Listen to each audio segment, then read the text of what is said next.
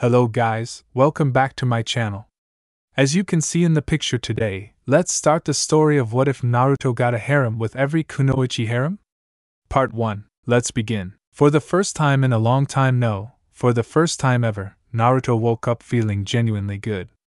Really good. Sure, his stupid apartment was in ruins, along with the rest of the village, but he never really liked the place anyway. The apartment, not the village. Most of the village was actually pretty okay, even if most of the villagers hated him. The professional ninja of Konoha usually didn't bug him, but the normal townsfolk were completely awful to him. That is, they were awful.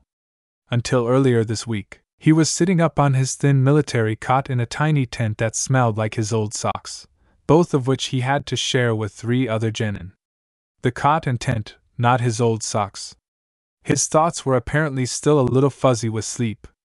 Right, the point he had to sleep in shifts and didn't have a bed of his own. It was awesome. His breakfast would be a horrible, thin gruel of emergency grain rations from the underground village stores. Only the ninja on active missions got better rations. Like yesterday, he knew it would be the best food he'd ever tasted that wasn't ramen, and he'd be spending the rest of the day in backbreaking labor, trying to repair the village and clean things up. Great, he was looking forward to it. And then tonight was the night the village usually celebrated the defeat of the Kyuubi. The night that was always the worst for him, on the worst day of the year, his birthday. For once, he was genuinely looking forward to it. Because he'd finally done it, he'd saved the village. And he genuinely knew at last, that his dad was proud of him. His dad, the 4th Hokage himself. It was almost too much for him to handle. Pain was dead and somehow all Naruto's precious people were alive again, all because that sick, confused man had made the right choice in the end. So, instead of a pointless death or, if through some miracle he had actually killed Pain, a bitter, hollow victory won, leaving almost everyone he knew dead, instead he had won. He still had a masked man to kill at some point, someone truly evil who was responsible for everything, and he still had his friend Sasuke to save and bring back to the village. But for now he'd won. Completely and totally. This was something he'd dreamed of doing countless times. Except, of course, in those dreams he'd been the Hokage and had been wearing the big hat, all while fighting off the zombie samurai armies of the Dark Lord Zog. At least, that was how it usually went. The foes changed, but the challenge stayed the same: evil attacks. No one can save the village. He shows up and punches the bad guy. Everyone is saved. A good dream. And after winning the fight, the dream usually got even better. When he was a little kid, well, anything more than a year ago counted as a kid for someone who had just turned 17. But this was when he was about 11. Right. Anyway, he'd then dreamed the girl who always had pink hair became his friend because of how brave he'd been, and they'd go off to live together and be happy and play, forever. In the last few years, especially after returning to the village, those dreams had changed a bit. Last night was the worst? Yes, worst worked. Old pervy sage would be proud of me, Naruto muttered into hands as he tried to pull himself fully back into consciousness. It wasn't easy. Last night's dream had ended vividly. Over his years of training with Jiraiya, the girls in his dreams had become a lot less like Sakura. Sure, the pink hair remained, but he'd seen so many barely and a few times, not clothed women in his time with the pervy sage, that her body and even her face had gradually been sort of smoothed out. The dream girls also now had a habit of not wearing any clothes. Replacing his imaginary guesses about, well, Sakura was a feeling of female facial features, then just bobas, hips, mahood, and legs. And the dream girls weren't happy to simply be his friends anymore. Right. Last night. He needed to get this out of his head. Flopping back onto his creaky cot, he threw an arm over his eyes and tried to sort through the things he remembered that dream girl doing to him. He'd dreamed he'd saved the day as usual. An entire battalion of evil dog men. He didn't even remember how. Whatever. Then it was time for his reward. A young woman with, well, frankly unrealistic babashuge, soft-looking things hanging high and full down her chest, had slunk out of the crowd of adoring villagers and ninja who were celebrating his victory. She was standing still but also gyrating her hips slowly toward him, an odd form of travel, but it seemed to work in dream logic. Then, almost immediately, he was in her arms. She was very, very naked, and her bulbas pressed softly against his suddenly surprisingly bare chest. "Naruto," she whispered seductively, grabbing his big hat. "The triangular one. On his head." "Right." She then threw it into the bushes, where it disappeared, along with the bushes. "Because they weren't important. He sure didn't care." "I want to reward you for saving us all," she whispered pants-tighteningly. And so she did, quickly moving her hand down to his now no-tail surprisingly bare waist. The crowd has also now disappeared, leaving them alone wherever. Didn't matter. She stroked the tiny blonde hairs under his belly slowly, tickling him as she moved her other arm to encircle his waist. Slipping slightly to one side and grinding her bulbas against him, she left just enough room to gradually move her hand down the thin trail of hair, only to pause just between his legs, barely not touching him. Her other hand grabbed his palm cheek and slowly pressed and squeezed it, kneading it like dough. Being a dream, that was all the foreplay anyone required.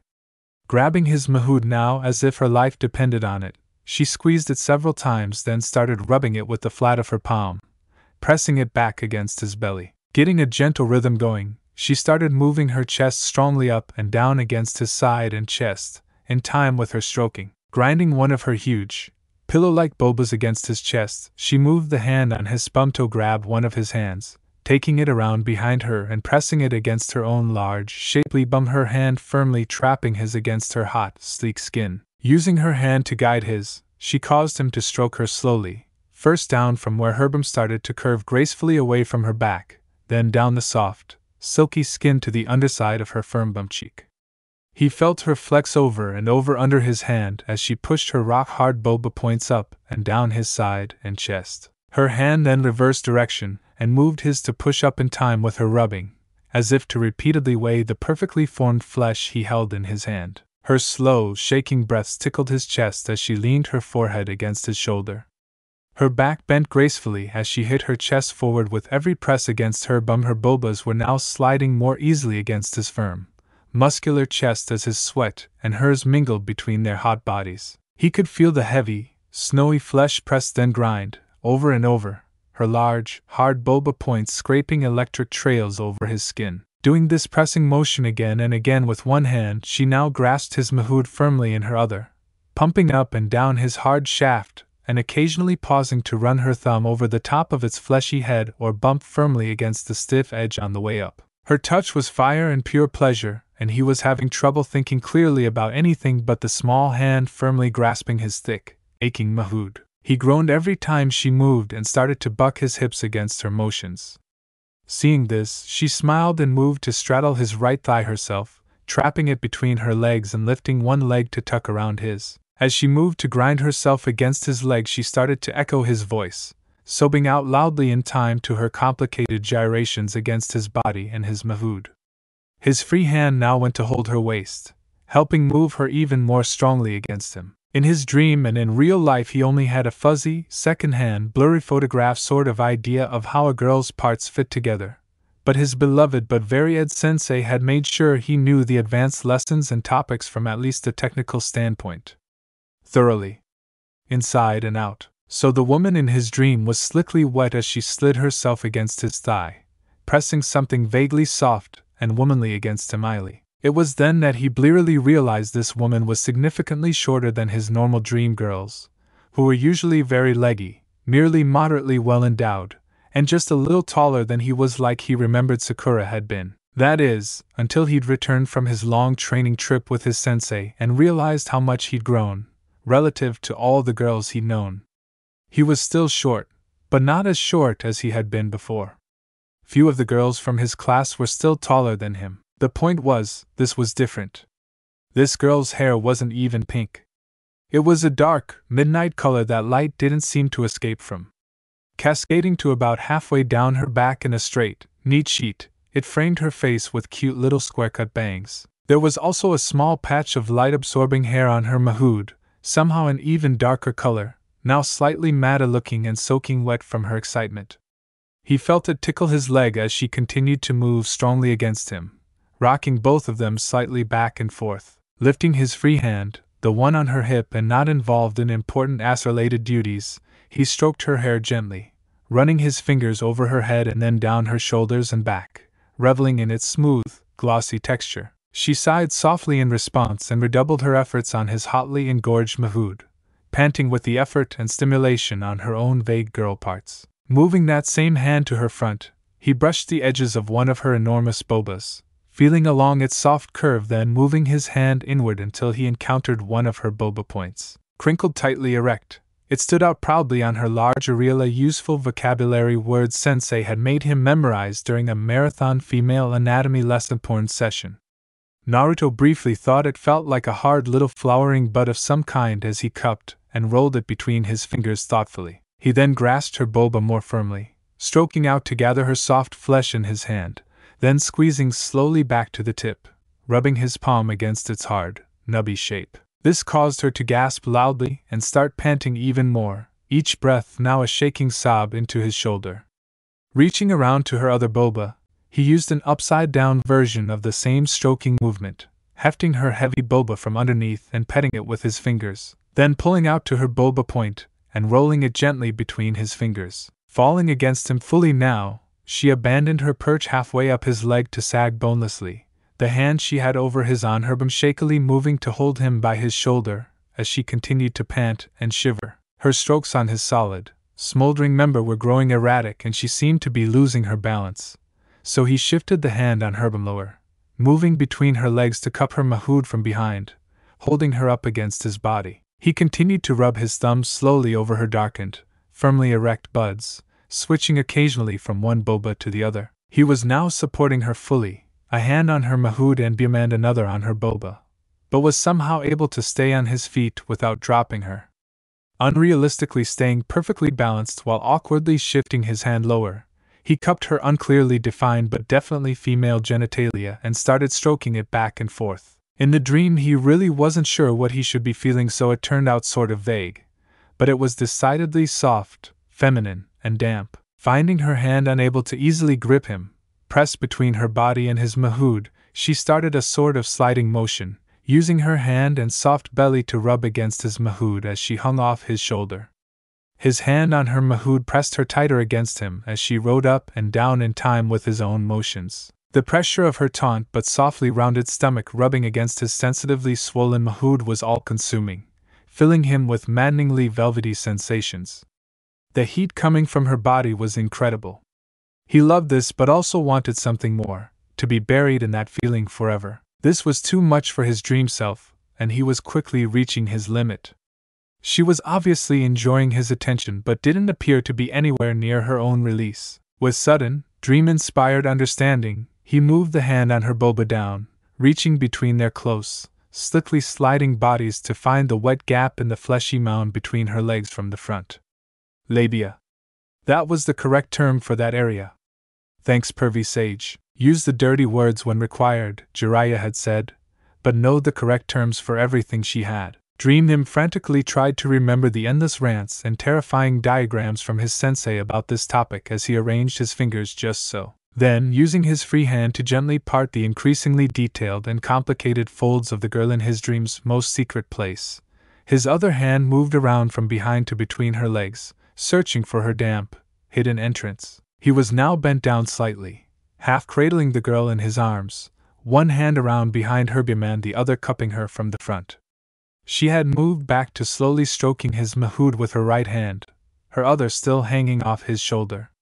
She was looking down, watching what he was doing to her with an interested stare. Finding his hand in the correct place at last, he started rubbing just around the spot right there, a firm nub at the top of her complicated slit, hidden above her deeper opening. His dream-addled brain automatically remembered. His other hand found the right place lower down and inserted a finger into her hot, wet hole, gradually starting to hit in time with his strokes around her and its protective hood. Very quickly reacting to this new approach, she started hiding back against his hand, driving his fingers further into her womanhood, he recalled. Her entire lower body was now twitching like a separate living thing every time he softly but firmly brushed her with his other hand, and she was making a higher-pitched keening noise almost constantly. She redoubled her efforts on his mahood, now so hot it seemed to be on fire, her strong, soft hands sending spikes of pleasure through his entire body.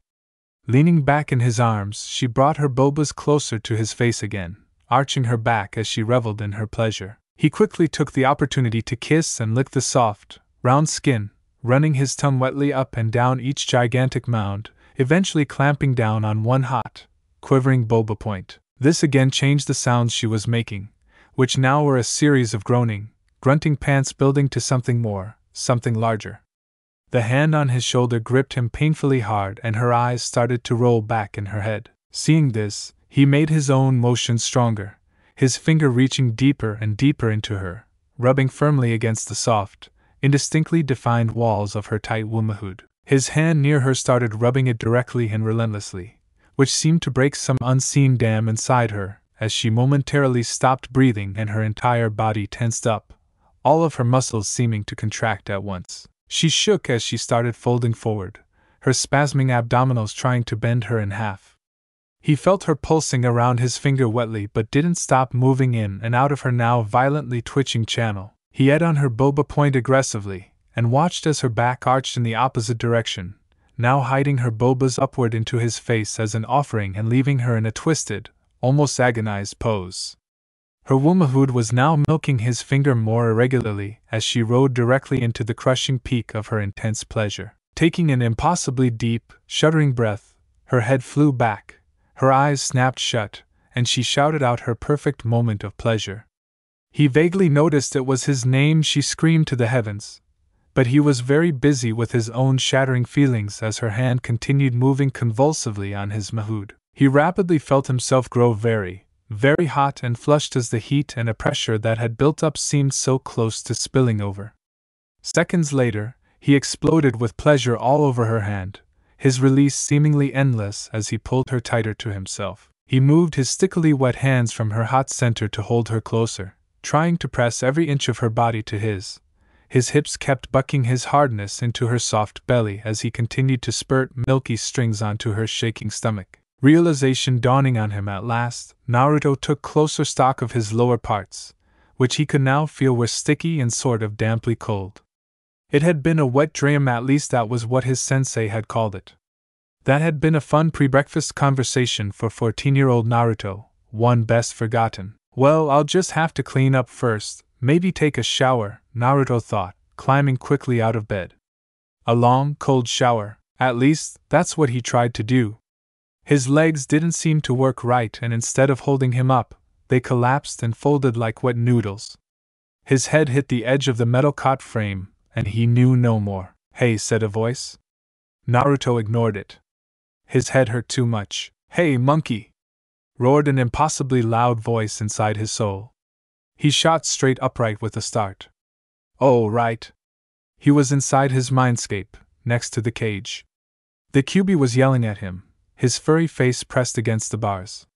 What did he want? "We have a serious problem, boy," the huge fox demon shouted. Naruto started cleaning an ear with one finger nonchalantly. "Yeah, you always have a problem," he replied. "I just won a huge battle, one where you almost got free. Didn't think you'd dare talk to me again anytime soon."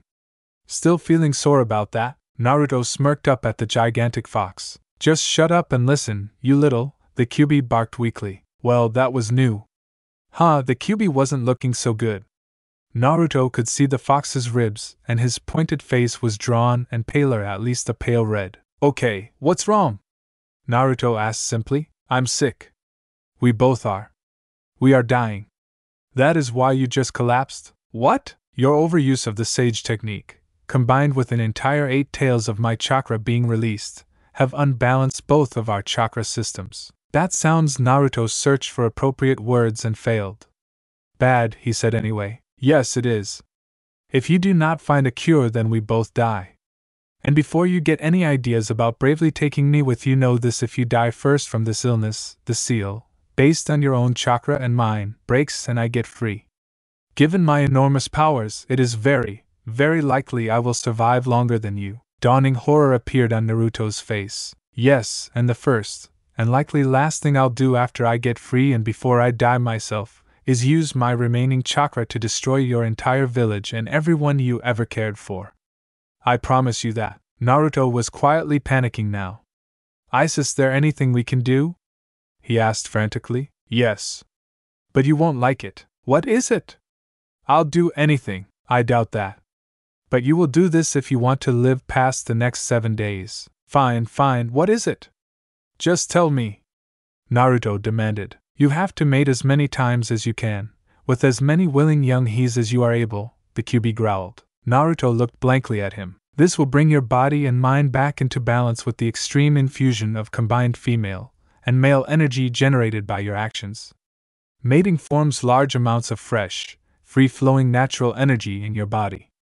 If experienced nearly constantly over an extended period of time, this will repair your damaged chakra systems and mind. You must therefore mate. Repeatedly.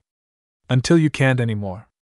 Since this is to save my life, until your mahout falls off, if you must. What mate? Like have? Naruto stammered. Yes, the QB answered simply. Naruto was silent for more than a minute. I don't think I can do this, he finally said. I've never even I don't even have a girlfriend, don't you? The QB said with a weak smirk. No matter. You have no choice. I won't be strong enough to talk to you soon, so I must make sure you understand this now. Mate with these only. Men won't help, their strong male chakra systems won't do anything for you, even if you swung that way. Which we both know you don't. Naruto was blushing increasingly brightly at this, shaking his head. No forced matings, the QB continued, it has to be a shared experience, so she will need to enjoy herself fully for it to work. Not always something I have patience for, but I'm a demon fox, so take that as you will. Just be sure you take the willing he's as often as you can and make them scream your name, over and over again. Even if it is only one specific doidh you find to help you, it will still work. She'll simply be a lot more sore after. The huge fox grinned, then looked thoughtful for a moment. It would also work if you covered a close relative. But you humans don't do that, do you? That kind of thing wouldn't bother me, but as I've said, I'm a demon fox. Oh, wait. I forgot. That certainly isn't going to be a problem for you, is it, Naruto? The QB smiled cruelly. You, Naruto growled, his fists clenched. Physically impossible, the QB said with a sneer. Also, you would not survive the attempt, being destroyed in an instant of impossible pleasure. Focus instead on those rutting he's of your own species. So long as you don't stop pumping your seed into their hot, squirming flesh for any reason, and that means the same way as you do to make a litter with her, none of your human games, you and I will both survive to see another full moon. Remember, no keeping your seed from reaching her belly. I know how twisted you humans make mating sometimes. The QB paused and thought for another moment. I guess you can do some ninja techniques or such after mating to prevent her growing fat with your kits, though I can't see why you'd want to. But anything done ahead of time that blocks your live seed from reaching her warm, innermost warren will also block the natural energy creation. You humans are strange about that, so you might find it harder to find than it would be for an attractive fox demon like me. Not my problem, though. In any case, I'm sure you'll eventually think of someone who can help. The fox appeared to be trying to suggest something, but Naruto was too shocked to get what he meant. I'm almost too weak to talk now. Do what you need to, boy. Otherwise I'll kill care. The fox's eyelids drooped, and he fell into a deep sleep. Naruto felt himself returning to the land of consciousness, drifting slowly back into his body. He was lying in a hospital bed, obviously in the makeshift tent they'd set up to take care of the few injuries remaining from the battle. It was empty right now. Most everyone had been at least mostly healed by back and slug things or returned to life and good health again by pain's final sacrifice. All except for the old lady herself. She was still in a coma. Trying to sit up and failing, Naruto found himself very, very weak. A large number of machines he'd never seen before were up to his arms. A flash of pink caught his eye and his heart soared when he saw Sakura walking toward his bed. A bright greeting died on his lips as he saw the look on her face. And Naruto. I've got some bad news, she said, her eyes red from crying. Shit. Her makeup was smeared and the hand holding her clipboard shook. I don't know how to tell you thighs, but your chakra system is almost destroyed. We found you collapsed in your tent from chakra exhaustion. You still hadn't recovered from your work yesterday, and your body was almost worn out. Even with Tsunadeshish's help, even then, I don't know if we could heal it in timer, or even at all, and she's not three think she couldn't finish, still trying to hold back her tears with sheer force of will. Sakura-kun, you mean I can't be a ninja anymore? Naruto said slowly, trying to figure out if this was what the Kyuubi had been talking about. No, Naruto, no. You are dying, Naruto. Sakura lost her composure completely, dropped the clipboard, and then threw herself at him. Her hug was crushing and he could feel her tears dripping onto his face where her cheek was pressed to his. He could also feel her bobas for the first time, much larger than when they were younger, pressing firmly against his chest and arm. But he couldn't really concentrate on that right now as the Kyuubi's words echoed in his head. Maybe the stupid old fox hadn't been lying. How long? He asked in a whisper, putting a gentle hand on her head. He didn't know who he was comforting, her or himself, but it felt better to do that. He stroked her short pink hair slowly as she answered, About a week. You can't live without chakra, and your body will start losing it a lot faster than you can make it, even while resting, in about a week. She buried her face in his chest. Her thin body was now lying on top of him, shaking as she wept almost silently. Naruto moved his other arm to weakly hold her shoulders, careful to not tangle the wires and cables, while continuing to pet her soft hair. So the fox hadn't been lying, he thought. Just great. Well, he trusted Sakura. She hadn't rejected him when she learned about his fuzzy little secret, after all. He'd just have to get her to use her much smarter brain to help him figure this out. Sakura, he started. She was still crying rather hard and he found his eyes were dripping as well. But in a manly way. Sakura, he tried again. She lifted her head and looked at him with hopeless, teary green eyes. The fox told me something. The Sage Mode's natural energy manipulation and his huge demonic chakra release, they messed me up. They messed us both up. But he said there was a cure. The doesn't want to die too. Her bright green eyes grew wide, hope appearing in them once again. She pushed both hands against his chest to lift herself back up and he quickly released her. She wiped her eyes with one hand while reaching for the fallen clipboard, fatally smearing her darkly streaking makeup. That's great. Naruto, what is it? She said with growing excitement, her pen poised above the page. Well, it isn't good, he said hesitantly. You promise not to be mad or hit me? Yes, of course. This is your life, Naruto. She almost shouted. I will do whatever it takes to make you better. I promise. I also don't break my promises. She reached down to hold his hand, smiling wetly at him. Well, he started, the fox said. Yes? That I have to get large, freshly generated natural energy infusions. A lot of them. Okay, got it, Sakura said, writing on the clipboard with serious focus. I don't know much about sages, though.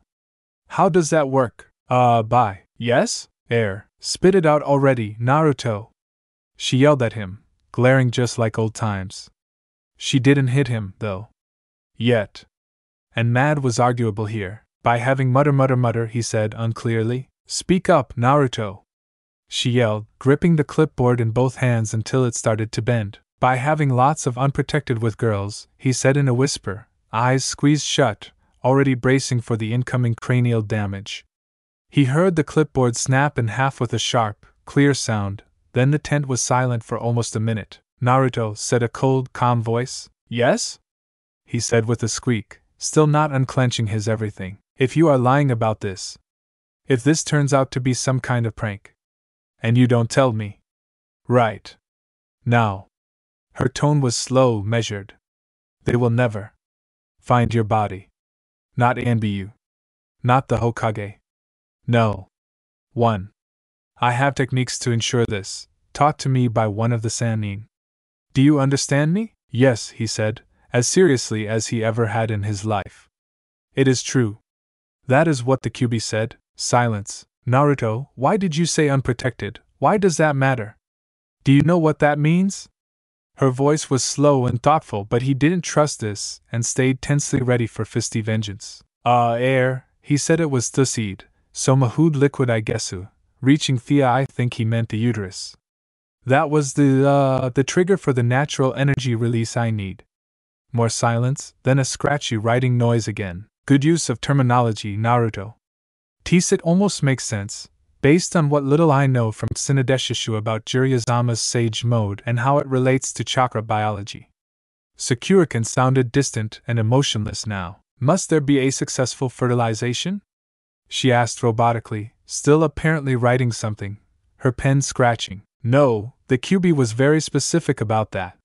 He said here, he knew about how humans were about that. So anything the girl does after that is, fine. None of the rest needs to happen. Right? And he also said that girl also has to. Naruto gulped in fear. Intense pleasure, he whispered. Silence again for an endless time, then he heard a zipper. Opening one fearful eye, he saw Sakura dropping her pair of tight black shorts to the floor under the hem of her robes, along with what looked Likio Kami. It was her pair of light blue panties. Which, Naruto of course didn't know anything about until this moment. As far as she knew. Oh wait, there was a sudden increase in his flaming blush. T hat, the long white Dr. S smock and robe as she wore were now the only thing covering her lower body. Otherwise, her girl parts were totally naked right now. Sakura's face was bright red and her jaw clenched as she moved to pull the sheet away. I will check your chakra system as we go, and if this works, here she hesitated. If this works, we might be able to save your life. For that, well, it is worth it to me. Just please. Be quiet. I mean, don't tell anyone about this. Also, this tent it isn't soundproofed. So, trailing off, she started removing his clothing with twitchy, short-nailed fingers. Correctly trimmed for serious medical work, he briefly noted, unable to look away as her hands moved over him, his brain locking up. She removed the wires and turned off the blinking machines. After taking his thin shirt off in one quick, practiced, hospital-trained motion, she paused for a second, then pulled down his thin pants, accidentally touching his very erect mahood in the process. She flinched back a little from the contact then. While still trying not to look at his body, she idly moved to climb onto the bed, gathering her robes at her waist and straddling him. She carefully arranged herself just under his ribs, clearly trying to avoid even accidental contact with his achingly hard mahood. The bunched robes hid her lower body from his view, but Naruto was already scared out of his mind at that point, and wasn't really trying to sneak a peek. Still feeling too weak to do much to help, he nevertheless moved to put his hands over Sakura's robes at her waist, trying to steady her a bit. She seemed to be a little dizzy and his touch made her hesitate for a moment, but she didn't slap his hands away. Swaying forward, she placed her hands on his bare chest and lowered herself all the way down to sit high on his flat stomach. Remember, she reminded him dully, not looking in his direction, if you ever mention this experimental treatment to anyone other than the Hokage, even under torture and threat of death, you will pay a horrible price. He nodded but didn't say anything, too caught up in what they were doing to speak. Her bare skin against his felt terribly warm and her small bum was cushy soft. But he could still feel the powerful muscles alive as a ninja had given her, flexing underneath all the girly plush. He slowly moved his suddenly cold and clammy hands down to her equally solid, still cloth-covered thighs. Her knees gently gripped him in response, like he was a riding animal of some sort, and she fidgeted briefly above him, rubbing her calves against his sides and poking him in the hip with her small feet. The wires to the machines quietly blinking beside him shifted over his arms, reminding him again of his dire situation. This is my first time, she said at last, looking a little lost. She was starting to cry again. Ito, you understand what weary I mean, do you understand the procedure? Yes, I do, thank you, Sakurakin, he said, tears in his eyes as well. He'd always wanted this. It was just it felt too sad for her to do it because he was hurt, and not because she really desired him. This is my first time, too, he added lamely. She smiled briefly, but then it faded again, and she just looked worried and scared. You might have heard, or someone told you there's a doubt sometimes, there's blood and, a barrier of sorts. But what I mean to say is I had my hymen removed. What little was left after all my exercises and ninja training, that is. Seeing him nervously nod his head out of the corner of her eye, she continued, Tsunedeshishu said it was silly not to. We're all ninja, after all. So, just so you know, I'm not lying about being because I was saving myself for. She trailed off, unable to finish. He knew she meant Sasuke was the one she thought she would have her first time with, and he felt even more ashamed. But that doesn't matter now, Sakura said, suddenly firm and resolved. She flashed through a quick series of hand seals, then snaked a glowing green hand under the front of her robes to press against her lower abdomen. Just over her uterus mahud liquid so, a kunoichi birth control medical technique. He'd been told those were a lot harder than for guys, as they targeted deeper, more complicated tissue. Sakura was truly Bachan's student. He knew 1-2 thanks, pervy sage, but it killed his mahud liquid so he couldn't use it mahud liquid assuming the QB wasn't lying through his stupid teeth. A guy's stuff was right there to grab, so it was a lot easier to use, or at least so his sensei had said. He'd never actually seen the girl's version of the technique done, and had certainly never tried it, for obvious reasons. Sakura was squirming around now, drawing him from his thoughts mahud liquid, which was odd, as he'd always assumed, and would have suggested if asked as a theoretical question, that getting ready to have with his pink-haired teammate would capture his full attention. She lifted off him and shifted to almost a squatting position lower on his body, leaning against his chest with one hand to steady herself. Naruto stopped breathing when he realized her other hand had now slipped lower and, assuming he was understanding this classically ed scenario correctly, was now currently on her vulva, most likely slipping down to spread her outer and inner lips, her labia, apart. Thinking about the technical details, both physiological and artistic, mahud liquid the hospital nurse scene was a classic, according to sensei, seemed to help him not lose his mind. He wondered if it was the same for her. His hands on her thighs seemed disconnected from the rest of his body, and he felt lightheaded, all of his blood apparently having rushed out of his head and into his mahud. Taking a deep breath, Sakura straightened up a bit while tilting her hips back. She then reached behind herself with her other hand to flip her robes over his lower body as she scooted back a bit. Still hovering, her robes spilled over his legs, continuing to hide their lower bodies from view. Her fingers finally brushed down his hard length, her hand then moving to grasp him firmly, almost clinically, right around the base of his mahud liquid, the swollen head of which must now be only inches from her own mysterious and terrifying mahud. His hands clenched down on her thighs as if to stop her, and she paused. "That silly old dream matters a lot less to me than your life, Naruto," she said, looking him straight in the eye. "This is just, after all. Only the lowest scum would abandon a friend for such a tiny reason. You saved us all and you're my teammate, so even if this is all your fault somehow, which I'm sure it is, I won't let you die on me now. Let me try and save your life." "You idiot." Half glaring, half smiling at him, she eased herself down and back, slowly moving the tip of his mahud to touch her labia. After shifting clumsily to line everything up, she took a deep breath and slowly sat down, impaling herself on his jutting mahud in one strong, deliberate motion, burying him inside her silky hole. The feeling of her enveloping him was amazing. Sakura froze partway, her entire body tensing up and her breath catching. Naruto tried to fight through the haze of pleasure, the feeling of immense, tight pressure and soft her surrounding him now, unsure what was wrong. He dug his fingernails into his palms, clenching his hands where they still rested on her thighs, attempting to avoid immediately hiding the last few inches of his mahud up into that perfect softness inside her body. He vaguely realized she had stopped for a reason. If something was wrong, he couldn't just rush things. Looking up at her face, he saw Sakura's eyes were squeezed tight shut and tears were leaking out and rolling down her cheeks, her mouth set in a pained grimace. "Sasakura-kun?" he stammered out. She simply hissed at him, finally starting to breathe again. The hand just behind them, the one that had guided him past her soft lips, was now bunched up in the sheets in a fist. The other was painfully clenching at his abs. Her shoulders were hunched over and she didn't appear at all wise or self-confident right now, which was very different from what he was used to from his pink-haired teammate. "I'm sorry, Sakura-kun, I didn't mean to," he started. "Shut up and Naruto," she ground out through clenched teeth. Like I'd let something like this stop me. Just give me a minute. It is too much." "Ah, Sakura-kun, okay, sure thing," he whispered, trying desperately not to move.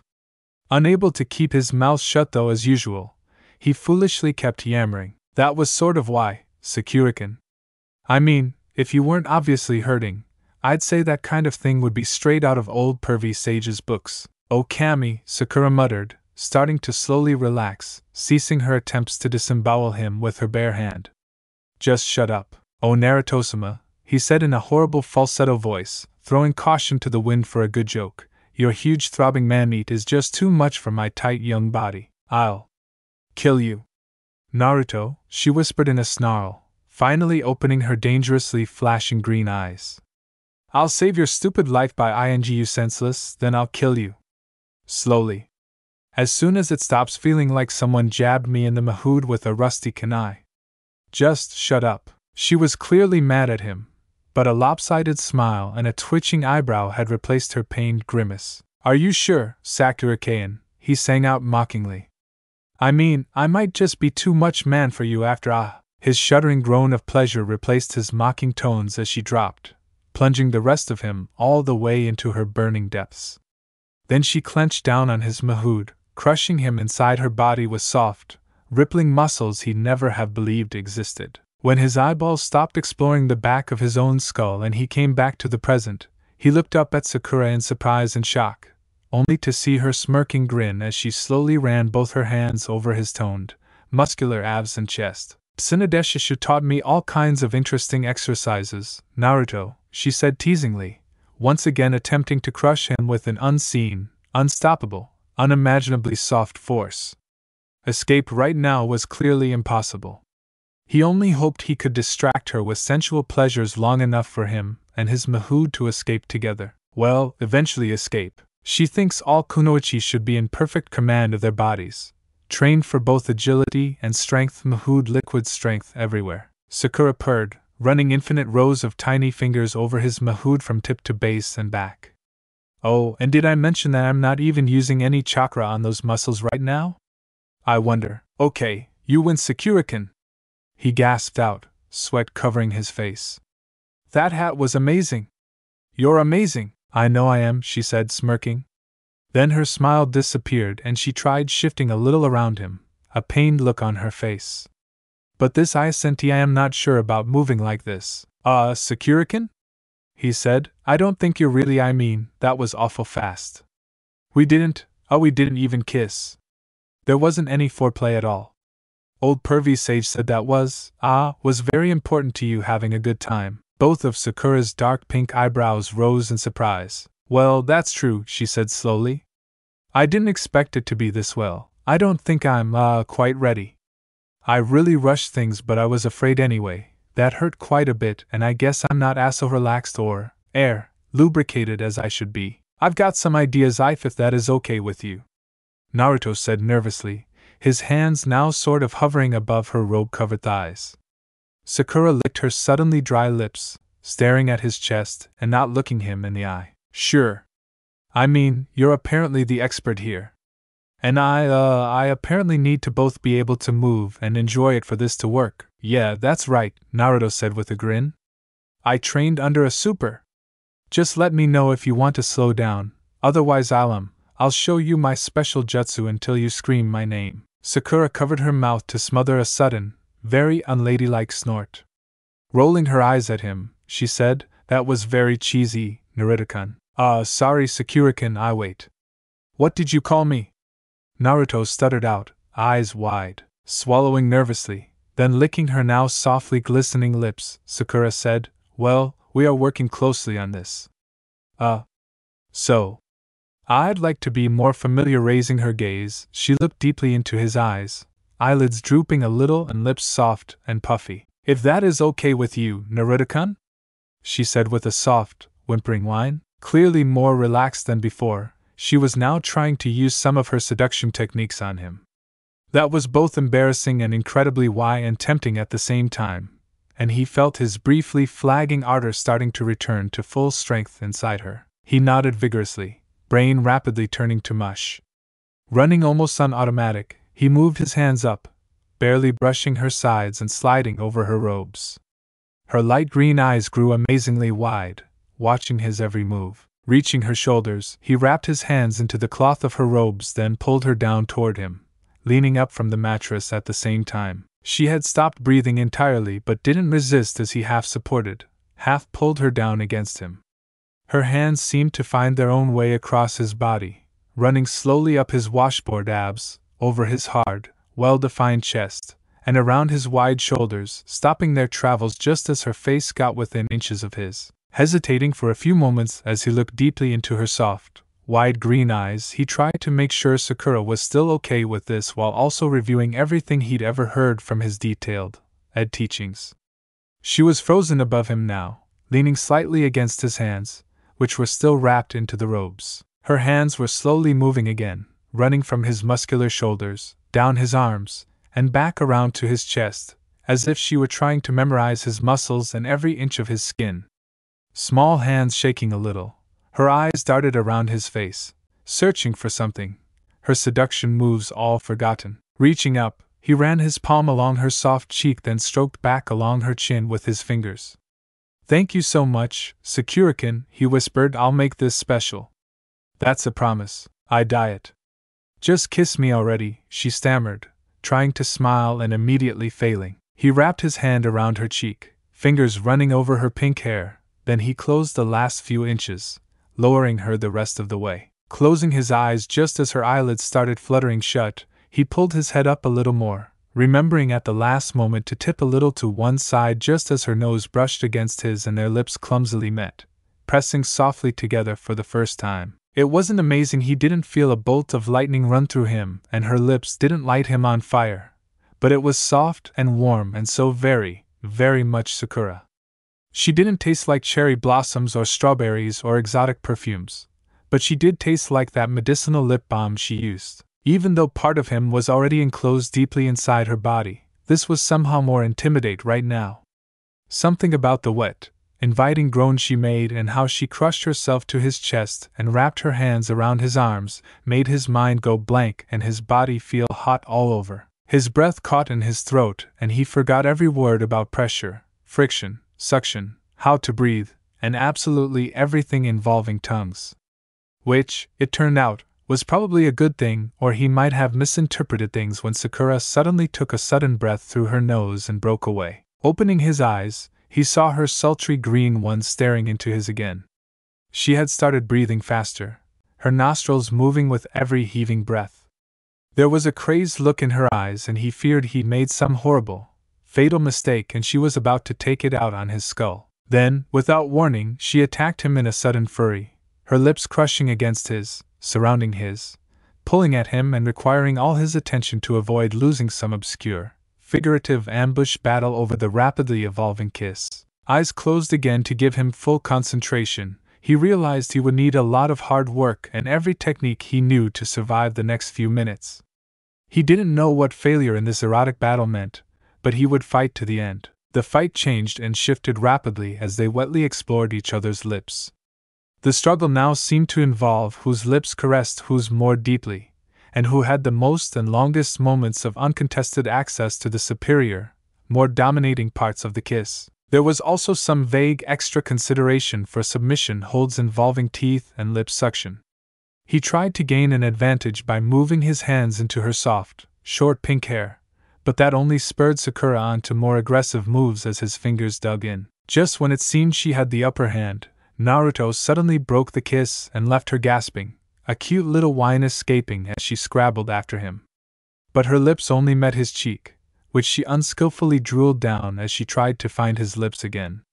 He finished his flanking move down her neck to where it met her collarbone. Lips latching down, he lightly scraped her with his slightly elongated canines, then kissed the same spot, slowly on her soft skin.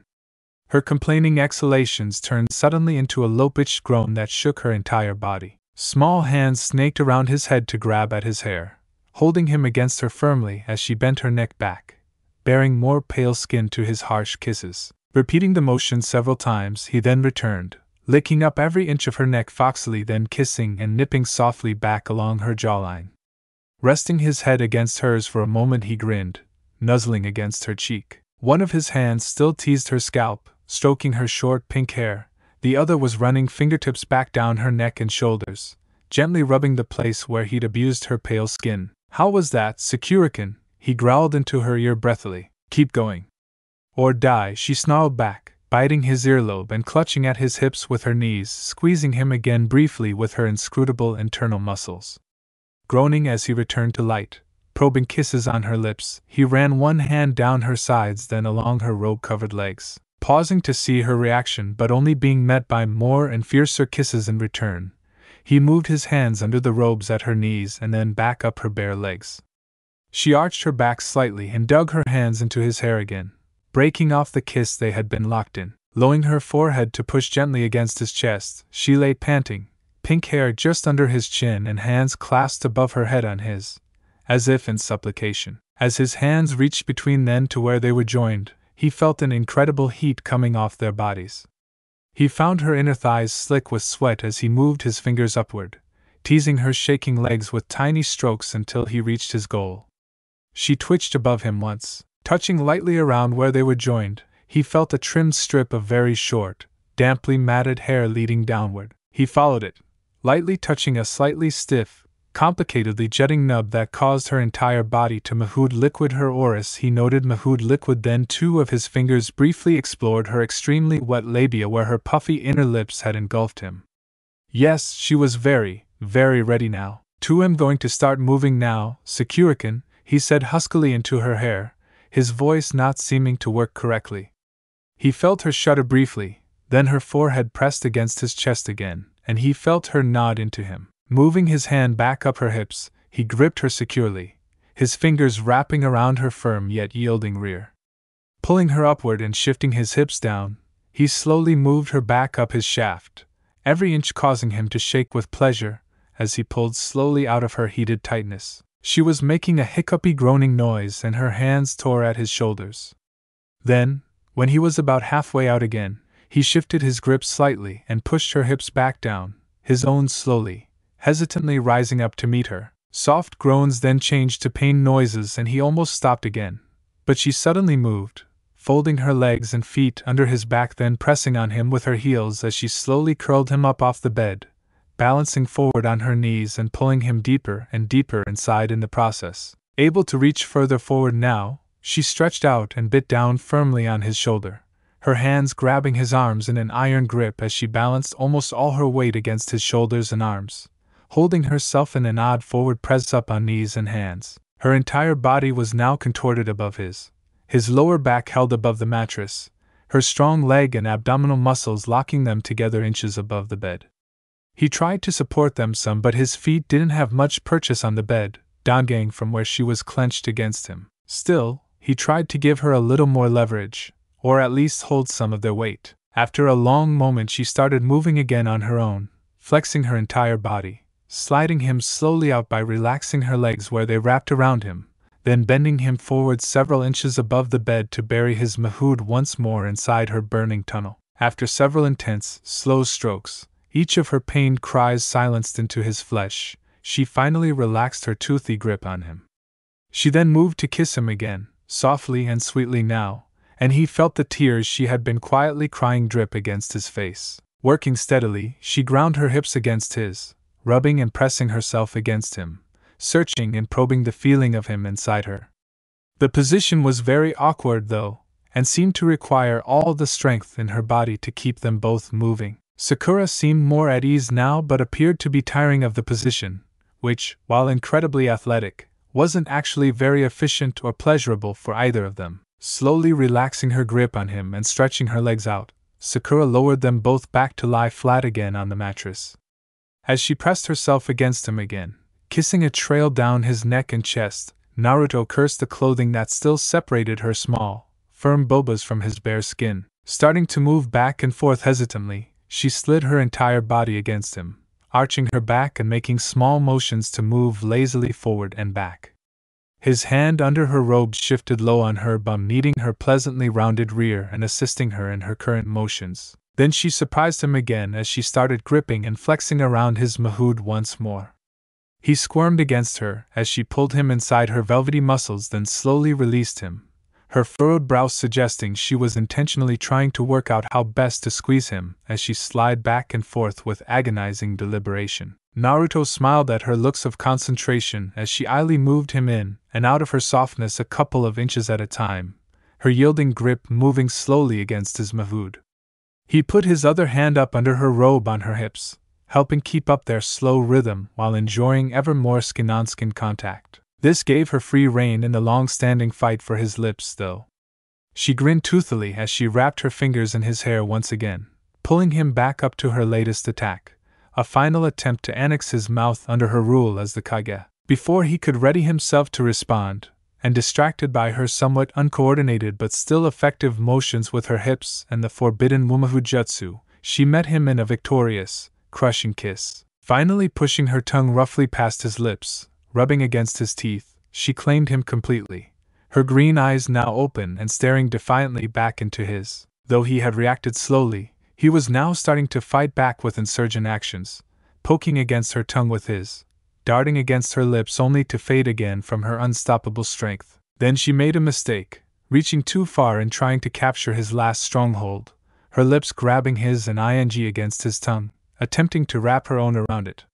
He lunged forward, heedless of the risk, and entered fully into her mouth at the same time as he gripped her hips more firmly. He hit strongly upward into her heat, his hips slapping into hers, then continued to move his hips in circles, pressing her against him as he ground against her mound. Sakura's green eyes rolled back in her head and her sweat-soaked bangs fell down over her face, sticking to her damp, red-flushed skin.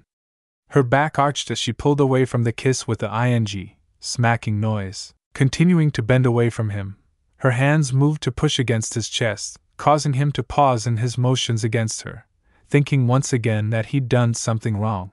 Sorry, I didn't mean," he started to say. Then she shifted down to grip his chest with hands like claws high on his ribs. Her back slowly bent up the other way, like a cat stretching as she hunched over him. She then sat up while she bore down, squeezing his mahood with muscles made of steel as she pulled off of him. With slow, measured actions, she moved until he was just barely inside her tunnel. Then she paused, her hips hovering over him, staring into his eyes. With a knowing smile, she squeezed him once more with both her hands and her internal muscles, then moved down against him again, this time with no hesitation or expressions of pain, her knees spreading wide as she seemed to melt down against him until her hips once more met his and he was seated entirely within her, meeting against his body fully again and ending with a circular grinding motion against her soft fleshy folds like the one he'd used earlier. She then started back up again, a sly smile slowly stretching across her face as she tried again to crush little Naruto to a most pleasurable death on the up motion in her new exercise. Naruto was starting to see white spots on his vision and tried to remember how to stop himself from simply immediately exploding inside her as she slid down slickly against him again, starting to set a rhythm that would surely destroy his control. She would arch up off of him, her entire body flexing and tugging, then she would slam back against him in almost a full split. Legs spread wide, she bounced slightly as her bum hit his upper thighs and she buried him inside her rapidly flexing, almost vibrating walls. She repeated these motions tirelessly with minor variations, bending and angling his hiding mahood against her insides, clenching and rubbing until she finally seemed to find just the right spots. Growing more comfortable and picking up speed, she settled into an even more rapidly bouncing pace, one that he knew her ninja-trained body should be able to keep up for about an hour longer than forever. Smiling wide, her perfect white teeth flashing at him, she shakily made some hand seals, having to try 3 times before getting them right as she continued to bounce against him. Without pausing, she ran her glowing green hands over his stomach where his seal now glowed faintly. "Good news, Naruto-kun," she stammered, face extremely flushed and still bouncing. "It seems like something is happening." She smiled even wider at his expression. "Looks like I've finally mastered thighs technique, and right Naruto-kun?" she said teasingly, panting out the words between her almost bruising strokes. "As usual, I have perfect control. And what have you got? Are you out of tricks already?" Naruto groaned as his hands continued to move automatically along on her bare hips, helping her move slickly, relentlessly against him, consuming him inside her perfect strength over and over. "Tu won't give up this easily," he growled, then Sakura squeaked as he dug his fingers into her bum cheeks, trying to slow her down a bit so he could regain some control, but she simply squeezed him between her knees and moved to bounce even more strongly against him, causing the cot to creak in protest. Wiggling against his hands, she continued to noisily slam against him in a steady rhythm, every shivering press down his hiding length now drawing from her a high-pitched, strangled whisper of a shriek, every tight, arched pull away from him bringing a shaking, growled groan of her pleasure. Looking up at the pink-haired angel riding relentlessly on his mahood, her small bobas bouncing under her robes in time to her obscene motions, he tried to analyze the situation through the haze of his growing intense pleasure. The signs she showed as he remembered them were good. No longer in pain, she was rubbing idly against him and seemed to be enjoying herself. She was sweating and obviously quite wet. Her legs were starting to shake and not from exhaustion, and her bright red flush seemed to have crept down to her collar, perhaps all the way to her chest. This was good. Really good. But he was rapidly tiring, he realized, his weakened state working against him where he would normally have superior stamina compared to his skilled and controlled teammate. Or at least, that's how it was in a fight. There was no way for him to know how long she usually lasted doing this. He knew that he was now riding just along the edge of losing control. He could also tell that Sakura, though quite well along, still had a ways to go. If he wanted to win this encounter, which meant she got to have her moment of bliss, and he got to live, he needed to do something surprising. Good thing that was his specialty. She was wearing too many clothes still for some of the more complicated techniques he knew involving her stomach, ribs, back, and bobas. He also couldn't reach her neck or head in their current position, and he was too weak to take control of the action for anything more assertive, like rolling her over. Though strongly muscled from his long training, he was now fairly weak. Despite that, he still doubted he would be able to do anything to her impossibly strong body that she didn't fully agree with and allow in advance. He'd seen her training schedule. Every minute she wasn't practicing medical jutsu, she spent in strength and agility training, and that was before her strength boosting came into play. Thinking about her strengths was useless. Naruto realized Mahood liquid he needed something to use as an advantage, something to end this quickly for her. Then it clicked. Almost all women had at least this one weakness, and, given their encounter so far, Sakura seemed to be especially vulnerable against it. He should have realized it sooner, but he was no strategist like Shikamaru, and as usual had only come up with this at the last possible moment. Moving his right hand down her naked hips, he ran his fingers over her warm thighs once again, all the way to the soft, supple flesh of her vulva.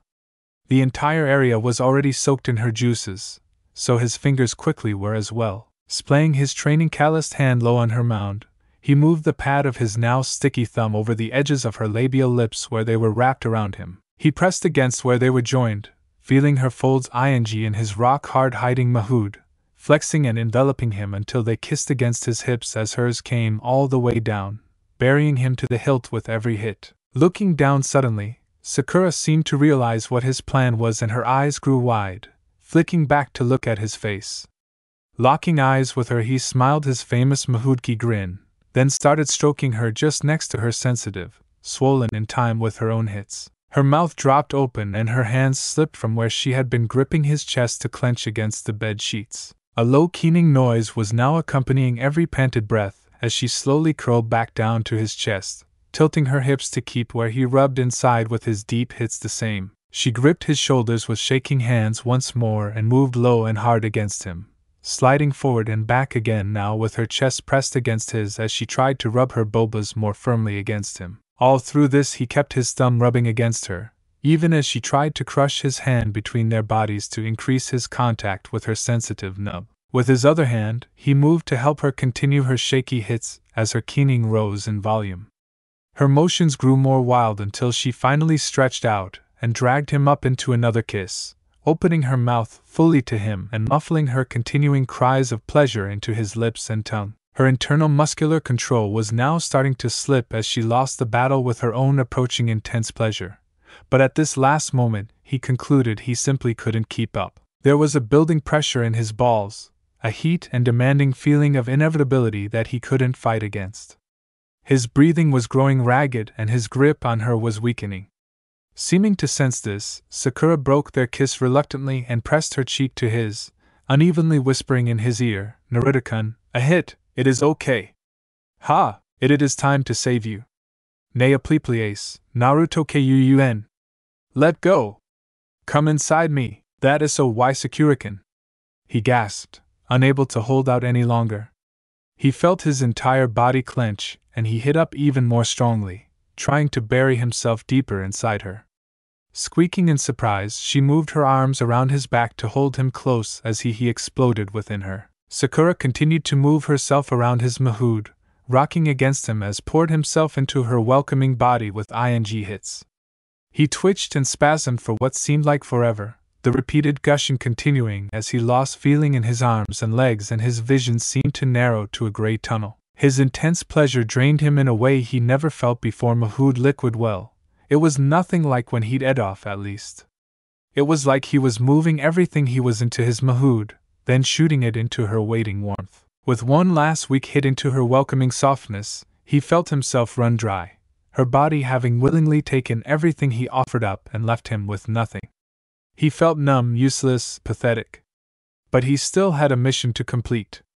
If he failed, Sakurakin's bold actions and her sacrificed romantic dreams would be meaningless. He'd also die, but that was nothing of importance compared to how he'd disappoint her if he didn't succeed, how she'd feel responsible for it all, how sad he knew his death would make her feel. That wouldn't do. He wouldn't make her cry again. Never again. I'm not doing this alone, he said into her hair. I'm not giving up. He ran a hand shakily up her bemanned sides, pushing her robes up until he just barely bumped against the bottom of her brow with his thumb, then around and down the rough bumps of her spine and once again to her firm bum cheek, his fingers digging into the soft flesh. He pressed his other hand against her soft mound, his thumb directly beside her, and started rubbing firmly, but gently back and forth against it as his other, almost numb hand lifted her wetly off him by her bum only to drop her back down his still hard length. Tilting his hips, trying for that perfect angle that seemed to drive her crazy, he kept moving, even though every muscle seemed to have been dry, even though his chakra systems themselves felt empty, even as his vision seemed to fade out and colors drained away, leaving only her worried, soft green eyes and her bright pink hair standing out in a black and white world. Sakura's eyelids fluttered shut again and her entire body started quaking. She moved against him once more, shaking her head from side to side as if disagreeing with what she was now feeling. There was a horrible, squishing noise as they moved and he vaguely felt their mixed wetness dripping out of her and down onto his legs. It was loud enough that there was no way she couldn't hear the ludicrously obscene noise. But if anything, it seemed to spur her on and she started once more moving in a strong, rapid rhythm against him. She ground his hips to hers with every completed hit onto his still swollen hardness, rubbing their combined fluids into his mahood as his seed overflowed, making their motions even more slippery. Her inner firmness around his mahood started fluttering, hugging and rippling powerfully as she began to lose control of herself, instinctively trying to drag him in ever deeper. He moved his hips higher, now bouncing her up with every stroke, his back curling to meet her higher and higher every time. His fingers on her continued to rub her firmly, almost violently, without rhythm and as fast as he could. Her shouts started to climb once more to screams and her hands clawed against his back as her upper body was pushed against his chest with every bruising hit. She quickly moved to muffle her pleasured cries against his shoulder again, now biting down firmly enough to break the skin as she emptied her lungs in an endless series of declarations of her growing ecstasy. Shaking as he continued to hit into her, her hips thrashed from side to side and only his hand kept her on top of him, or even on the mattress at all. Sakura suddenly arched her back while taking in an impossibly deep breath through her nose. She then bent away from him, dragging him up with her nails and teeth until she finally had to let go of her gnawing grip on his shoulder. Bending back, his red blood on her lip, she stared in awe at the ceiling, his face pressed to the sweat-soaked robes on her chest by the iron grip of her arms. She stayed there for a long moment, rocking slightly, with him almost sitting up in the cot and still buried deep inside her. He didn't know what to do, so he continued stroking her intimately while holding her against him with his other arm. Her entire body froze in that position and she now sat perfectly still, holding her breath for what seemed like a very long time. Her iron wumahoodle muscles weakly tensed a few times around him, soft strokes around his mahood compared to the relentless force formed before. Then, every muscle in her arms and legs still seized up, She exhaled a soft sigh at the ceiling that slowly deepened into a roar that seemed to shake her entire body. Looking around from where he was pinned to her chest, Naruto saw as well as felt the visible chakra gathered around their waists, his hands on her bare skin burning coldly from the impossible heat of the blue energy that swirled out of her and waved around the room. It roiled off the bed in darkening blue tendrils that appeared to have minds of their own. They reached straight up toward the tent-obscured sky, pooled in odd places under tables, and danced and played in the grassy edges of the tent, where the thin tarps didn't reach and the dirt and green weeds were bared, finishing whatever strange ritual the animated chakra was up to, with Sakura's body still locked perfectly still in a pose of infinite pleasureful worship.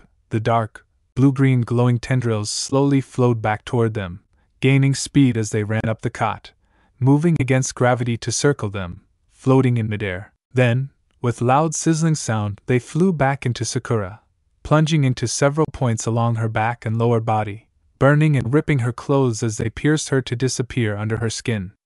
Their violent passing left her robes shredded and hanging loosely off her shoulders, torn like they'd been in a hurricane. Sakura instantly went limp and her leonine roar trailed off to a whimper as she fell forward against him. He barely kept them from falling sideways off the bed, then tried to lower them both back down safely. It didn't help that he was weak as a kitten still and Sakura seemed totally floppy and unresponsive. His heart started beating again when, after shaking her a few times, he heard her groan softly, showing she was still alive at least. But her eyes were closed, and she didn't seem to want to wake up. He was about to start panicking again when a sudden feeling lanced through his groin, blowing like a storm through the spot where he was still deeply connected to Sakura and up into his stomach. It felt like his body was drowning in chakra. Changing rapidly, the now electric energy moved up through him then grew to heavily fill his mind. Altering again, it scorched back down every nerve in his body with a hot flame. His vision turned white as the sensations overwhelmed him and he fell back on the bed unconscious, with Sakura still clutched limply in his arms. Drifting back into awareness slowly, Naruto suddenly started fully awake as he felt a small hand on his stomach. "Stop moving, Naruto-kun," Sakura said tiredly, running her glowing green, medical chakra-covered hands over his body. "Sorry, Sakura-kun," he quickly replied, easing himself back onto his now extremely messy cot. The sheets were everywhere, ripped and burned in places and soaked in others, and the wires that had connected him to the machines beside his bed had been pulled loose, the devices apparently having shorted out sometime during that weird chakra event. He knew he hadn't been out long, as their mixed fluids were still quite damp where he lay and Sakura had clearly just woken herself as she was just slumped next to him in her torn robes. "I need to take and record these readings as soon as possible, then I'll get us cleaned up," she said, continuing to run her medical scans. She took his head between her glowing palms and ran them along his skull, frowning at the results then noting them down on a broken clipboard she had cradled in her lap. She then moved to scanning herself, running her glowing hands over her body from groin to head. Pausing, she looked at her messy hands and the slimy pool where they'd laid earlier. "You made a real mess, you know that?" she said disapprovingly, trying to find a scrap of her clothing to wipe her hands on that wasn't chakra-scorched or covered in mahood liquid or her own juices. "I had no idea a guy, had that much that it would be such a disgusting just everywhere." Looking down at his still glistening lower parts, specifically his thighs and mahood, Naruto realized he was in fact entirely naked and was also half covered in goo of various sorts. He tried to pull some of the ruined sheets over to cover himself, with only partial success. Haha, yeah? That was a little much. "Sorry about that, Sakura-kun," he apologized again meekly, making the mistake of running a sticky hand through his cleaner hair. He made a face and tried to wipe his hands off on an unsoiled spot on the sheets. Shaking her head, Sakura hobbled slightly bow-leggedly over to a low desk where there was a pitcher of water and a large bowl. Quickly washing her hands and running some sort of cleansing jutsu, she then poked around the shelves until she found some sealed syringes. Opening one, she quickly drew some blood from her arm, capped and labeled the item, and placed it with her notes. Naruto tried to shy away when she moved towards him with a fresh needle, but she quickly pushed him back down with one strong arm and efficiently drew the blood anyway, ignoring his whines. "Okay, Naruto-kun," she said, taking a deep breath. "Tell me everything the QB said." Now. So obviously he did. After he was finished, she frowned. Well, that was interesting, Sakura said at last. Finishing her notes, she moved to lean over him and finally looked him in the eyes again, a small smile on her face. He had been worried she was mad at him, or something, and she had been walking like she was hurting. But now she was sort of smiling again, always a good sign. How are you feeling, Naruto-kun? She asked. Good, Sakura-kun, he stammered. Much better than I did earlier. Realizing she'd had some strange, even frightening things happen to her as well, he decided to ask something that, 30 minutes ago, he'd have sooner died than say. Or rather, he would have died immediately after trying to say it. So, was that good for you? He asked. Things got a little, weird there. Are you okay? Both one of the most disgusting, here she glared at him, and most pleasurable experiences I've ever had. More detailed results pending a thorough examination of my diagnostic measurements. But I am fine.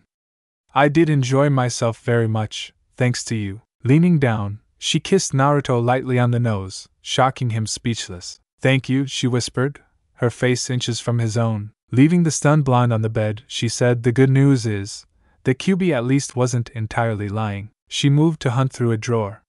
Finding some towels, she tossed one to him. Turning away from him and hitching up her robe stern drags, she continued talking while wiping some of the more obvious smears of mess off of her mahood and thighs. You are no longer dying. Your chakra system has started to partially restabilize and your natural chakra growth is positive for now. Sakura then tossed her towel onto the bed between his legs, covering the obscene evidence of their recent UAL encounter. She briefly watched with a raised eyebrow as he fumbled, trying to clean himself up some while also covering himself from her stares. Shaking her head at him, she walked over to her pile of clean clothes, the ones she'd removed earlier. She grabbed her panties and shorts, then quickly slid them back on. Though she hadn't been trying to hide her nakedness from him before, she still seemed a lot more relaxed now that she was at least theoretically dressed, even if it was now just dirty rags and shorts. Moving to his side, she slowly ran a dimly glowing hand over him again. She then sighed and slumped down, sitting on the edge of the cot. Licking her lips hesitantly before turning away, she said, the bad news is, the QB apparently wasn't lying about you having to, repeat the treatment. Sakura swallowed nervously and wouldn't look at him now. If you don't, you'll be back in the same shape again in less than a week, about the same timeline that you said the QB mentioned. You need to reach some kind of threshold, possibly by maintaining a healthy state for a certain amount of time. I think we have to assume he was telling the truth about that part as well. She paused, fidgeting with her torn medical robes some more, trying to pull the shredded clothing back over her bright pink bra. Wow, Naruto thought, Sakura's bobas aren't large at all, but they really do look cute in that pink lacy thing. Giving up on her robes, and possibly noticing his stares, she stood and started rooting around in a cabinet in the corner. I'm fine after we had, and so are you. The treatment is therefore likely to be relatively safe. That last bit though. Some kind of chakra and natural energy reforging processo. Think I was worried it wouldn't have any noticeable effect. She scoffed loudly and started removing her tattered clothes with her back to him. He saw the straps to her lacy pink bra just before she shrugged on a clean lab coat, closing it in front. She walked back to his bedside, still talking. I'll have to speak with Shizunsen about this, as she's technically running the medical corp right now for now. But I think she'll follow my recommendation that we continue your medical care by allowing you to keep up treatment activities until you are better. Naruto's brain was fully seized up now as he imagined him and a certain pink-haired medic having for 6 more days straight. Then the same pink-haired medic crushed his daydream with her cruel iron fist. Wipe that stupid grin off your face, she demanded, hands on her hips, but a small grin on lips. It wasn't bad, but I don't have time for that. For 6 more days. At least, not right now. For example, just before I came in here, when I thought you were dying well, there was a report of incoming injured from a 2-team joint mission that had gone horribly wrong. At least 4 walking wounded and 2 with major injuries, according to the Neendog report. We'll have to be ready for them to arrive in, now, less than an hour. During the rest of the week, there will be other ninja returning from the high-risk missions we've had to take to recover both financially and in reputation from Pain's attack on the village, and most of them will be injured in some way. I'll be working double or even triple shifts for the next week, at least. She looked a little sad now and patted him on the leg. I would help you, Naruto-kun, I really would. It wasn't exactly unpleasant, but now that we know it works, you only really need a mature female to help you. And my specialized skills are in too great a demand for me to spend my days in bed. Even with you, Naruto-kun. She was blushing but also pursing her lips at him, consumed by some complicated girl emotion he guessed. But it wasn't enough to distract him from her main point, no legendary week of with Sakura-kun. His dreams were shattered in an instant, and tears gathered in his eyes. Here's what we'll likely do, Sakura said, breaking through his haze of disappointment. Shizunsen will approve a series of voluntary, female-only, high-priority rank seduction missions with attached post-acceptance, rank village secrets clauses. Shizunsen has the ability to make and hand out missions of up to a rank as head of a department, though medical obviously doesn't usually do so. Especially those types of missions. But she can do it, especially if we keep the reasons quiet. What does all that mean, Sakura-kun? He asked, feeling stupid. She slapped her forehead and sighed. That's right, Naruto-kun. You haven't actually been doing missions for years like the rest of us. Okay, here's the deal. Voluntary means we aren't assigning the missions to anyone or forcing someone to take them or anything, and female only should be obvious. Naruto nodded. Made sense so far. The mission will be clear that actual is required and that the target is friendly, she said. Sakura's blush was powering up again now. That means they can't kill or seriously injure you in completing the mission. You seem disappointed at that, Sakura-kun, Naruto teased. She simply glared at him and continued, being seduction type also means no young genin can take the mission. Chunin and 17-year-olds or above. No seduction missions for inexperienced 12-year-olds, obviously. I've heard it happens sometimes that ninja that young will be used in such missions, especially in other villages, but not our genin corp, not in Konoha. Anyway, the last bit means all other details will be in a rank secret, only disclosed after the mission is accepted. High priority means that we'll both try to give it out to every free ninja checking the mission's desk who meets the requirements, and that the mission pay will actually be a ranked Mahood liquid chunin can still take it that way without special permission. I think we'll even make it an immediate payout mission instead of a village emergency one, which most of them are right now. Emergency missions don't pay anything until we get back on our feet, which could be months if not years. There will likely be several chunin or even special genin willing, even eager to take such missions, as everyone is short on cash right now. Does that make sense? Yeah, Naruto answered slowly, trying to get his head around what was happening. Once he got past not having wild with Sakura-kun for a week, everything else seemed somewhat less important. One thing stuck out though. So I'll be having with random kunoichi in exchange for money? He said plainly. Sakura's eyebrow twitched dangerously, but she didn't clobber him. Yet. Yes, Naruto-kun, she said through clenched teeth. Just like we ninja kill for money, we also for money as well. It is just that, most of the time, people couldn't possibly afford us. The women who take these missions are brave soldiers, true heroes of Konoha who should be treated with respect. And don't you forget it, she finished, her green eyes flashing dangerously over the clenched fist she held in front of his terrified face. Relaxing and smiling with pleasure on seeing his cowed expression, she added, but treat them with professional courtesy and respect and I'm sure you'll have a fun time. You are a guy, after all. They will be extremely fit and skilled women, all looking to give you a good time. Most likely a new one every day for safety reasons. As we don't know exactly what will happen and what side effects there will be, this is a ranked mission, even though it is inside the village and almost certainly non-combat. Still, there should be little to no danger to their lives. Given all that, they'll be very, very happy to take the missions and I'm sure we'll get kunoichi willing to, help out every day.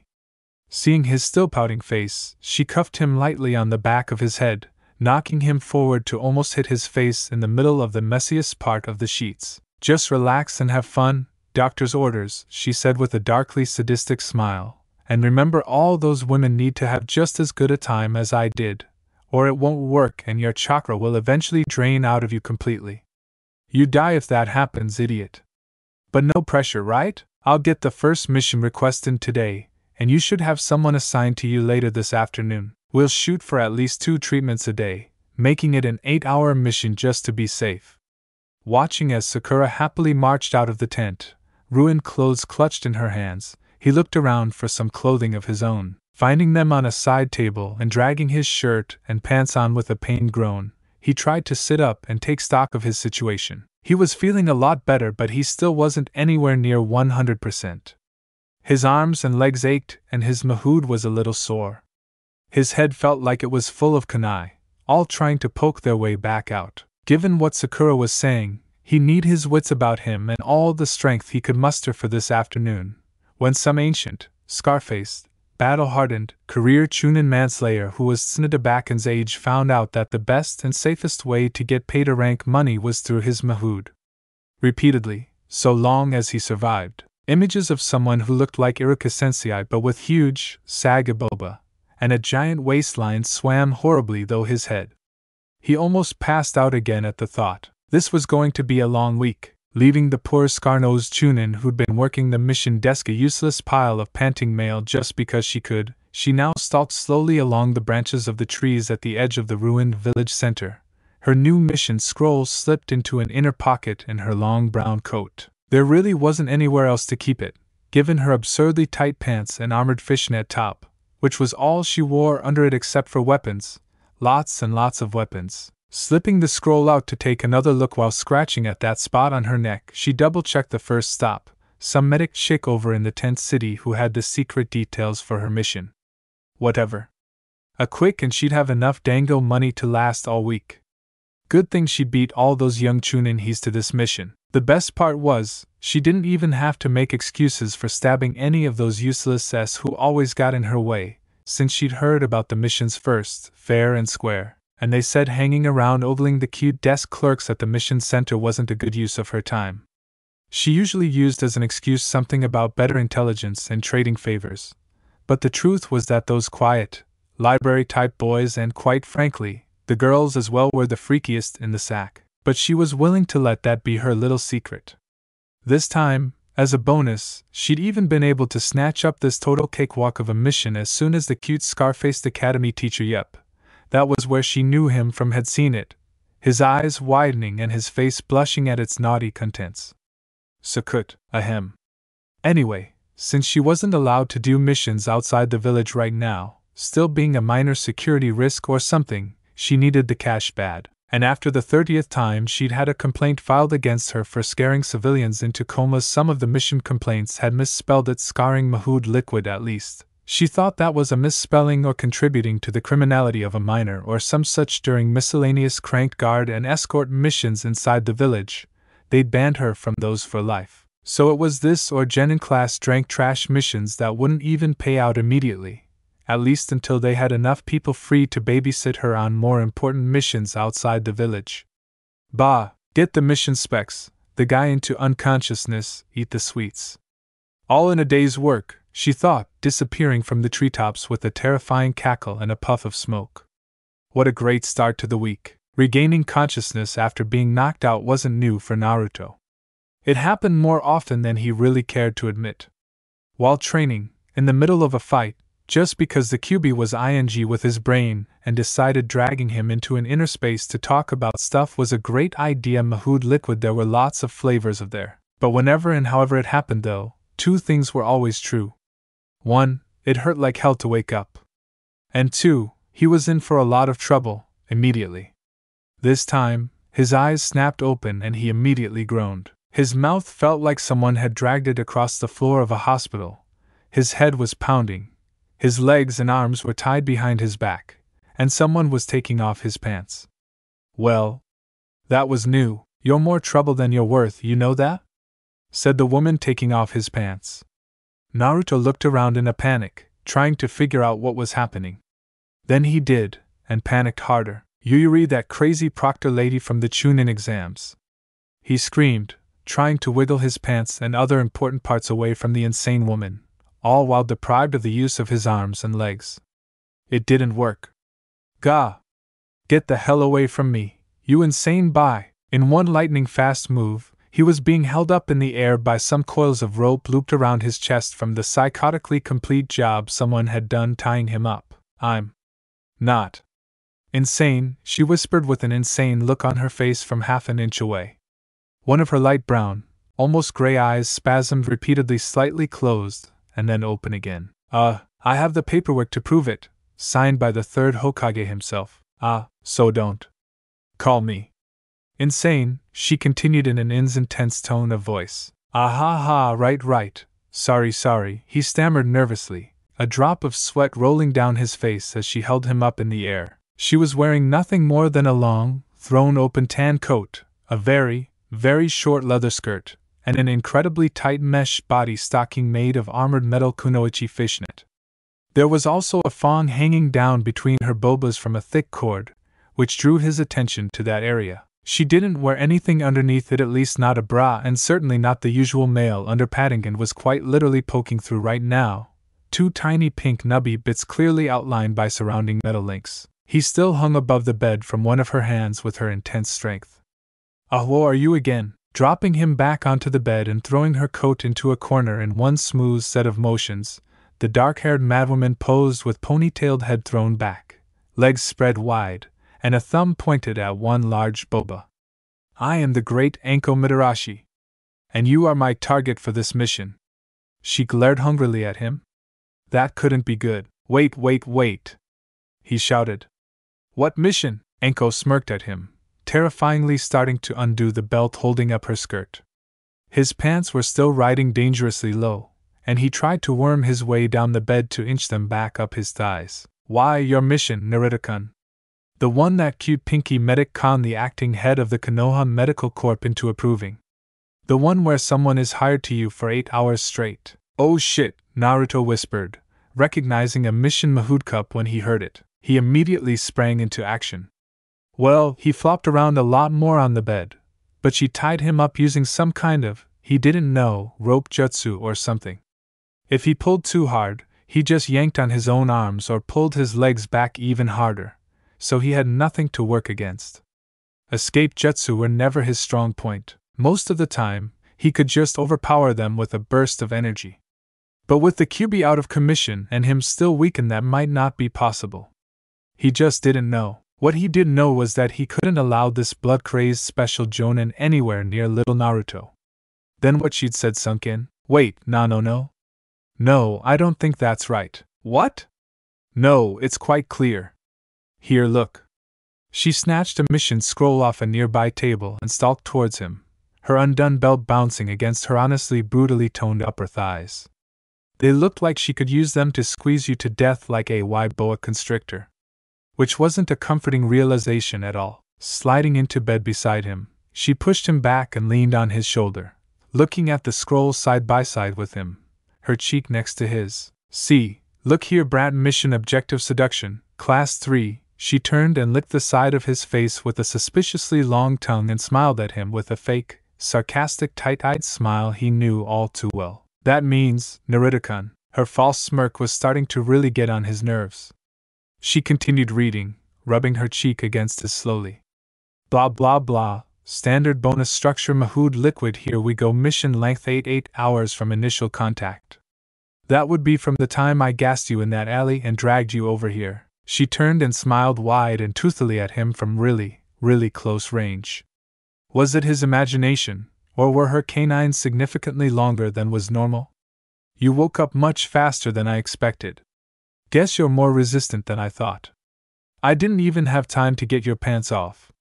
Usually I do, even with half that dose." The crazy woman appeared lost in thought, the forgotten mission scroll rolling onto the floor while her hands started snaking idly down to his pants again. He tried to shuffle out of the way. "Well, sorry for screwing up your CRA," she glared at him. Your stupid plans." Looking around while trying to casually scoot away from her hand, which was already running down his stomach, he took in the slightly shabby, dusty bedroom. He could be anywhere in Konoha, but it looked like a small apartment bedroom, much like his own. But none of the buildings inside the village had been repaired long enough ago for it to get this dusty after they'd been destroyed by Pain's attack. He must be one of the smaller hamlets outside the walls. one of the outlying areas unaffected by the destruction in central Konoha. Apartments that were usually cheap, run down, and not very desirable. Sort of like his own, now destroyed building. He paused. Why am I tied up again? Operational security. Ah. He worked that one around in his head some as her hand started pulling on his pants again. She was eyeing the tan strip of stomach she just exposed by pushing up his shirt. Her nostrils flared, seeming to taste the air as her eyes slowly narrowed. What does that mean? He asked. With a sudden motion, she dragged his orange pants down his legs and back around to where his ankles were hogtied behind his back. His newly exposed, slightly ratty green frog print boxers seemed to draw both of their attention for a long, quiet, still moment. Nope! Anko shouted, somehow ripping them clean off and throwing away the remains in the blink of an eye. They had torn under her assault like tissue paper. She was grinning from ear to ear now. For the next 8 hours, you won't be needing those. He briefly mourned his fallen friend, his lucky frog boxers, then he had back into awareness of the seriousness of his situation. What is all this about 8 hours? He complained with a whine, trying to twist his hips to hide the semi-erection he had from staring at Anko's own rapidly hardening boba points as her large bobas bounced around. It was supposed to be 2 Uthwo treatments a day. That's not what my mission scroll said. The desk Hana staff also said they'd have 2 more mission scrolls, just the same, ready for tomorrow. She pulled something out of her hair, dropping her deep, blue-black mane from the ponytail into a quite attractive shoulder-length mess. Naruto's eyes bulged. No, this is a mistake. It was going to be 1 mission for 8 hours, 1 a day, and I needed to have only twice during that time. That's not what my assignment says, she purred into his ear. She snugged him onto his side, wrapping one arm around to grope his abs and bringing the other to hold him around the neck, her fingers wrapping around and even digging in slightly under his chin. If I don't complete my mission as written, that could be taken as treason, and you see, I'm very, very loyal to Konoha. But why tie me up? He said desperately, trying to squirm out of her grip while ignoring what the hand running up and down his naked stomach and flanks was doing to his L.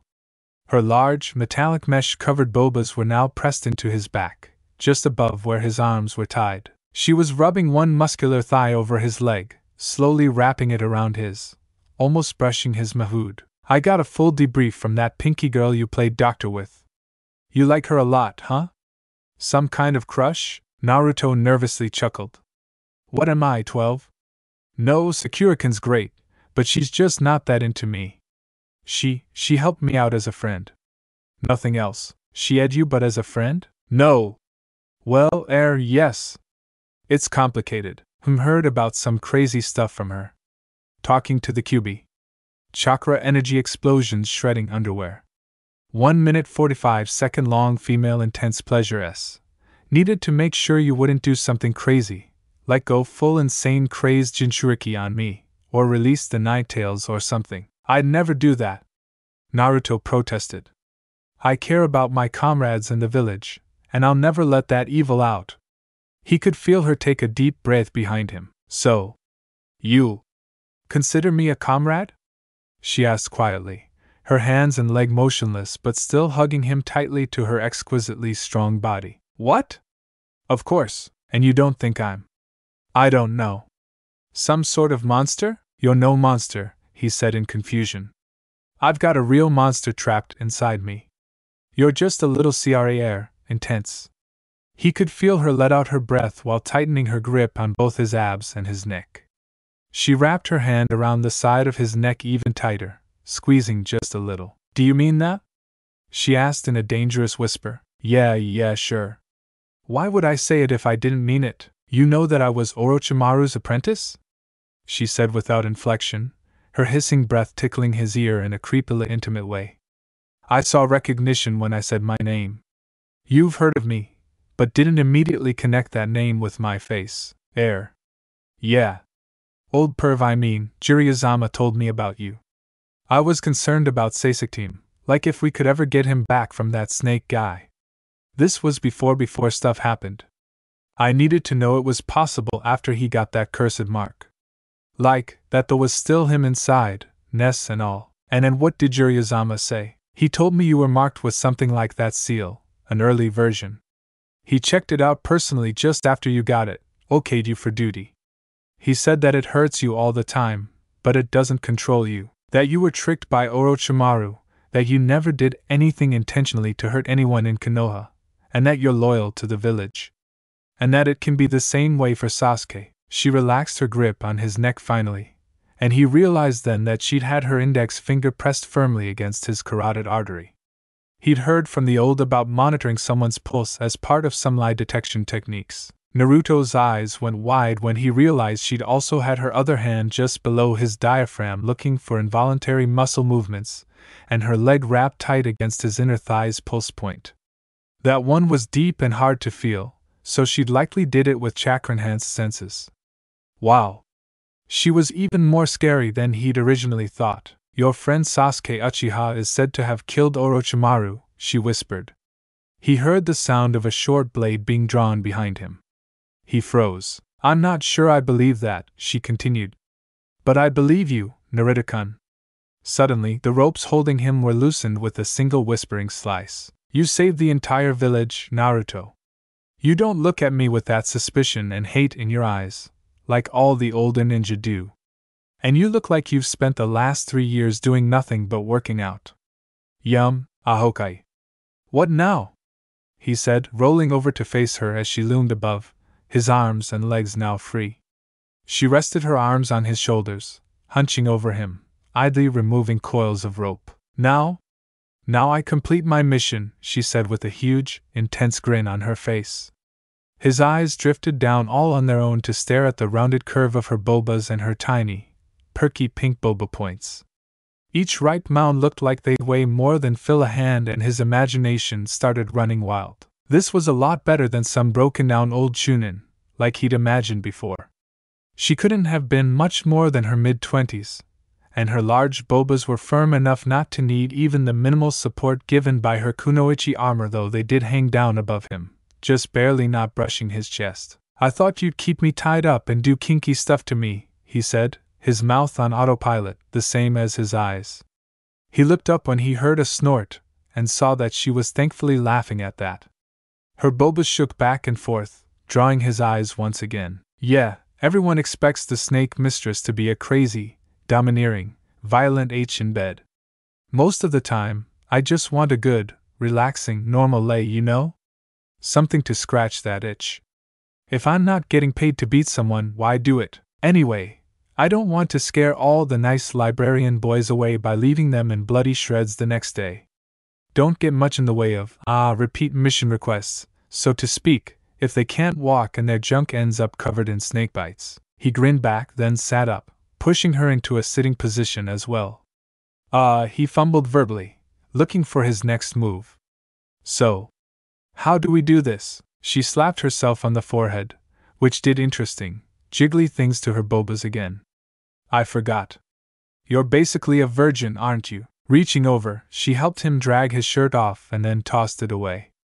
She then waited while he kicked his pants off his ankles, sitting up straight and leering widely while her eyes raked up and down his exposed body. She grabbed the elastic collar of her bodysuit and wiggled her arms out of the holes, then stripped it down to her waist in one movement.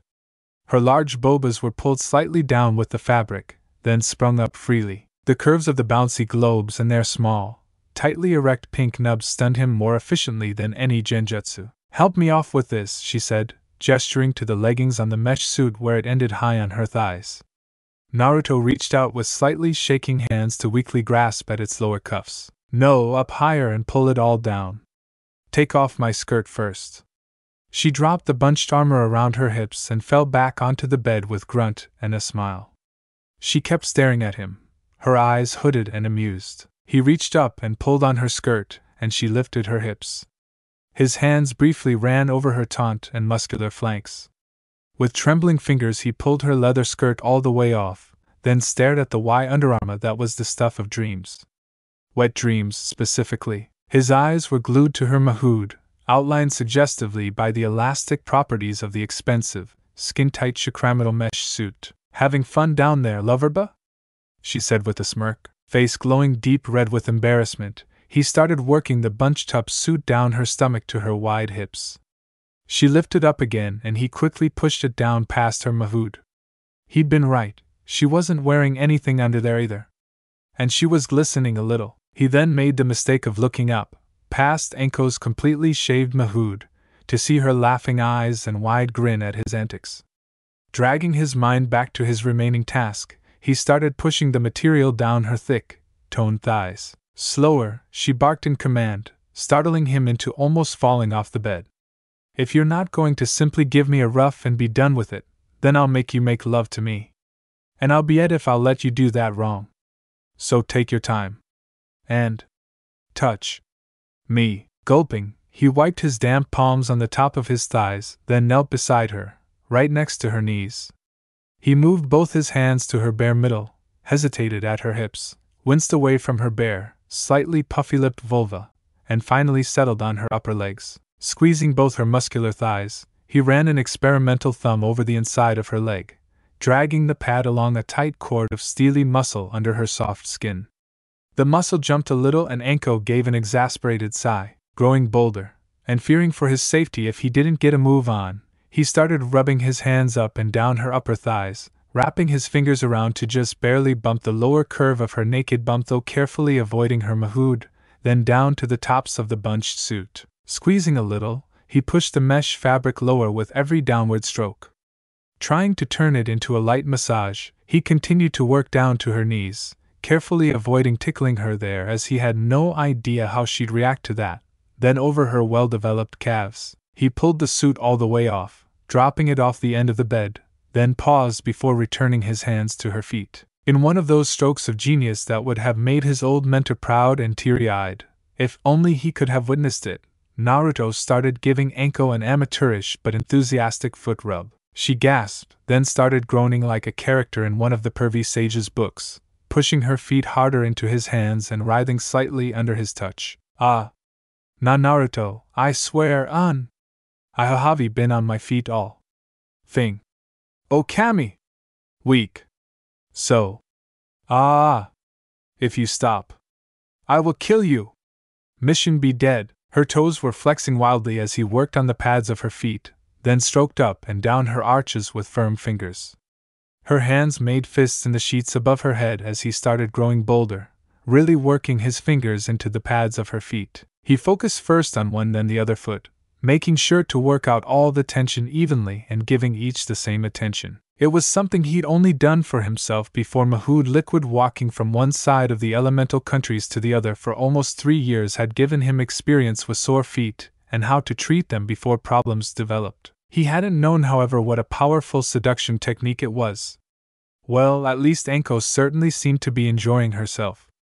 After a few minutes of work on her feet, she started calming down, ending with her simply making a few pleased humps every once in a while. Okay. That's enough, Enko said, significantly more relaxed than before. As nice as that is, it isn't actually getting me off. Get up here. Once he was within reach and sitting beside her, she grabbed both his hands and put them directly on her bobas. Naruto froze instantly. Oh, come on, she complained, wiggling a little under his hands. It isn't like, she trailed off, then rolled her eyes. She had you with her shirt on, didn't she? Useless little slut. Naruto woke up a little at the names his friend and teammate were getting called and started to pull back, but Enko locked his hands to her chest with arms of steel. Nope, you are going to keep touching me until you get over this stupid shyness. While you're at it, get me hot and ready with your hands. I'm sure even someone as hopelessly virgin-y as you can manage that, given how I am already. Naruto just stared at her. She glared at him, still trapping his hands to her really quite large and soft bobas, which was now touching. Okay, he thought. This could be worse. She could still have me tied up, for example. And my hands are full of bobas. Softly squeezing her with both hands, he tried to measure her response by glancing up at her face. My boba won't break, stupid, she said, sighing again. Larger ones like mine aren't as sensitive as smaller ones usually are. So just don't slap them around or pinch me too hard and I won't have to stab you too much. Same goes for my Wumahood. Pinch me there and I'll put a knife through your eye socket. Got it? He nodded vigorously while putting a little more pressure into his soft strokes. Anko lay back, watching him through slit eyes as he explored her voluptuous bulbas. He ran his hands down from her collarbone to her bulba points, squeezed them a little, then moved to the sides to push them together. That experiment was a success. Mahood liquid she was in fact provably stacked. Next, he cupped them and noticed their weight, and how they bounced and jiggled when he moved them. Gathering his courage, he bent down over her and kissed her right bulba on one hard, crinkled pink bulba point. He pulled that bulba slightly toward him, squeezing it in his hand and lightly on her erect nub while continuing to stroke her other bulba with his other hand. "Ha!" Anko exclaimed. "That's good initiative, brat. But no teeth. Or else I knifing." Switching bulbas a couple of times, he continued to rub her with long, strong strokes, kneading and occasionally flicking a finger against her firm, wet bulba points. Moving further out with one hand, he started touching her hip, running a hand up her side to her bulba and then back down again. Working his other hand all the way behind her, he grabbed one solid bum cheek and squeezed it while placing kisses all along the bottom curve of where her heavy bulbas lay against her ribs. Small, calloused hands cupped his chin and dragged his lips up and away from her bulba. The look on her face made him pause and wonder. She was smiling again a little, but not like she had before. Now, instead of an insane leer, her lips only curved up slightly. In place of her wide-eyed glare from before, her eyes were now soft and drooping, as if she could barely keep them open. She was slightly flushed as well, a light pink color working all the way down to her neck. "I think it's about time to make this more personal," she said in an oddly husky voice, rubbing his cheek with her rough thumb. "I intend to have all the fun I can during this mission. How about you, Naruto?" Naruto said intelligently. But he wasn't so stupid that he could miss that signal, especially after that morning's advanced training session. He stretched out next to her and leaned over a little, then wrapped his arms behind the busty woman's back, pressing her chest firmly into his as he lowered his lips onto hers. She arched back into him with a grin, then her eyebrows rose slightly as he started to nip and lightly kiss her, his hands running down her back as he found what pleased her instead of diving directly in. He knew he'd surprised her with his approach. Instead of simply bumbling in with what she expected, a clumsy attempt at deep tongue work, he was taking it slow. His mentor had drummed into his head the need to work at her pace, and also the fact that most women didn't appreciate their first kiss of an evening to be an attempt to lick the back of their throat. They both took a few minutes to find the other's kissing preferences, agile lips exploring softly gasped responses. Anko eventually opened her lips slightly and pushed into his mouth, humming contentedly and closing her eyes. Her tongue licked at his, then withdrew.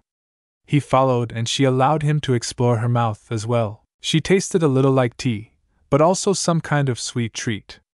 Wriggling in his arms and making small, needy groans, she consumed him bit by bit, continuing to nibble and against his lips, her kisses sweet and demanding and soft. Despite both of them being completely naked, and despite their knowing what would surely happen soon, they had both silently agreed to a much more relaxed style of kissing than his first brief no-limits combat makeout session. Where Sakurakin had been strong and filled with a nervous desperation, Anko's light touches against his lips and brief explorations deeper were more skillful and measured, though no less sultry and seductive. After a few minutes of being pressed against her firm yet yielding body and feeling her masterful lips on his, Naruto realized that this was the difference in ability between a passionate and experienced woman and a scared teenager's first hesitant kisses. His head was now spinning, his body was hot and numb, and he felt like he was going to simply shoot all over the bed as he lay next to her. He eventually ran out of breath during one extended lip-lock tongue massage and drew back panting.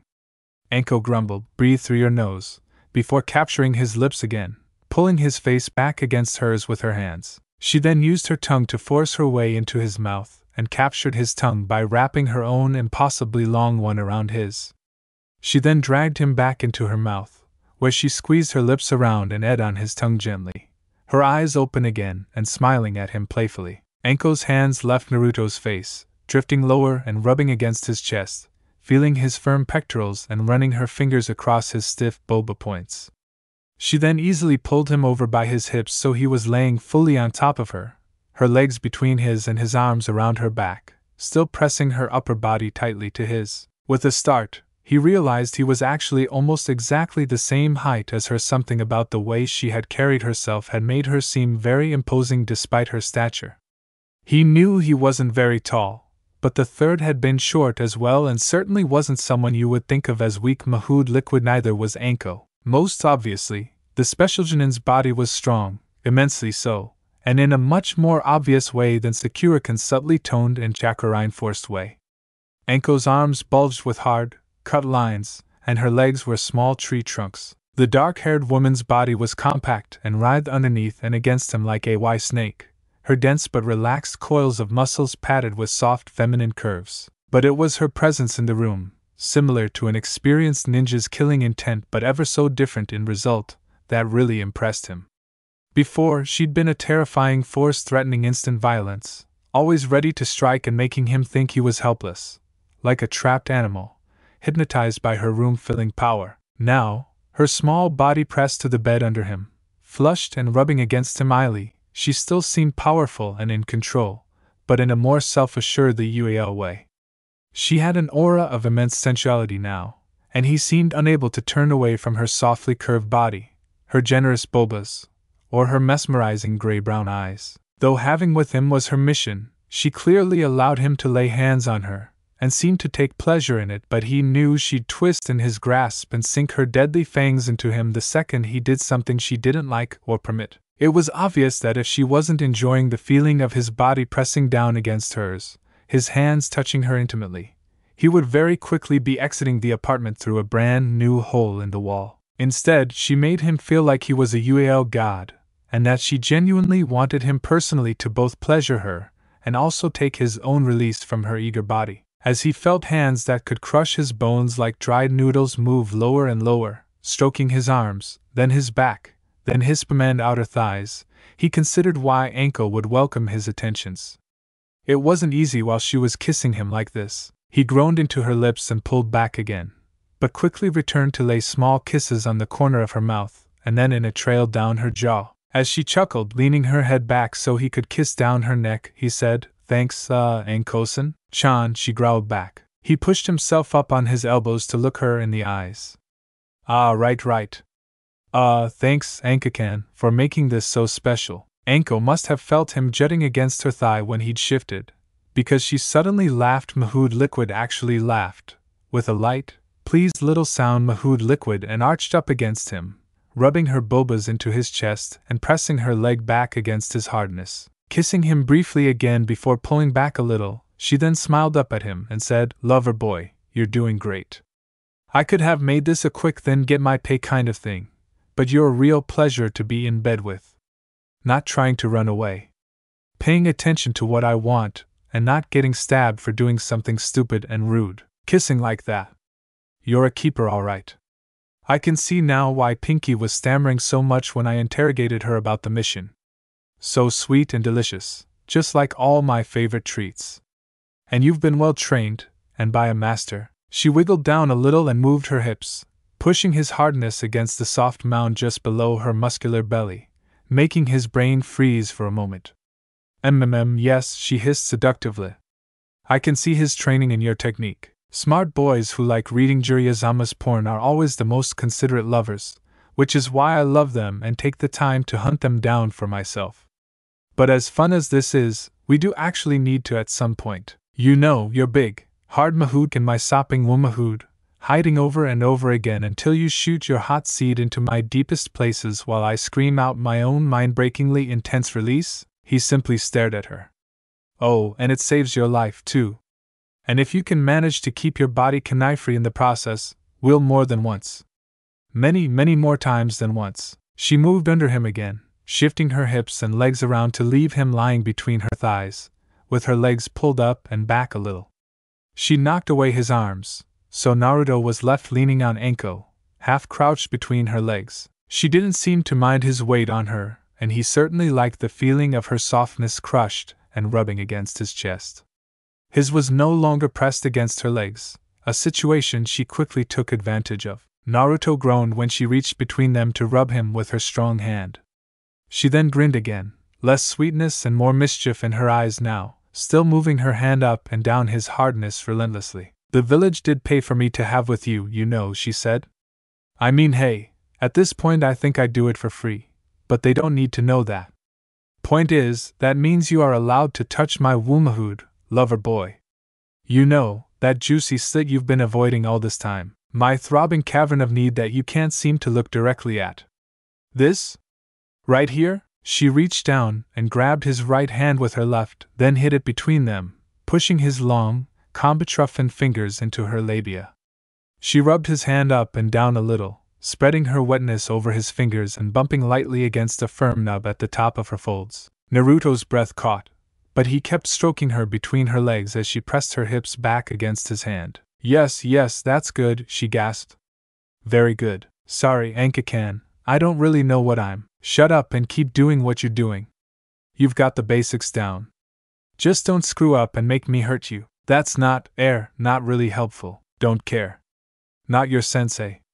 Just keep touching me like that. Anko took her hand away and started rubbing her own tight pink boba points, one boba roughly scrubbed then the other.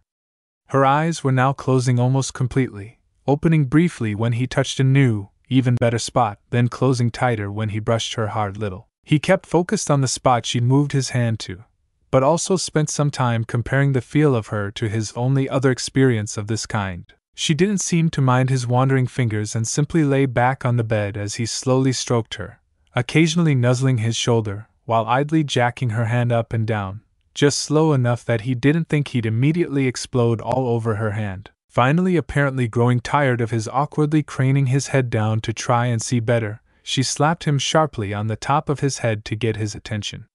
Move around and take a closer look. I'll take care of this. Here she squeezed him, making his eyes roll back in his head, while you feel me up. Looking blanking at her for a moment, Naruto finally got what she was saying and blushed brightly once again. Anko scooted down the bed a little to give him more room while he crawled awkwardly around to face the other direction. He ended up sort of laying over her head while looking upside down at her mahood, where Anko's legs were still opened invitingly. Naruto rubbed his hand up and down her inner thigh a few times, then spread her again, trying to find the same places he touched last time while also taking a closer look. When she felt him touch her intimately again, she grabbed him and kissed him right on the tip, which was terribly distracting, making him pause and groan with his eyes squeezed shut. She then started slowly laying kissing up and down his hard shift, which, though it felt really good, was something he could at least think during. Finally getting a view of his newest lover's most delicate parts close up, the most obvious difference here between them was that Anko had larger, puffier outer lips that pressed together tighter. From what he'd briefly seen of his medic teammate after they'd had so awesome good it shredded her clothes mahood liquid, or maybe that was just the chakra balancing part, whatever. Anyway, from that brief look, it had appeared that Sakura's inner lips stuck out a bit down there, like cute little folded wings or something. Anko's were a little puffy but still left everything almost completely tucked away, at least when he wasn't spreading her open with his fingers like some exotic flower from water country. Also, where Sakura's had felt like it was standing almost straight out from her labial folds, only partially hidden when she'd been most excited, his current dark-haired lover had it folded in tighter against her, almost completely lost under a hidden hood of skin. He could still feel the rock-hard and erect nub when he wetly rubbed that spot, though, and she was clearly very ed. His stroking sent small shivers all through Anko's body as she lay under him, which was one of the oddest things he'd ever seen. But he realized she was a little more sensitive than Sakura-kun had been when a small growl was immediately followed by Anko reaching down and firmly moving his fingers away from directly rubbing her hood. He took the hint and focused to either side, rubbing up and down her puffy and sensitive lips. Anko took a long lick down the front of his mahood, tip to base, then said, "Use your tongue, stupid. Same spots, good pressure and speed, don't stop. Once you get going, stopping that will be a knifing offense." "Got it?" Naruto answered by spreading her fully open with both hands, then glomping onto her inner lips with his mouth while running his tongue rapidly over her sensitive wet folds. "Pretend you're eating your favorite ramen," was the pervy sage's advice on cunnilingus. "Keep your lips and tongue moving, apply gentle pressure and suction and follow your partner's reactions to find her weak spots." At the time, it had seemed a really odd and disgusting analogy, But now that it came down to it, it seemed to be obviously correct. He felt her legs twitch violently under his arms as he pressed closer to her, his tongue lapping around, then pressing to her and vibrating side to side as fast as he could. He kissed and ate gently on her inner lips, then moved to knead the entire area with his mouth, slurping and licking vigorously. After he was into it and found a good rhythm, licking up and down each side of her labia and just around her, Anko stopped licking him and grabbed his hips. She moved him a little, then he felt hot lips encircle the head of his mahood as her tongue worked its way around the underside and curled around to probe the rubbery edge. It was all he could do to continue rubbing his tongue vaguely in the area of her mahood when she started running her long tongue around him, wrapping him up in its smoothly rough tightness, then slowly unwinding. She repeated the process several times, ing on the swollen glands over and over again. He was already feeling like he was tipping over the edge when Anko made a gulping noise and seemed to swallow him. Her lips were around the base of his mahood before he knew what was happening. Then she started swallowing around him. In a haze of pleasure, he felt one of Anko's hands grip his hair, then she pushed him firmly down against her vulva, mashing his face down against her. He kept robotically lapping at her inner folds while her throat moved around him, squeezing him tightly over and over again. Then he felt her pull back again, her tongue wrapping and flexing around him as she removed him from her hot oral embrace. "Keep going, brat," she barked. "I'm going to finish you off now. Do the same for me or else." She grabbed his balls as if she meant business, then proceeded to him back into her mouth and all the way down her tight throat. Feeling how close he was getting, surrounded by the firmness of her tongue and lips, buried somehow deep in her throat, he redoubled his own efforts. Focusing more around her, he tried to remember something that would help him. Then, as always, he remembered his master's teachings. "This one is simple," the pervy sage had said. "Put your fingers like this and find the secret spot a couple of inches in, front side. Might feel a little different, a little rougher. It's hard to find and some chicks don't seem to have it, but it's really worth it if you do. Once located, make like you're tickling her chin with your fingers, simple as that. Oh, and don't get the directions and sides mixed up if you're behind her or 69ing or something." Reaching one shaking hand over, he stroked across her swollen lips once, then pushed down into her hot entrance. As he plunged in and flexed his fingers back toward himself several times, looking for the right spot, he suddenly found his wrist grabbed by a steel vise. Repeating the motion, he felt her legs shake under his arms, and her hand moved back to his hair. He kept licking an ing on her, teasing lightly over her while stroking inside her with strong, firm motions. Anko was now hiding herself around and against him, over and over again, bumping against the back of her throat and then continuing deeper with apparent ease, all the while keeping up a strong ing, swallowing motion that was making him lose his mind. He wasn't sure which happened first, but suddenly she was squeezing his head between her iron thighs and he was shooting over and over again into her throat as she gulped and gently squeezed his balls. She was shaking underneath him, her womahood spasming around his still moving fingers in quick pulses while she sobbed around his mahood. Her arm wrapped around his hips, holding him tight against her as she drank down spurt after spurt as he had his hips in intense pleasure icy release. He moved too directly on her, trapping it between his lips and tongue, and she started bucking against his face, her hips hiding hard into his hand and mouth. She leaned into his own increasingly violent hits, taking him even deeper and making a soft glunk every time he bottomed out with her lips almost touching his balls, her throat squeezing him even tighter. Eventually, he ran dry and gracelessly slumped against her, his hands and mouth still moving on automatic, licking and hiding into her. Finally, having enough contact and her intense pleasure having wound down, Anko pulled him off her wet and still twitching parts with a hand tightly gripping his hair.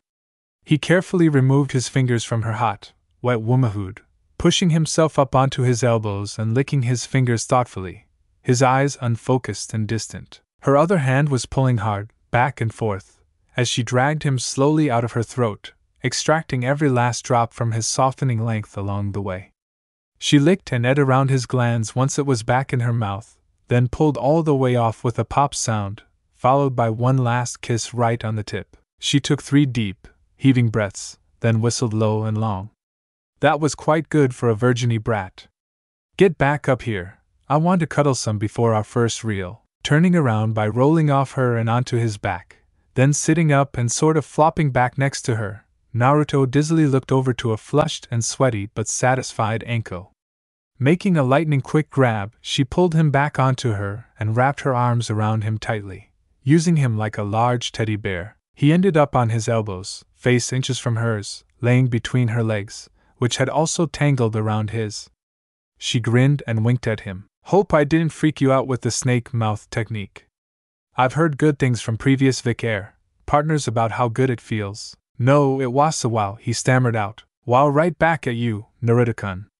Good to see you know your way around a woman's body. She rubbed her cheek against his and hummed contentedly. Ah, this is so much better than I feared. Yeah, Naruto said, brain still stunned from his recent ninja blowjob. I was afraid I'd have to do it with some broken-down old Chunin hag or something. Realizing what he'd said, and how he was currently chest to large boba with an older woman who was also a killer, he froze from fear and long-honed reflex. She laughed and squeezed him briefly, wiggling against his chest. Thanks, I think, Naruto-kun. Good to know you enjoy my body as much as I do. Ah, well, you're right. I was wondering. She raised her eyebrows at him, but was still smiling. A good sign. He continued. Why did we do that first? I mean, it doesn't count unless you know. Shoot your steaming spunk into my gaping hole while I shout your name in pleasure? He nodded carefully. She smirked up at him and ran one hand down to grab his bum. I thought you might feel more at ease after some warm-up activities. Also, I like being eaten out almost as much as a good, long. Speaking of which, yeah? Right, he said, tensing up and suddenly becoming aware of being draped over a very warm and soft woman. Her bobas were crushed against his chest, and one of her hands was mauling his bum. She slapped him sharply on one cheek. None of that. Relaxed, brat, I've done this many times before. Nothing to worry about. From what Pinky said, I'm sure you'll have no problem getting me off, especially now that I'm all warmed up. Her other hand squeezed between them and wrapped small fingers around his recovering and rapidly hardening mahood. She ghosted her fingertips up and down as he slowly grew as stiff as iron again. Good. Nice response. Heh. Thank Cammy for the power of youth. Now we need some ground rules. She had his attention and his mahood, so he listened carefully to what she was saying. I'm fine with basically anything, but I suggest we start simple. You know, just in case getting this right is necessary to save your life. You okay with missionary to start off? Sure, he said, not actually at all sure. Right, what else? She said, thoughtfully pulling on his mahood. Oh. I'm not into bum stuff. Just isn't fun for me, and I don't like the mess. So stay away from my rear entrance, got it? Yes, Ankosen, he said quickly. She dug her fingernails into his bum and started slowly crushing him. Anka-kan, he corrected with a squeak. She eased off again, muttering I'm not some old lady. Acting bolder than he felt, he leaned in and pressed his lips to Anko's. She responded with a pleased then kissed him back as passionately as before, slipping her tongue into his mouth with a sigh. While their lips danced, he sank down against her, pushing her solid body against the bed and wrapping his hand around behind her head. He moved his other hand down to stroke up and down her side, then squeezed her boba and teased a boba point in passing. Wasting no time, Anko spread her legs wide and directed his fully recovered length to her damp entrance, rubbing his wide glands around her labia and several times. Pushing with a hand on his bum and continuing to kiss him deeply, she then pressed his tip to her entrance, slowly inviting him into her most personal place. Naruto followed her lead as he slowly sunk down, past her cute little lower lips that seemed to be kissing against his mahood as he entered deeper into her waiting body. She was hot and tight inside, even more so than Sakura-kin had been. Again, he couldn't help but compare his only two experiences in his head.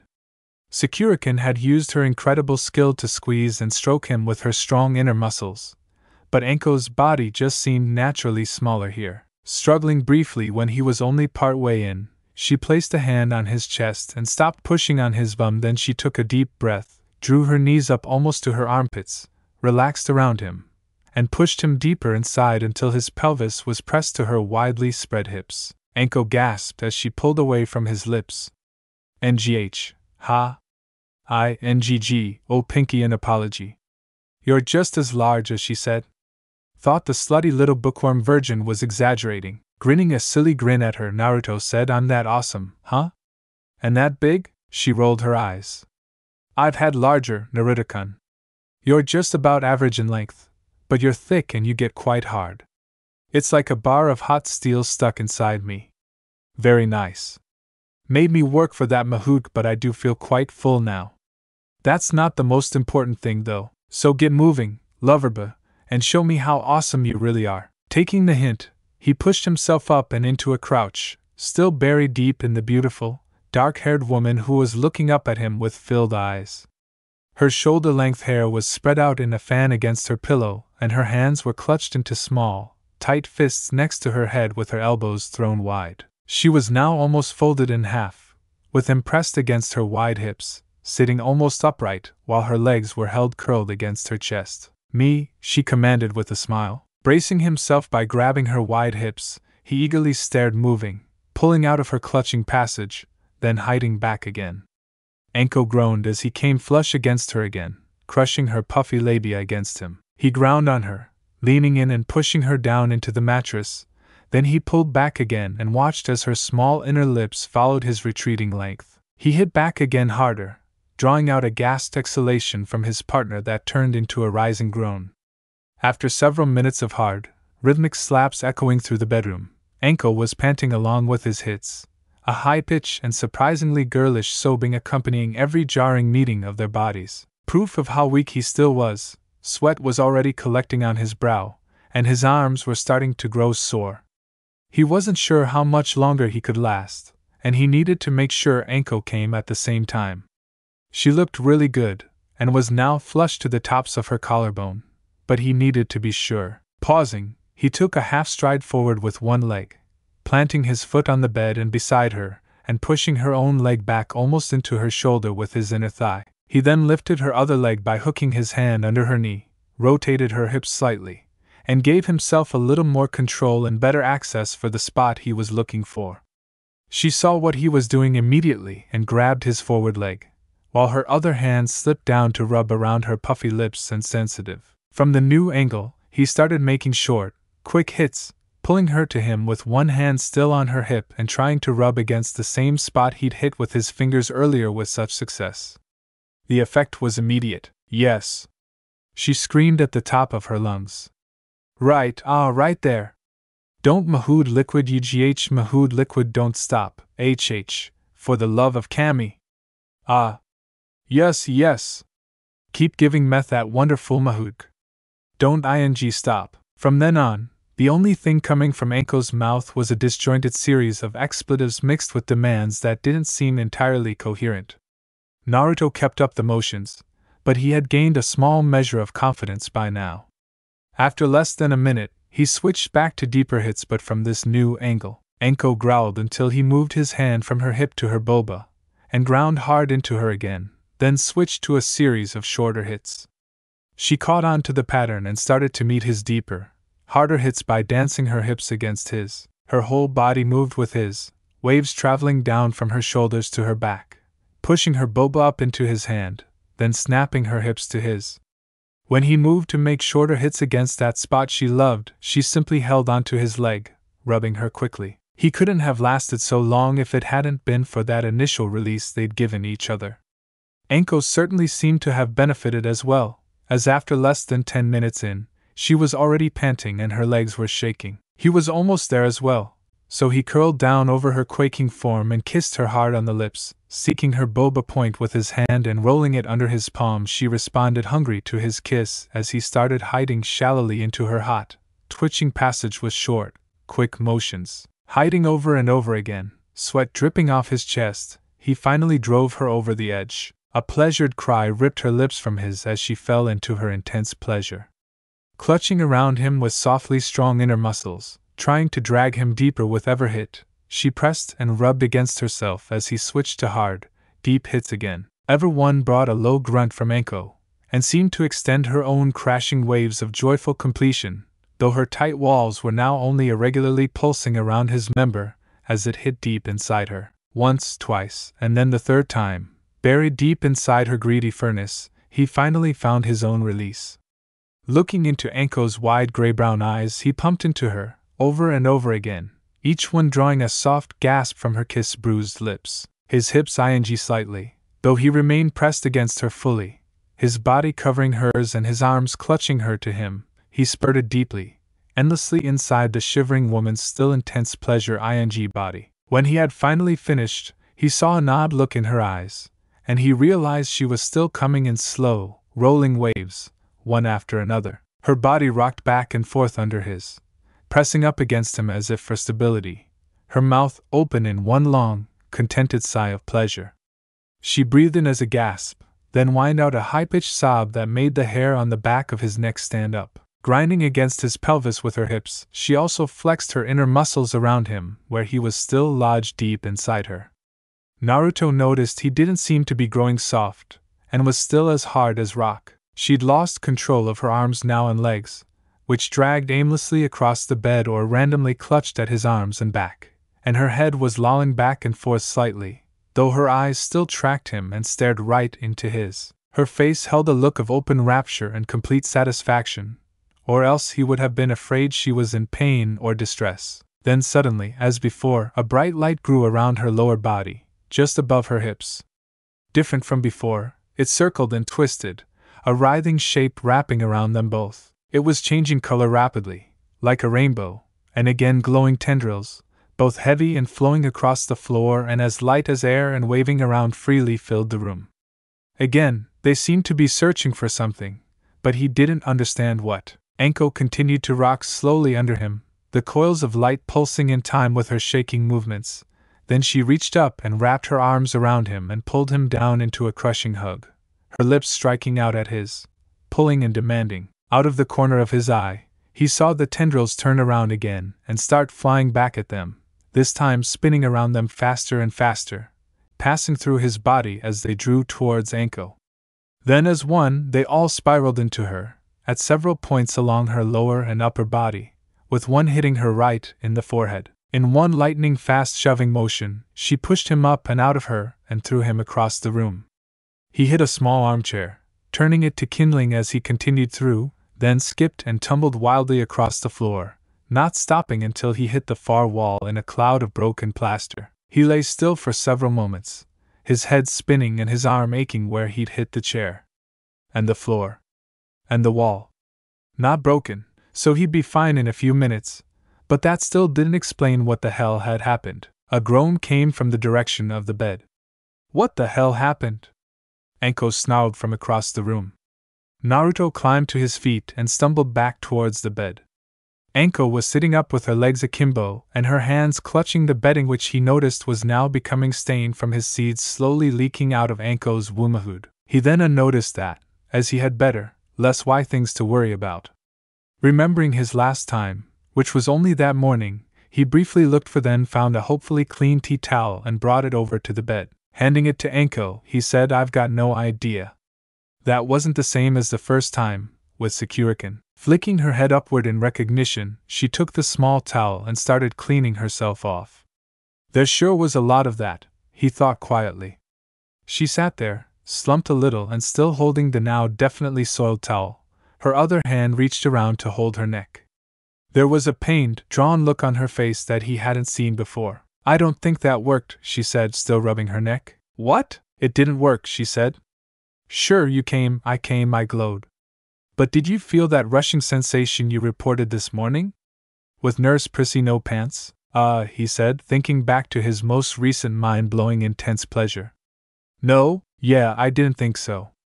We've got a problem." It looked like she suddenly fell off the bed, but then she crawled back up with a scroll in her hand. "Medical checklist," she said, waving it at him while unfolding it.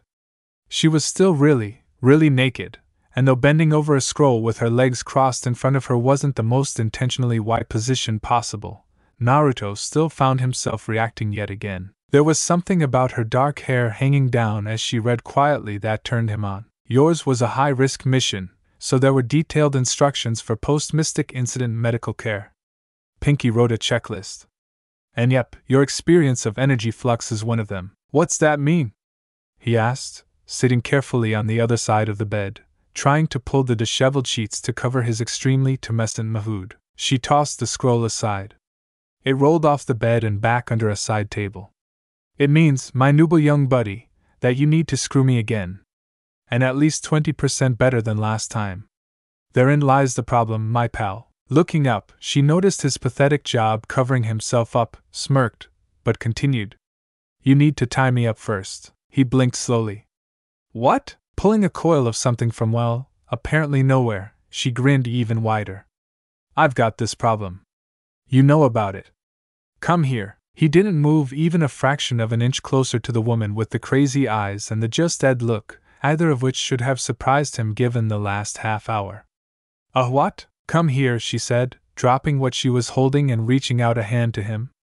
He took it, and she effortlessly dragged him across the bed and into another crushing hug. Twisting back and forth a little, she rubbed herself against his chest, her erect boba points dragging across his chest. Here. Feel. I really am. She shook her head, her hair gently swaying. No, stupid. Here. She grabbed his hand and pushed it to a spot on neck, which was, like most of her lovely body, thickly muscled under her silky skin. Then he felt a rough patch of skin. Hot, strangely wrong feeling, it seemed to squirm under his fingers. He leaned over her shoulder to take a closer look. It looks like, he muttered, Sasuke Uchiha's curse mark. Yeah. That's mine. Oh, yeah. They were both quiet for a moment. Anko sort of burrowed into his arms, pressing her head into his shoulder and mumbling into his neck. It hurts. What? It hurts. Almost all the time. I'm sorry. She was quiet for a bit longer. Thanks. That snake, she started, then hissed into his neck before pulling back to look him in the eyes. What I'm about to tell you is a village secret, need to know only. And to my brains out, apparently you need to know. Searching his eyes, she took a deep breath. It hurts me. All the time. Usually it's just a dull sort of ache. I have to take medication just to sleep at night. And then it hurts when I'm angry, like a red-hot brand. That's when the whispering starts. Naruto had his arms around her as she started to shake. Her voice was level, but her hand on his, where she held his hand against her cursed mark, was trembling violently. His voice promises me power. The power to crush my foes, defeat anyone and anything that threatens me. His voice, that calmed. Her nose brushed against his face, just under his ear. She started kissing an down his jaw, leaving tiny little suction marks as she went, speaking between every press of her lips. The unlitamite dozen-third she trailed off, nibbling across the corner of his mouth and dragging his lips into a searing kiss. She pulled back again, looking into his eyes. The only time it doesn't hurt is when my brain is flooded with chemicals saying, you've just been Ed, feel happy, or that sugar is really great, get more. They are related, you know. Serotonin. Seeing his confused look, she continued. I don't have just to feel better because of my cursed mark. I've got dango and off-duty drinking for that. I have because it feels good, period. As for what just happened, well, I can't remove the curse mark because it fights back. Even Jiraiya couldn't remove it, and he's the village's current seals expert.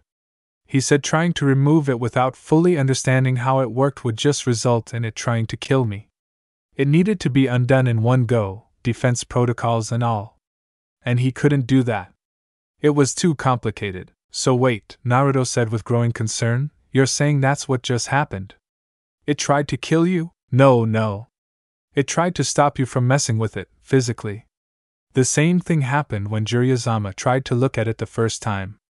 I punched him through a wall, totally by accident. It was reflex only, like touching a hot plate, and back. Once he temporarily paralyzed me so I couldn't move, it was fine and he could do his investigation without my accidentally kicking his bum. This should be the same. So I'm the only one in danger? She pulled back and shoved the silk-wrapped ninja wire into his hands. Only if you don't tie me up. There's something about the nature energy process that is triggering it, but I'm sure it's safe for me otherwise. Trust me, I'll be fine. I'm trusting you enough to let you do this, after all. Okay. I guess. He sat there with the padded wire in his hands. He continued looking significantly at the wire. She sighed. This isn't the first time I've done this. It's padded but strong enough to resist even enhanced ninja strength. Here, I'll help. Lying down and turning over onto her chest, she put her hands behind her back and looked over her shoulder at him. I'm thinking, doggy style and wrists tied together behind me. Nothing complicated or requiring you to learn complicated new kinks, but enough to keep my remaining furniture intact. Hesitantly, Naruto uncoiled the thick wire and started tying a standard restraint around her wrists, making sure he could just barely slip the tip of his pinky into the slack. He wasn't actually worried about her doing some complicated escape move if the cursed seal's reaction was simply basic and reflexive, but he was concerned about hurting her. For the last time, brat, I'm not going to break, she said, glaring over her shoulder at him. Just remember that no still means no, and that I can kill you with just my feet if I really put my mind to it. Now get to it. Make sure to reach around and get me off when you're getting ready, though. We've got to time this at least a little close for it to work, according to Pinky's theories. Wondering how he'd ever gotten into this weird situation, Naruto stared down at the attractive, naked, tied-up woman currently demanding UL favors from him. He had lost some of his earlier ardor during their discussion of Anko's pain and suffering, but seeing the filled stare she was now giving his manly parts, he started to recover. Helping her to her knees, he saw she wouldn't have much in the way of support like this, so he held her upright with her bumprest against his lap. You need a better angle, Naruto-kun, she said, evaluating their position. Just pile up the pillows and prop me up. I'm flexible, so I'll just spread my legs wide and you can knee into the bed from that position. He followed her directions and reached over to stack the couple of pillows she had in a pile, then helped her lie back down on them.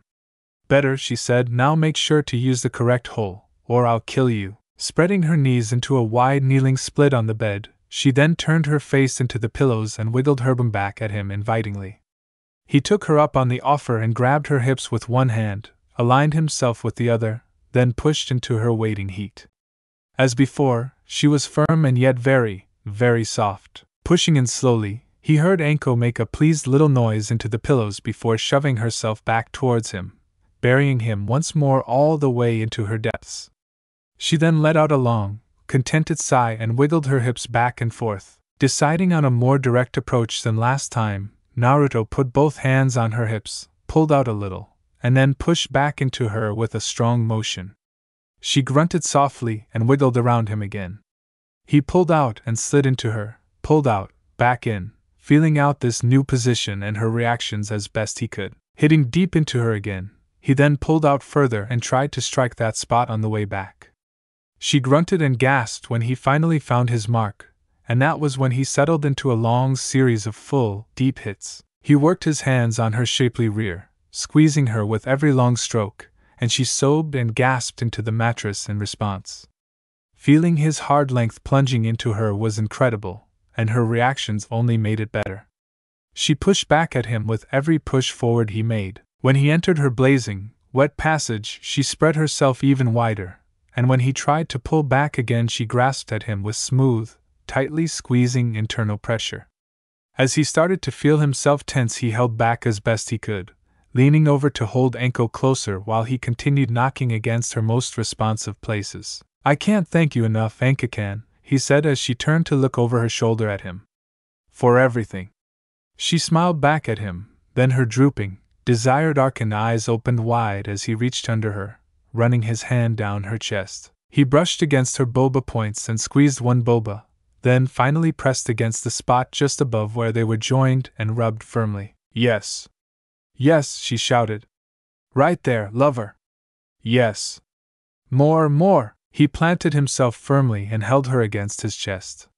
Her still tightly tied back arms pressed into his torso as he continued to slam into her, every hard stroke jarring her entire body and drawing a grunt of pleasure from the dark-haired woman. Anko rode against him, moving with him as he relentlessly drove into her. Just as he was about to lose control, she started to flutter around him, soft squeezes turning into spasming clenches. He kept moving steadily into her as her back arched towards him, and she started panting and crying out. Ah! Ah! Even better! It's even better than last time." Again, he made one last hit into her, then lost himself deep in the dark-haired beauty, his own pleasure crashing from him and into her depths. He spilled over and over into her, and she cried out as if she could feel every jet of his release as it entered her body. Completeness settled over him once again, and he noticed Anko was still panting and twitching under him in her own extended release. Her hips were still pinned to the bed with his hard length where he straddled her rear, but she still twisted and writhed against him, shaking in intense pleasure icy waves. Then the glow started again and the glimmering, multicolored light coiled around them both. It waved around the room and danced under the furniture, then returned as before, spearing the young woman through him and ripping a scream of unbearable joy from her tired lips. Then she was suddenly seeming to almost be trying to break her own back. Naruto held her down, curled around her and squeezed her in his arms. She yelled wordlessly and shook even harder. He was about to pull out when he noticed her cursed mark was glowing a bright white, the light shining through her skin and the dark, evil-looking ink of the cursed tattoo. Not knowing what was happening, he started to withdraw, and then a wave of energy hit him.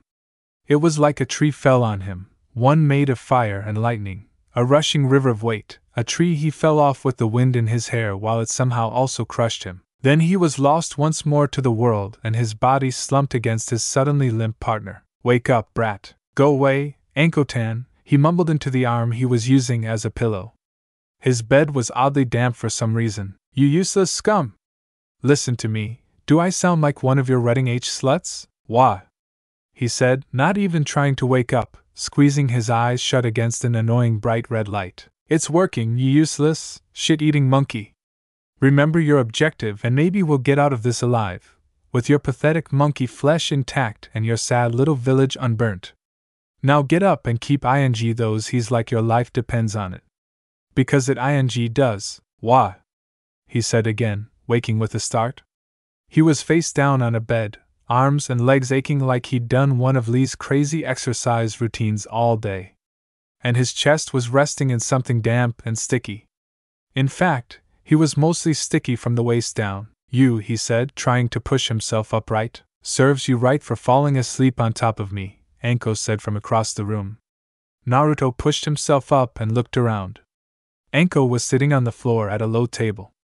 She was drinking tea from a rather fancy-looking cup and a full-service set was laid out. Anko was glaring at him over the rim of her cup. "And I needed to escape from your sloppy restraints all by myself. Be grateful you're waking up at all. Now get over her and have some tea," she commanded. With aching limbs he dragged himself out of bed, found the towel from earlier, and tried to remove the worst of the mess from himself. Sitting down across the table from Anko, he watched with bleary amazement as she gracefully set out and poured a cup of tea for him. "What?" she said, glaring at him still, daring him to make a stupid comment. Knowing that challenge well, he sidestepped it and went with a safe classic. "This tea is good." "Thank you, Anko-kan." Her eyes narrowed but she seemed to relax some. "Welcome, Naruto-kun. I like having a cup after. Some people smoke, some go straight to sleep, I drink tea." "It's good," he repeated, sipping the pleasantly strong brew. And honestly, it was good. Also, that description fit Anko herself. He decided not to share that thought out loud, though, not knowing how well post-poetry would go with her little tea ritual. They drank the rest of their cups in quiet contemplation, then she cleaned up while he looked around the almost bare apartment. It really did remind him a lot of his place. He realized Anko was standing over him, still totally naked, arms crossed under her large bobas. "You are a mess." I guess I am." "Sorry, time for a shower." "Oh, okay," he said, starting to get up, then he realized what she meant. "Oh," she shook her head sadly, then turned and walked away, swinging her wide hips from side to side at him as she moved deeper into the apartment, apparently sure he'd follow.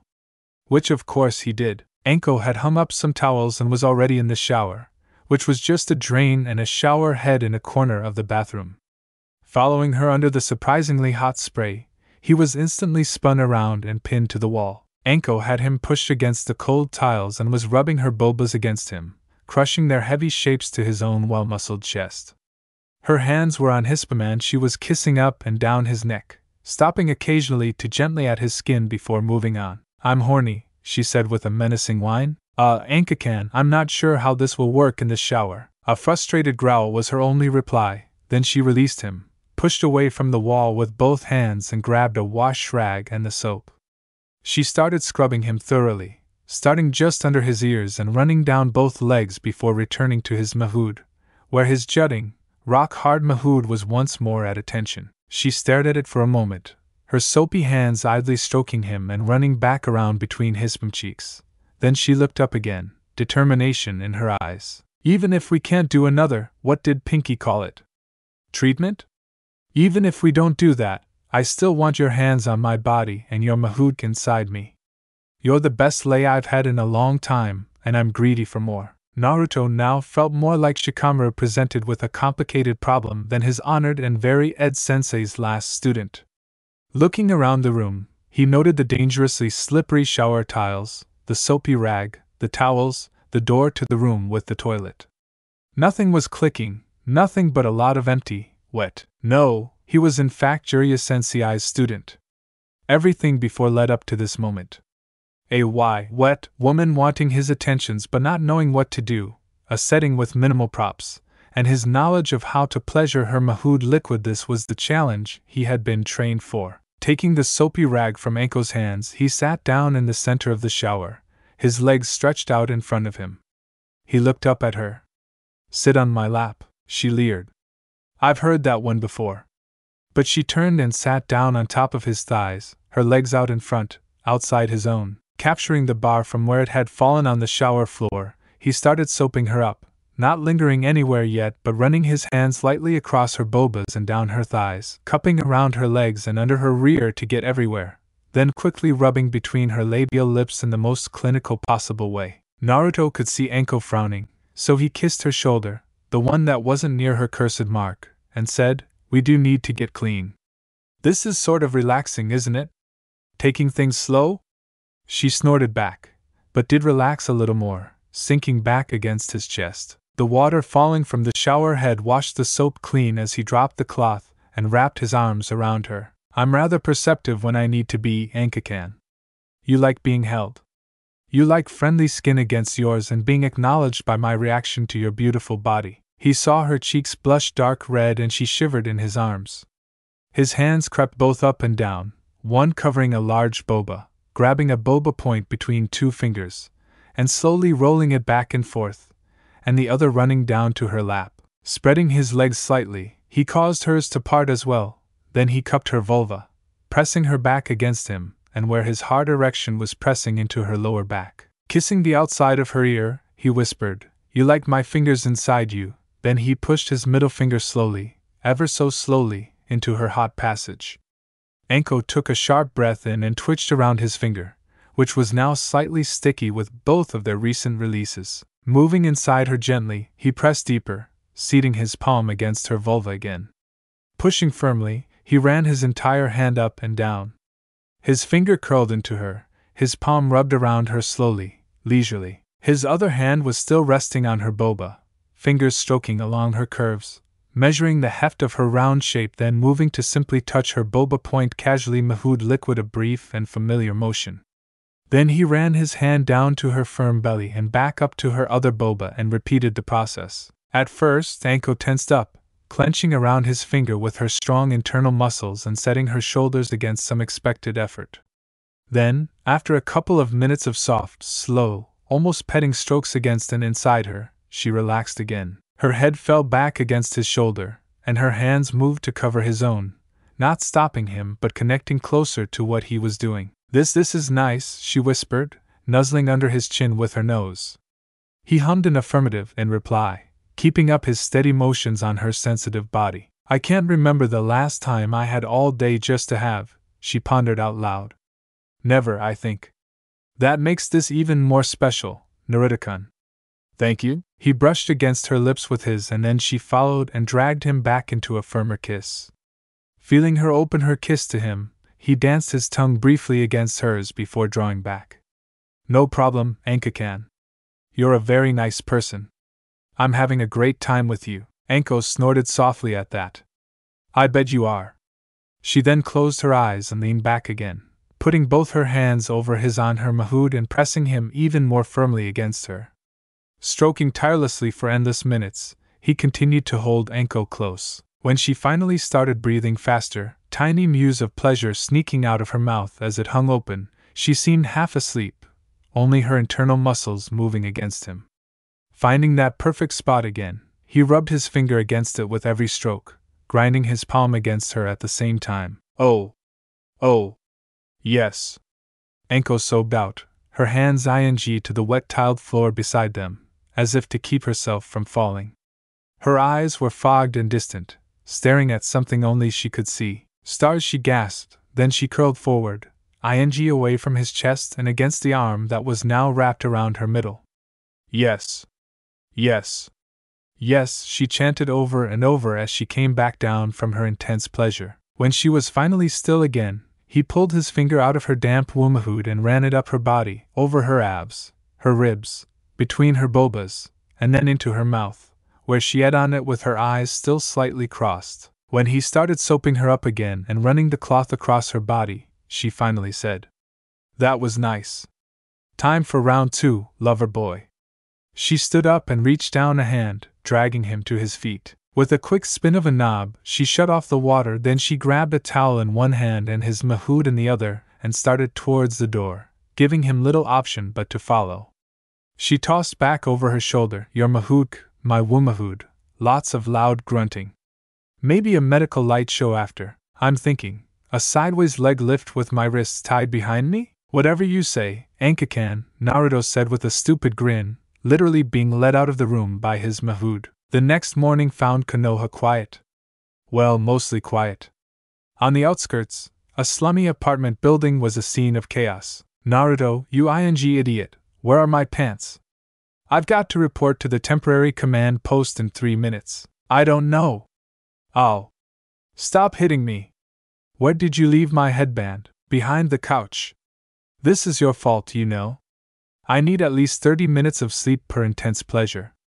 And now I'm sore in all my delicate lady bits." Yeah, whatever. Have to be a lady to have OW. Stop it." There was relative silence for several minutes, then, "Hey, Naruto-kun." "What? How does this next lucky lady with the duty mission scroll find you anyway?" "You know, the first of 2 you'll have today unless things got cleared up. Didn't you tell them to fix this thing with the missions? About time you got here." Tenten growled as Naruto entered his tent at a jog.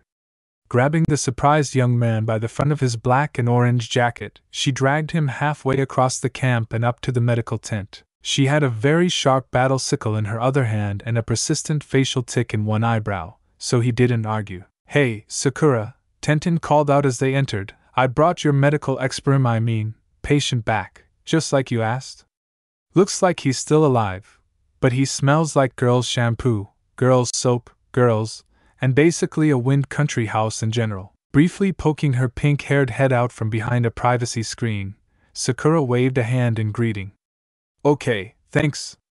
Bring him back here and I'll do the exam." "What? Whoa! What exam?" Naruto asked, struggling weakly against Tenten's firm hold on his favorite, and only remaining unripped, awesome outfit. "Shut up and get over there," Tenten replied, tossing him across the tent. Landing with an almost skillful roll, Naruto lunged back to his feet, only to bump against something soft on the way up. Something which squeaked. Something which turned out to be Sakura-chan's medical robe-covered bulbas.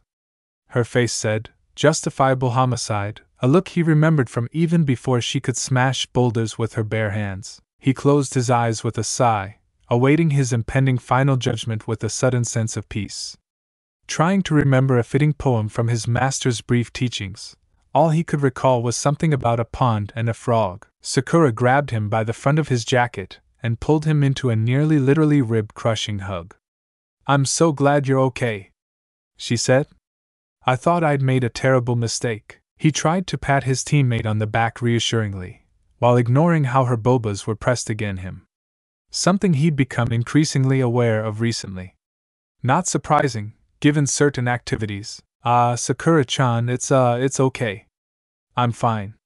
Really." She just shook her head and buried it into his shoulder. Tenten came around the screen and flopped down on an uncomfortable-looking metal chair, the kind bureaucrats seemed to order in bulk, and folded her arms, watching them with a neutral look on her face. Naruto tried again. Can you tell me what's wrong, eh? I'm sure we can fix it. I promise. Sakura looked up at him, arms still around him. I could have killed you, you idiot. First, I screwed up and didn't even attempt a differential on a bizarre new chakra disease with insane symptoms. Instead, I had a patient as initial treatment after a third-person recommendation from a Kami-Ed demon. Then I didn't double-check when Central screwed up the mission request. What if T2 Much SSX had killed you? Thinking about that for a second, Naruto said, but I didn't die, so everything is okay. Sakura released him, only to start pounding on his chest with her fists. Stop being so cheerful, you idiot. Okay. What do we do now to make sure I'm fine, and won't just suddenly die in some poor, lucky woman's arms? She stopped pounding on him, but didn't stop glaring. Take off your clothes. I need to give you another, more through exam. That raised an eyebrow each from both him and Tenten, who was still watching. She started to get up, then paused and sat down again with a wicked grin. Wow, like right now? Naruto asked, shocked. Yes, Sakura said, pushing him down onto a medical cot. Now, he fumbled off his jacket and started to take off his pants. Then he remembered the sad fate of his frog underwear, one more victim of the senseless violence of the ninja world. Especially, a victim of Thess' silly impatient Enko. I'm not wearing any. Sakura glared at him again, tapping her foot on the ground. There are people seriously hurt coming in here hourly. So I don't have time for this. Get on with it. Take it all off and lie down. Gulping and quickly removing his pants, he twisted around and lay flat on the cot. Sakura was firmly locking eyes with him, clearly avoiding staring at his naked body. Which was actually sort of complimentary, given her serious focus on his health right now. Her hands started glowing as she ran them over his chest and stomach. Okay, Naruto, my primary concern was that you would have a sort of overload if you experienced the natural energy rebalancing too many times in too short a time span. I stand by my original estimates, that once or twice a day should be about enough, but I hadn't considered what might happen if you, heads X more than that. Naruto nodded. Sure, that makes sense. I did it a lot more than twice though, and most of the time it was she liked it too, and we were doing it right? Sakura passed a hand over her face. That is really more than I needed to know, Naruto. My fears were groundless, it seems. You're fine. Better than fine, really you seem to be improving fast. Nothing obviously wrong with your chakra system anymore, but take it easy for a few more days until we know how much you're healing. Light exercise is acceptable. See me tomorrow and I'll do another scan. She glared at him again, tapping his bare chest with a finger to emphasize her point. Don't forget that appointment, or I'll get a genin team to hunt you down and drag you in. Now get your pants on and get out of here. I've got more patients coming in, with injuries worse than possibly too much sex, and make sure to treat Tenten right today or else. Trying to avoid his pink-haired teammate's evil eye, Naruto pulled on his shirt and pants, threw his jacket on, and led an unusually quiet Tenten out of the medical tents district as quickly as possible. He headed off in a random direction, somewhere far away from whatever was making Sakura-chan so tense and antsy. What now? Tenten asked, her voice low and flat. Naruto pulled his attention back to his surroundings and realized they were walking towards one of the outer training areas. Several of those less popular locations had survived the attack. He started to say, not really sure himself. What do you normally do, in the morning or when I? She trailed off at the end, eyebrows scrunched together. She tipped her bun-hair-framed head to one side and looked back at him. Naruto said again while his brain got back up to speed. You've done it before, right? I mean, that's the mission you took, so. Stopping in the middle of the dirt track, Tenten put her hands on her hips and glared at him. I'm an adult and an active-duty Chunin kunoichi. So yes, I've had X as part of a tie-in mission before. Several times. I really don't want to talk about it. Naruto's mouth fell open. Oh. I meant just had you ever. That's terrible. You shouldn't have to do that. Of course I don't have to, she said with a sigh, starting off walking again. She passed him and continued down the path. Naruto hurried to follow, but she didn't seem to want to let him catch up and didn't look back at him. You wouldn't know, always being trained by the elite of the elite, she said sharply, chopping her hand through the air with a sudden motion. Sakura-san wouldn't either. Neither of you ever have to go on normal missions, let alone full-time assignments. The Hokage wouldn't ever give either of you two those kinds of missions. I'm sure while training with Jiraiya-sama, you were never made to pretend to be an innocent young, exploitable boy simply to lure in some, and the Hokage's apprentice has certainly never had to spread her legs for some ugly old corrupt banker in the fire capital just to sneak into his home to get at his private safe. Naruto frowned, and shot back, hey, that's not fair. I train hard and have some crazy people after me, so I can't do anything normal, even if I want to.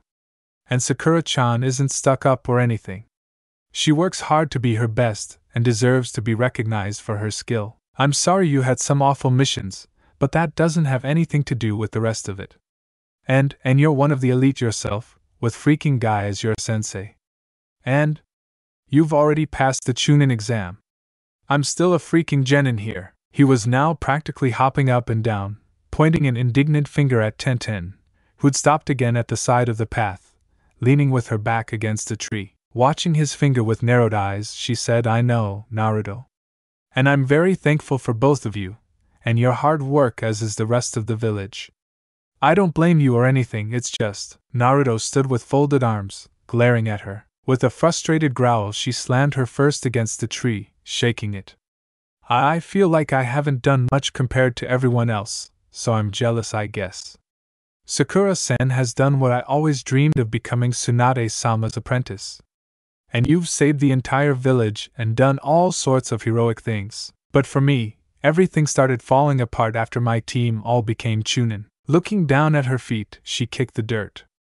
Now, Lee-kun is always training, working on becoming second only to Gai-sensei as a master of physical combat. And Niji-kun has long been the best with his clan's juken techniques, something he keeps up by training all day, every day. They are both training to be the best at what they do. I can throw things and make explosive tags. And I don't have a clan or a cool special bloodline, so I just get sent out on assassinations. And offer those Kami-ed and gentle interrogation intel runs, or even the wet work ones, which always pay the best, of course. And I always need the extra money for my expensive weapons, which is money that I'm literally throwing away. I almost never get to go on missions with my teammates. No village prodigies or valuable clan members ever get sent on tie-in missions, even as support. It's beneath them. Winding down from her rant, she looked up and saw Naruto was now standing in front of her, just barely not in her personal space. I'm sorry, he said, looking incredibly serious for once. I didn't know. He then held out his arms to her. Tenten didn't understand for a moment why, and just blinked at him. Stammering a little, his cool demeanor now cracking, Naruto said, You look like you need a hug. With a lopsided smile, she grabbed him by his elbows and pulled him forward, wrapping her arms around his chest and letting his weight push her back against the tree again. Naruto saw she was rather tall, maybe a little taller than he was.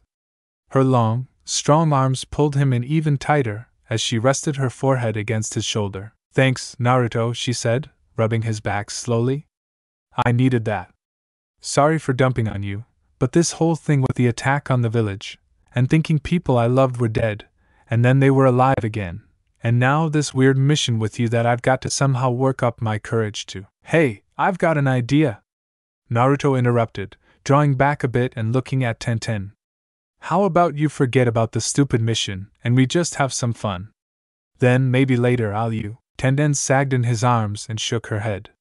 Where do you get these ideas, Naruto? He just stared back with a silly grin. She searched his face, looking for something, then sighed. Fine. I needed to get some taijutsu practice in.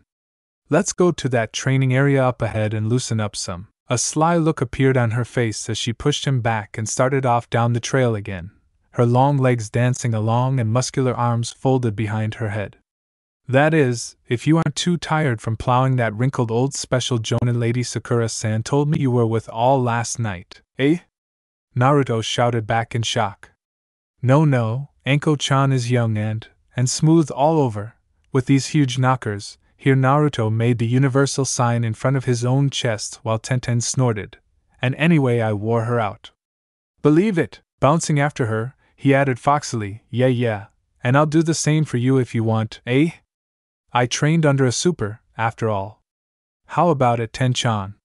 Wanna see my special technique? Letting out a short, barking laugh, the tall Chunin turned and said with a smirk, We'll see, Naruto-kun. You may have serious stamina, but I train with 2 fitness freaks. So you're on.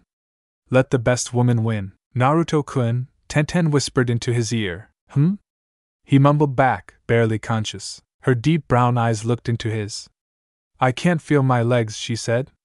How am I supposed to if I can't feel my legs? Naruto rolled onto his side, picking the grass off his shirt and looking back at Tenten. She'd been lying sprawled head to head with him.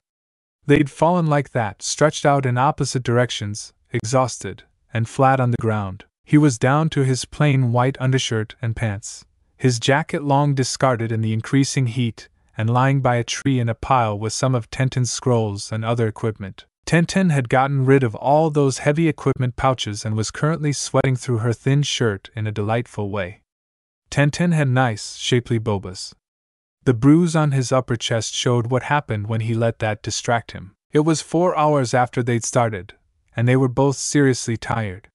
The early afternoon sun beating down on their sweat-soaked bodies was not helping them recover. Soon, they'd be too tired to get up and move into the cooler shade, and then the vultures would have their way with their bones. He hadn't been able to use much chakra with his techniques, and even when he had felt weird, but he was still feeling really drained. Tenten had used a lot of chakra, not so much for her attack power, as it was just some friendly training, but mostly just for enhancing her speed through her muscles. This let her jump around like crazy while Naruto focused on tight, defensive moves for a change. So she was just about unconscious. And if she was anything like him, all her long, tanned, SXY limbs were aching like crazy now. Let's call it a tie, Naruto said, twisting his stiff neck around with a crunching noise. Bah, Tenten said. Fine. But what about my mission? After helping her to her feet, Naruto kept hold of her unresisting hand while they walked toward the tree where the rest of their stuff was stowed. I'm thinking we eat something and rehydrate, he said. A sly grin. You'll need it for how wet your panties will be later. Rolling her eyes, Tenten snatched her hand back and socked him playfully in the shoulder. Ouch. Those lines aren't getting any better, Naruto. Maybe you should stick to punching girls in the face as your tie-in technique. Naruto frowned a little and eyed a small bruise on her chin as Tenten grabbed a scroll off the ground and flicked it open with practiced ease. A quick gesture and 2 bottles of water popped out. She chucked one at his head. They both drank the refreshing liquidy goodness, then flopped down on the dirt under the tree. Got any food in one of those? Naruto asked hopefully. She shook her head. Nah. Just some field rations. Nothing worth eating. Flavor goes off if you keep organics and chakra seals too long. Pouting, Naruto suddenly whacked himself in the head. I know! He shouted. He carefully made a crossed fingers hand seal and a single shadow clone popped into existence. The original Naruto tossed the clone a small of Bill's clone. Bill's got you chased by A and B real quick. Not that, he knew that from personal experience. It made a sloppy salute, a rude gesture with one finger repeatedly going into a circle between its thumb and other index finger, then ran off towards the temporary tent town as the original started shaking a fist and yelling curses at its back. What? Tenten asked in confusion. That's a shadow clone, Naruto replied, leaning back against the tree. I made him to get us some food. Hope you like ramen. The old man who runs the best stand in the village and his daughter just got set back up and are making ramen again. Tenten sighed, poured out her bottle over her face, and then shook her head, flinging water everywhere and looking like as XY warrior goddess. Okay, great. Thanks. I guess. That could take half an hour if they're busy, though. What will we do until then? Naruto leered dramatically back, wiggling his eyebrows and doing his best impression. He'd never have dared do that before the whole mess started. He was finding now that being with Anko and her mature, straightforward lechery had given him a little more confidence around women. And Tenten was really cute right now, all sweaty and flushed, with her thin shirt sticking to her chest and clearly outlining her bobas. Her measurements looked smaller than Anko's, more like Sakura's bust. Streamlined instead of top-heavy was the norm for combat specialists, and chests like Anko's were the exception even among civilian women. Not that it really mattered to Naruto, as his mentor had said, boba are boba. Anyway, it was really only Tenten's taller build and wide, strong shoulders and chest that made her boba seem a little small. The proportions still looked good on her, very feminine and alluring. Tenten caught him looking her over and smiled that same twisted, twitchy smile from before. Normally, Naruto-kun, I'd pound you senseless for being such a. But I do have a mission. And I sort of did agree to your plan. So get over here and show me what you've got. Despite how tired he'd been moments before, Naruto jumped to his feet and bounded over, flopping down beside his fellow ninja. So, he said, turning to look at her, one thing the Ed sage used to say was, figure out her fantasies, then fulfill them. I know you're only doing this as a mission, and it's not like. Naruto paused and looked worried. You're not, like, secretly in love with me or anything.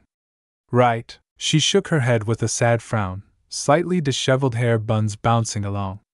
Nope, that's not me, sorry. Got the wrong kunoichi. You're cute, sure, and you saved the village and all, which is why I agreed to do this favor for Sakura, but you're not really my type. She narrowed her eyes at him.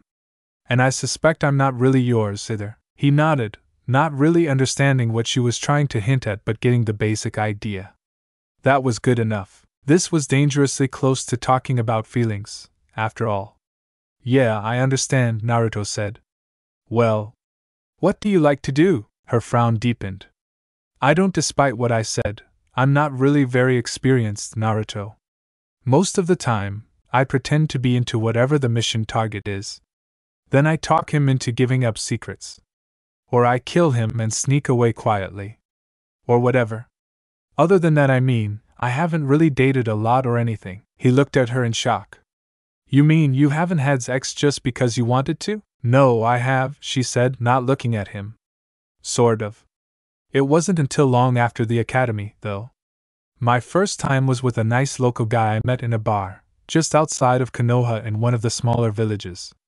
He was cute, a blacksmith's apprentice. It was awkward. Still looking down, she continued in a strained voice. They tell you in advanced kunoichi tie-in training to make sure your first time, if you haven't had it yet, that is, and most have. Well, that your first is with someone you choose. Less psychologically traumatic that way, both during and after. That's also part of the graduation track for the Chunin level clubums, making sure you can both pick up a guy you choose and one assigned, and make him think it was his move, all the way into his bed and through to the next morning. Even a fellow ninja should be fooled, if you're doing it right.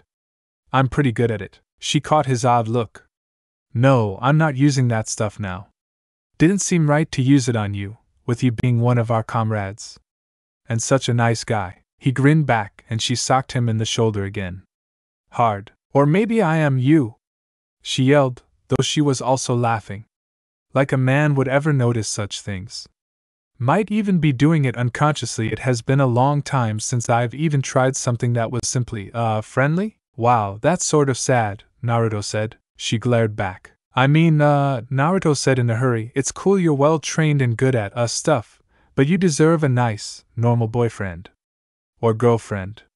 You didn't say if you liked girls too? Wouldn't want to assume. If you do, please feel free to tell me about it.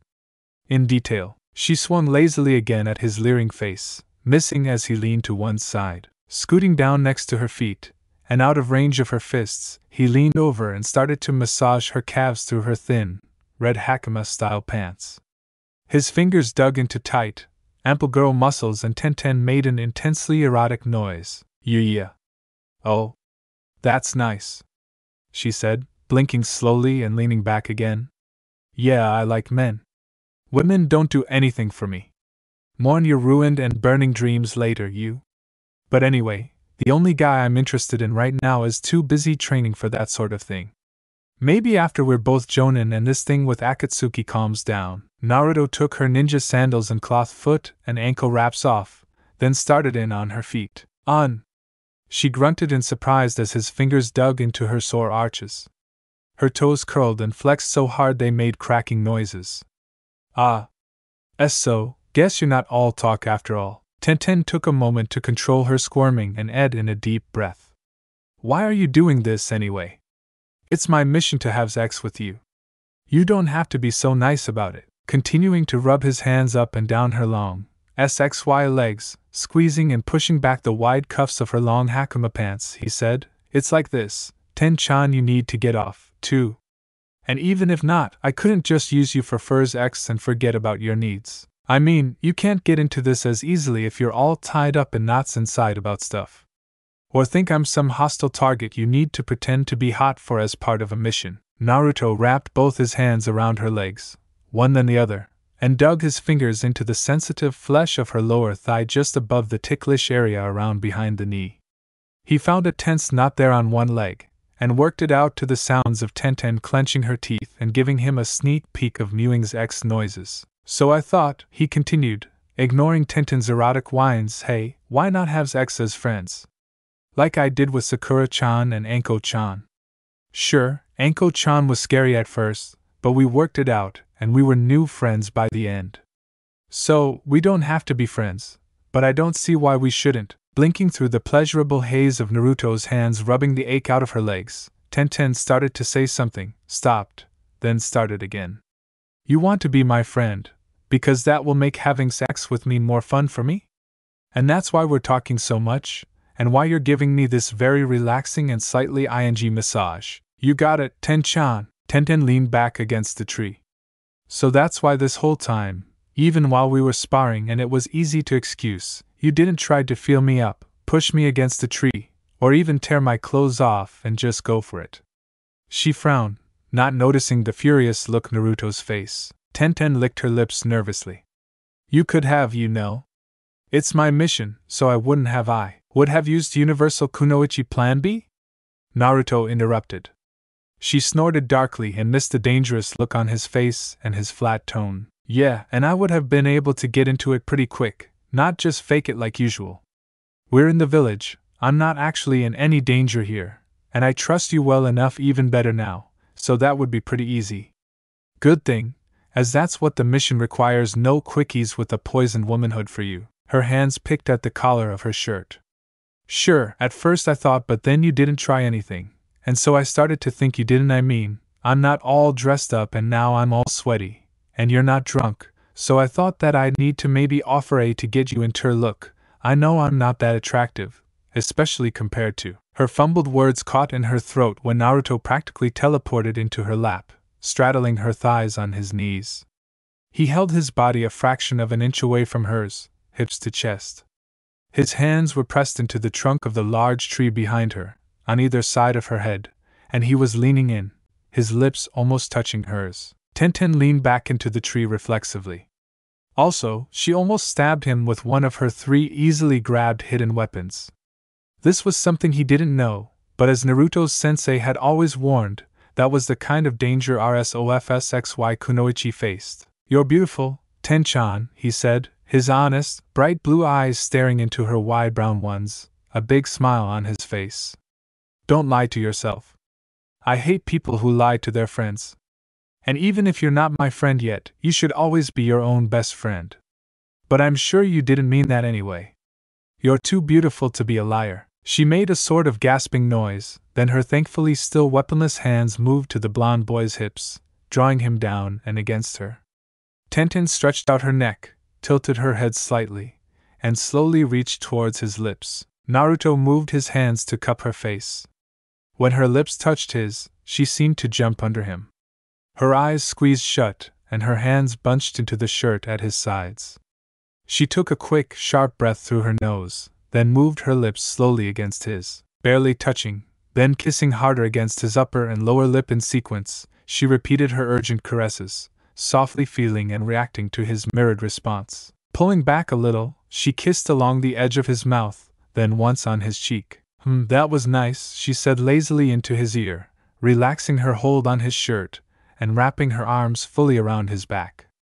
He dropped his hands to her hips and rested them next to where his legs sat over hers. Sorry, she said, nibbling on his ear, still not in any serious danger of falling for you, but I think we can have some fun together.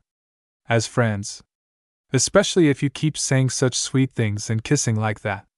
It's been a long time since I've had a kiss like that. Ah, thanks Ten-chan, he said, laughing into her hair. I've got another idea. I want you to have as much fun as possible, you know. So it would be nice if I could do something to make this easier on you. You've got a type, right? Hair and eye color, build. Something specific you like when it comes to guys. Tenten leaned back and looked him in the eyes again. Yeah, I guess almost everyone does, Naruto-kun. Why? Because I can look like that, if you want. I mean, if that isn't weird. Eyebrows scrunched, Tenten said, well, I guess it would be weird if you wanted to look like some guy I had a crush on to trick me into liking you or something. But that's not what you're saying, right? Naruto made a thumbs-up sign and grinned back. But will you be able to hold a genjutsu while where she started to say, then she was suddenly holding another young man in her lap. One with brown hair like hers and striking green eyes, sort of like Sakura's. Tenten's hands automatically went into a seal and she whispered, Kai, but of course nothing happened.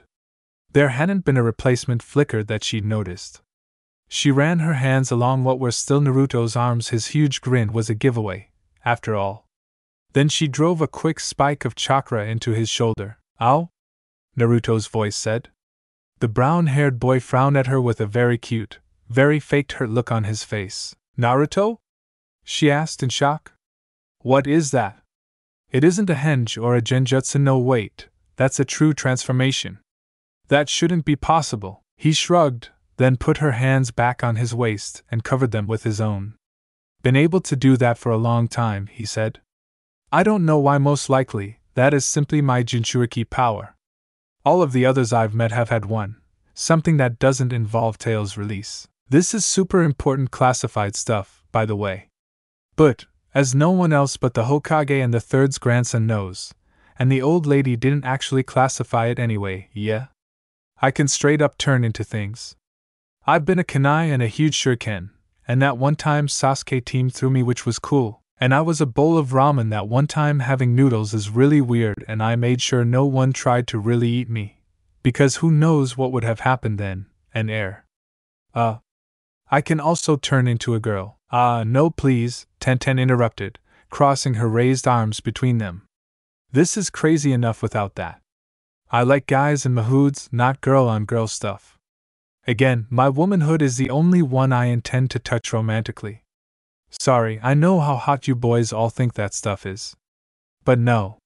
Especially if it wasn't just an illusion. She thought for a moment. I've heard rumors, you know, about a ed technique of yours. Yeah, that's the one, brown-haired Naruto said, rubbing the back of his head with one hand. It isn't like this one, though. I just made this one up. That ed technique? That's really me as a girl. Tenten looked unimpressed. I heard that form has huge bulbas. And is naked. Yep. More effective that way.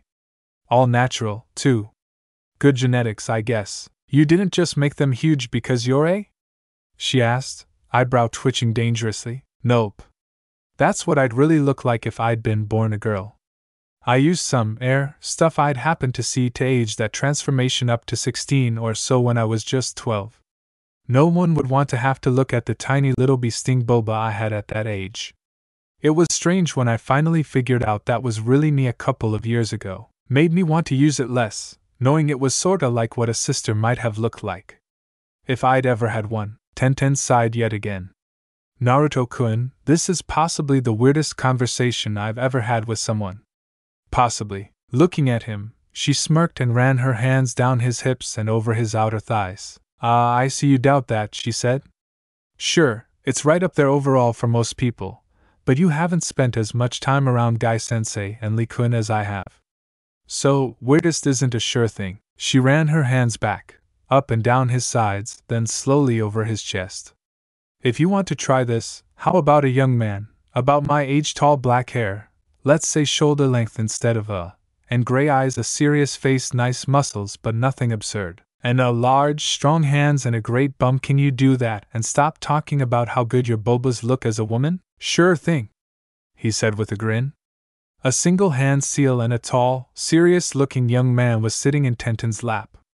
His hair was straight and fell loose to his shoulders, and he had smoldering, heavy-lidded eyes the color of a fog bank. He was slightly taller than Naruto, and the shirt was now just a little too tight on his broadly muscled chest.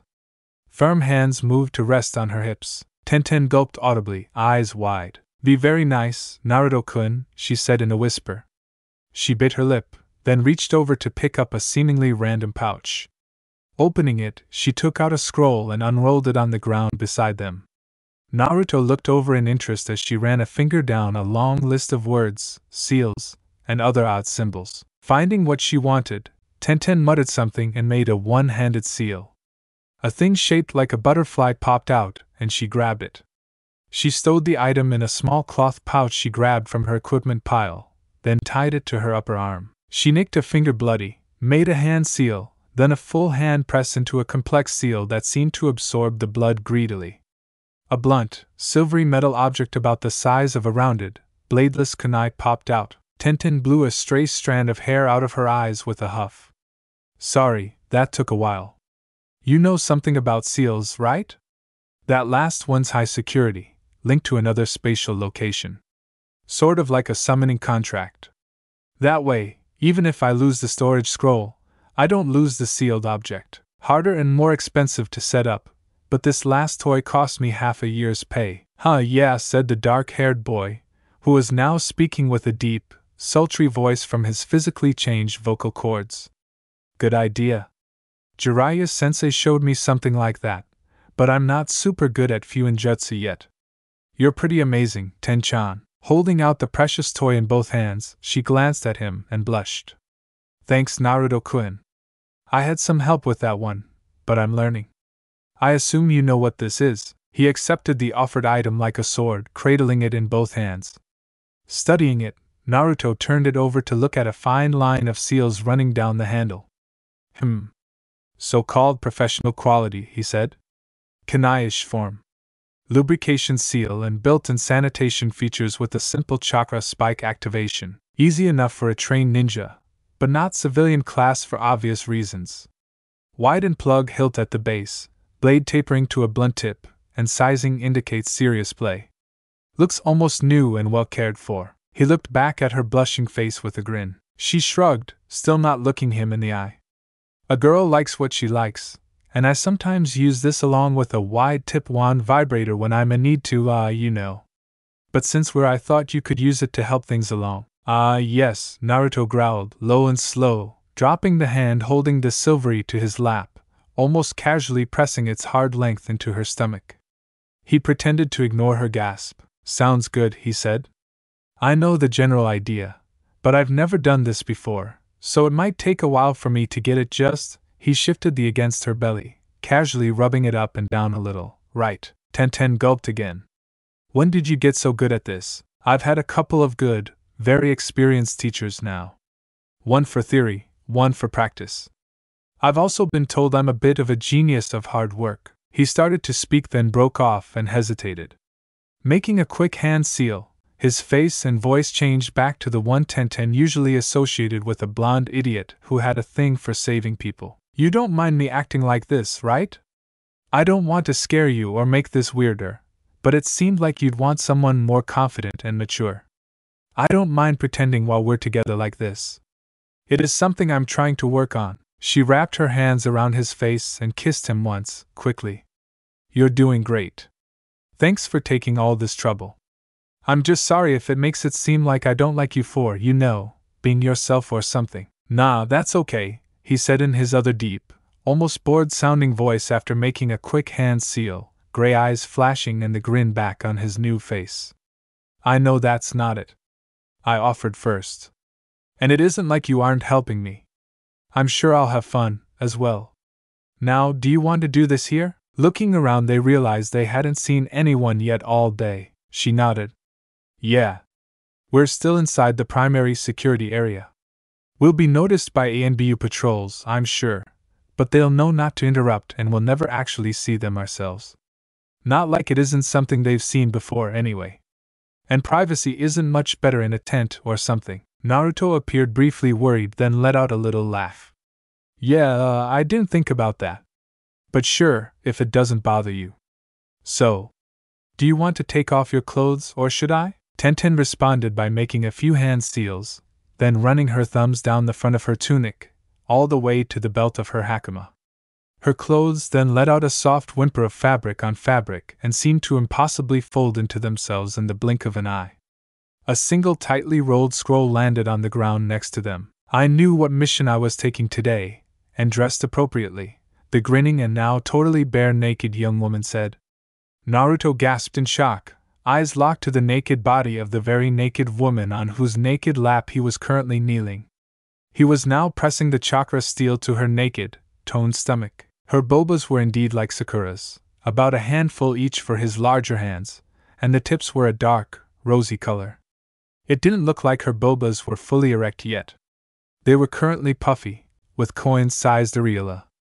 Pierced through each of them was a small barbell of silver metal. Tenten's body was slim, even more so than Anko's, and he could clearly see every muscle group from her strong shoulders and slightly hidden pecs down to well-defined six-pack plus abs and the long, strong thighs he was currently sitting on. The only thing she had on was the pouch on her arm. Wow, he whispered, reaching out with his free hand, the one not holding hundreds of thousands of ryu worth of. He ran fingertips over her chest, between the valley of her bobas, and down to the hard stack of her stomach. She twitched under his fingers, flexing powerfully at his touch. He looked lower and only saw the triangle of her mons disappearing between her slightly parted thighs. Come on, get out of those, she said, eagerly pulling at his shirt, now a little too small for him. She took her time after he'd thrown it off, running her hands over the muscles of his arms and chest even transformed. They were still sore and slightly swollen from their earlier exercise.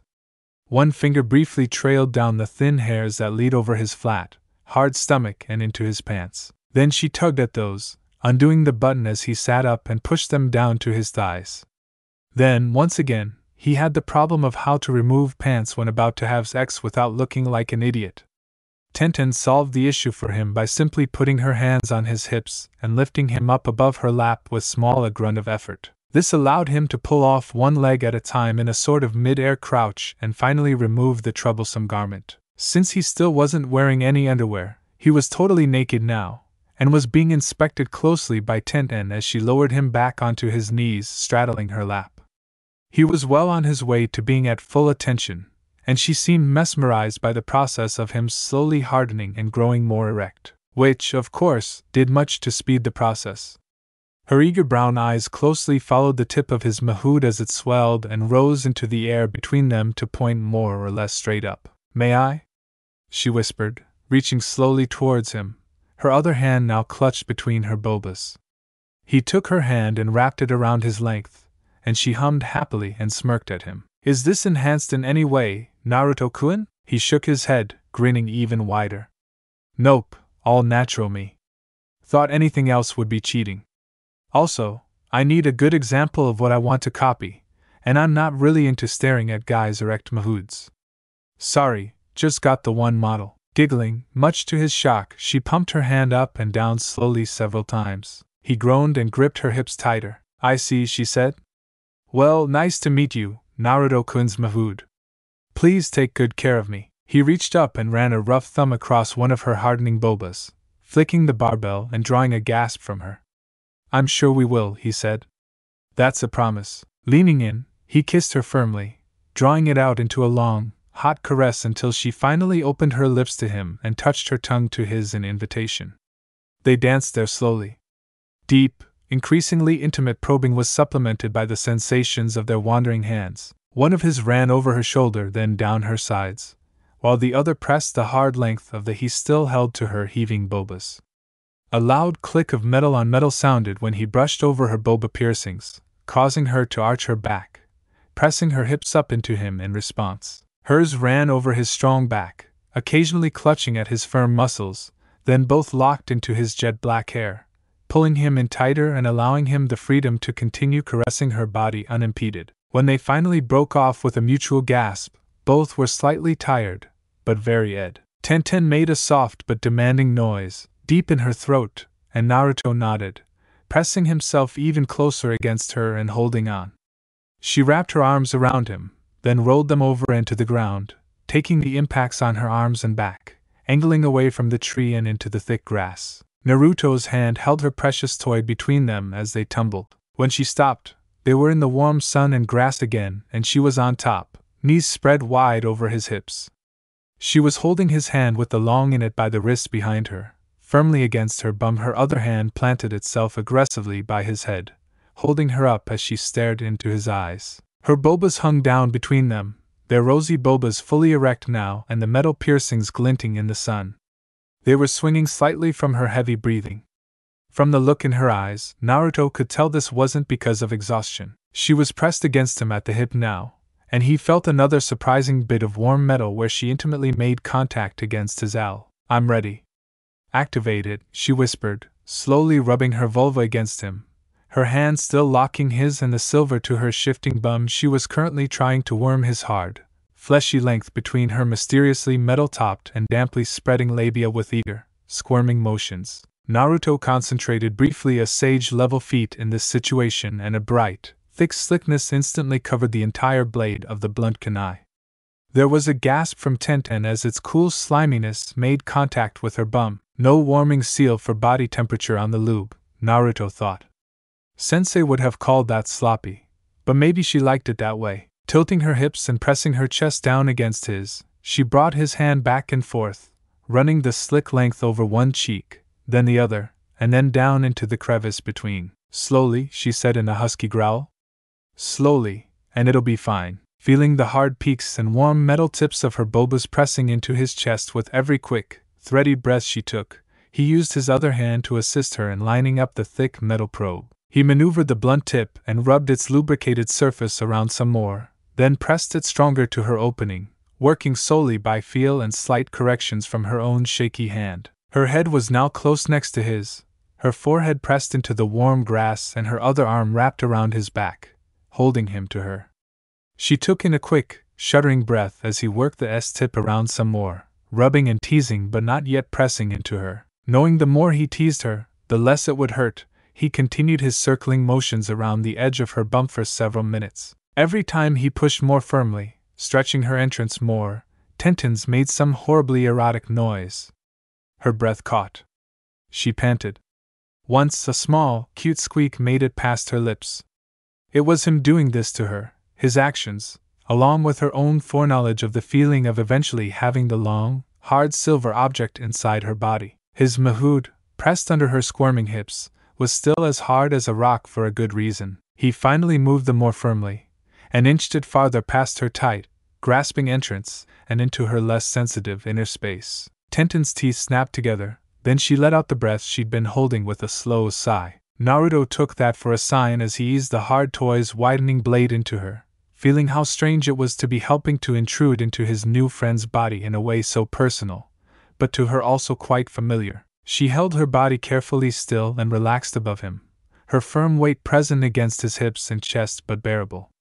Her body held an odd loose sort of waiting tension in all of her muscles. Relaxing key. But the young woman also knew what was coming from experience. Tenten panted in his ear, short and quick breaths, then let out a sudden and drawn-out, "Oh!" The simple statement apparently holding all of her pleased reaction to the new object starting to fill her so intimately. It was not enough for him, though. "Tell me what you're feeling," he asked, suddenly pausing in the slow in and out motion he'd been making with just the first couple of inches of the. "I don't want to hurt you by mistake. Also, it'll be really hot to hear what this is like for you." She whined a short, unhappy but XY noise, then said directly into his ear, "It, feels hot. My bum does, like usual at first. Not pain really well, maybe a little but more stretching, and a sensation of heat. This lube increases that feeling some, too." She licked his ear, making his entire body up against hers, and pointedly added, "It also feels like I want more, Naruto-kun." With his free hand, Naruto pressed down on her lower back, holding them even tighter together and rubbing his own stiff length against her slick lower parts. He felt hard metal against his mahood again, usually not a good sign but here very tive, and he ached to both be inside her and know what the hell that piercing on her lower bits was. Tenten groaned in response to his grinding, then wiggled her hips herself, moving the in her bum and also rubbing on him at the same time. It feels I've got butterflies in my stomach, she hissed, still narrating, and I'm growing more aware of everything. My entire mahout feels large, like it has more nerves than before, like my is huge, filling my entire world. My is hot too, but different. Like I'm about to manhood liquid so good. Please. More. He continued easing the long silver tool into her, one slow bit at a time, occasionally stopping to pull it out a bit in a torturous way Tenten seemed to enjoy almost as much as it frustrated her. Ah. I can't if you pull it out again, I'll stab you, you idiot. I want it inside, so I can hold it in and clutch around it while you me. Please. More. It seemed to take minutes for her body to accept each fraction of an inch of the long, widening rod of metal, but he knew his time sense was off as he concentrated on the squirming woman above him. A couple of times, she'd shy away from an apparently overwhelming sensation, moving her hips away from the violating length. He'd pause until she eased her hips back down, taking that measure back into herself again, then with a soft press against his shoulders silently signaling her readiness. It's been too long since I last used this on myself, she mumbled. I'm not, Cammy. I'm not really prepared. She was shaking her head back and forth slowly, still muttering to herself. Just need a little more. Should have used the short wood plug. Stupid, wanted to show off. But must have more. When the thick base finally rested flush against her with a slight push of his fingers, he thought to start to slowly pull it out again. But she put a hand back on his, stopping him. Weaving her fingers into his and pinning his hand down next to their heads, she sighed with satisfaction, relaxing that final bit of tension. She then lifted up to stare into his eyes. Glancing down her long, sensuous back, he saw the wide handle of the toy that stuck out obscenely, buried deep between the base of her spread bum cheeks. That feels really good now, she said. So full, stretching my bum out. Touching me deep inside. And making me ache for more. I think it is your turn to fill me, Naruto-kun. I want you inside me. Now, his eyes grew wide, and he started to roll them over, but was struck by the thought that it would be tough to play with her toy from that position. Grinning, he wrapped his arms around Tenten and sat straight up, holding her in his lap with her legs dangling over his and knees pushed up and spread wide. Her hands gripped his shoulders at the sudden movement, then she smiled back at him with recognition. Lotus, good idea. Gives me some control and also lets me show you the rest of my toys. Tenten hesitated, eyes drawn to his mahout currently trapped up between their lower bodies. She licked her lips, shook her head, then opened the pouch she still had tied around her upper arm. She removed the butterfly-shaped object inside and showed it to him.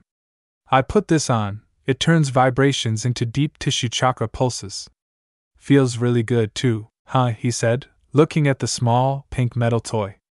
Vibrations from us, having sex? Yeah, and it goes on your air. My mahout? Yeah. It goes here, right above this little deer. Pressing the pink toy to the top of her triangular mons, she then pointed lower, indicating the mysterious piercing he'd felt earlier. It was a ring with a bead closing, stuck right through the loose skin of her oral hood and resting with the bead hanging down. Her hood poked up slightly out of her outer labia, which was spread open from her position and ed state. The metal glistened in the bright sun. Naruto winced, unable to even imagine letting something like a piercing needle near his genitals, and also thinking about how painful that would be. He tried and failed to hide his reaction, which Tenten noticed with a smirk. Doesn't that hurt? He hesitantly asked her, unable to look away from her metal-impregnated flesh. All of her piercings were beginning to remind him of a recent, much less XY, and much more deadly situation, causing his skin to crawl. You big baby, she said, slapping him on the shoulder. Then she reached down and took his hand in hers, pushing it against her vulva and running his fingers across the folds of her labia, tweaking the metal bit near her along the way. Her stomach muscles jumped a little at that. It feels great, she said. Right on My artist is an ex-chunin who's also a licensed civilian chakra medic. He's only got one leg, so that tells you that story. He numbed the site up first, so it didn't even really hurt getting it. Instantly healed the site after. 0 chance of infection on any of them. Good deal, if you can afford it. What about missions? Isn't there a rule about identifying marks when on covert ops? She shrugged, wiggling a little in his lap, still clearly feeling the presence. They are all types that I can remove from missions, even in an emergency. I can even get the holes at the sites healed and removed if I need to, though it's a pain to schedule time with my artist to put them back in. But this is fine for training. I wear an armored chest piece, so they aren't in any danger short of something that'll remove my boban away. Naruto winced again at the thought of anything injuring her perfect, tan bobas. Don't really want to think about you getting hurt, Ten-chan. I get hurt all the time, Naruto, she said with a frown. She looked him in the eyes seriously, now holding both of his hands to the warm, softly curved skin at her hips. One mission, we got ambushed. Lee-kun and Gai-sensei were instantly separated from me and Niji-kun. We were fighting almost back-to-back against two enemy ninja. I got sloppy, threw a kunai into the grass shinobi's chest, but missed the killing blow. He followed up with a rush with rising slash from his sword. Good thing I had some armor or I might have simply died in an instant, heart cut in two. As it was, he got me deep, right through fat and muscle to the bone. My ribs were nicked, and I remember thinking how white they looked in the wound. Taking one of his hands, she run his fingers from the bottom of one of her high, sweetly rounded bobas, down to the top of her wide hips again.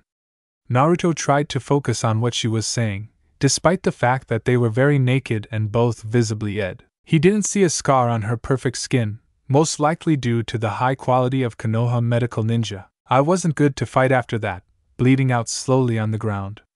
Niji-kun saw, of course. Eyes in the back of his head. He finished off his guy and mine in, like 3 seconds. His went down fast. I learned later he exploded her heart with a single strike. Mine the guy who hurt me. Niji-kun blew his lower jaw off, crushed his throat, then disabled all of his coils and left him dying, gasping on the ground with my useless kunai still sticking up out of his chest. Niji-kun had a pressure bandage on my wound 2 seconds later. Lee and Gai-sensei found us maybe a minute later, having killed or driven off the other enemy forces. Looking him in the eye, holding his hands to her hip again, she asked with a frown, "What is it with you men?" When Lee-kun and Gai-sensei got back and saw me, they both looked like they wanted to throw up. They were covered in blood and they just killed 3 people. But seeing me with a little wound shocked them that much. Niji-kun's hands, perfect killing weapons trained to hit microscopic chakra coils in combat, his hands were shaking when he bandaged me up. I'm not so weak that I'd die from something like that, but every time I get hurt my male teammates freak out. They care for you, Naruto said with a sigh, running his thumbs over her skin. And they think I'm female, so I'm weak and fragile, she concluded archly. No, not your teammates.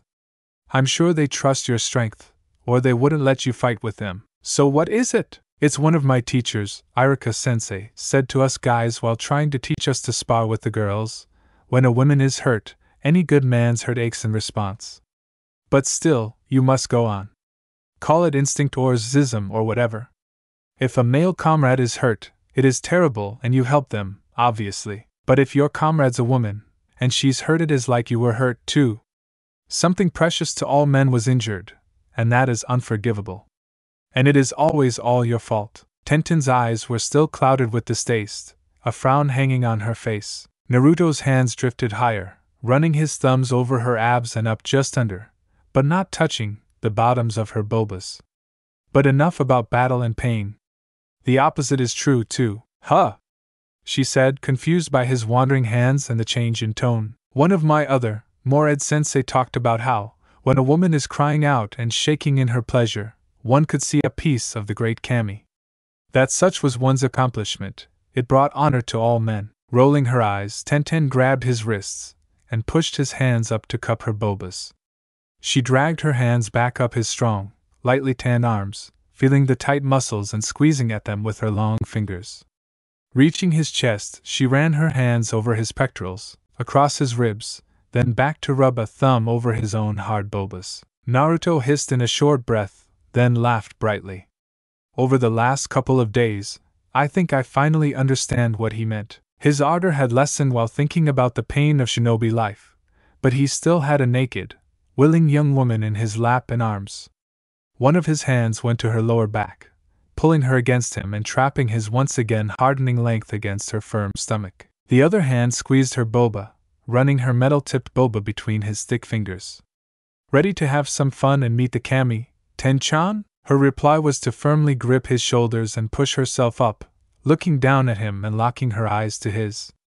Seeing what she was doing, Naruto grabbed her hips and helped lift her up until she was poised over his skyward-reaching length. Ten planted her feet on the ground behind him and started lowering herself, maintaining their intimate eye contact.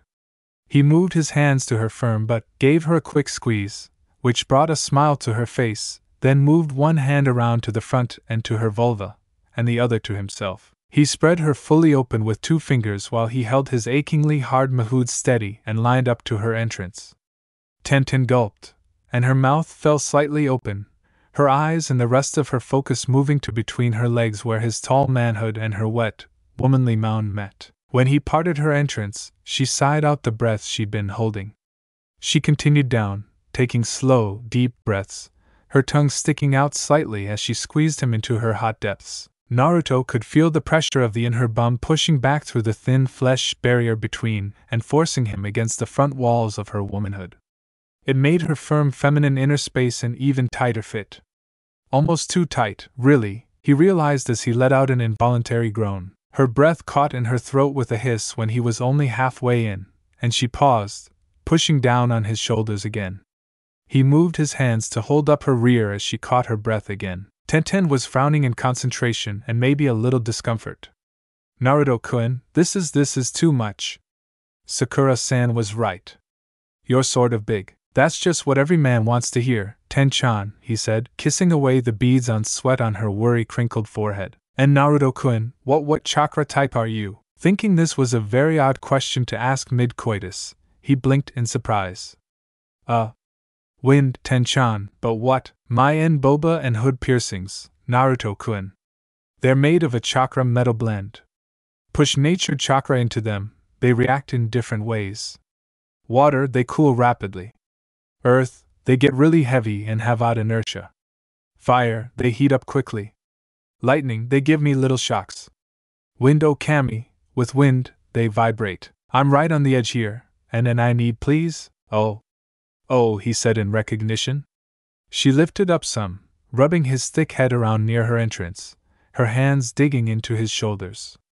Then she crouched more firmly over him, head resting on his shoulder and taking her own weight fully. He moved his hands, his left to her right boba and its XY metal ornament, and his right hand to touch 2 fingers against her intimately metal-pierced hood, pressing firmly on the area and making Ten jump in response. With a great deal of focus, masterful amounts really, seeing as how he was still inside a beautiful kunoichi's hot, twitching young body, he ran wind chakra into his fingers on both hands and pushed it into the thick barbell and the small metal ring.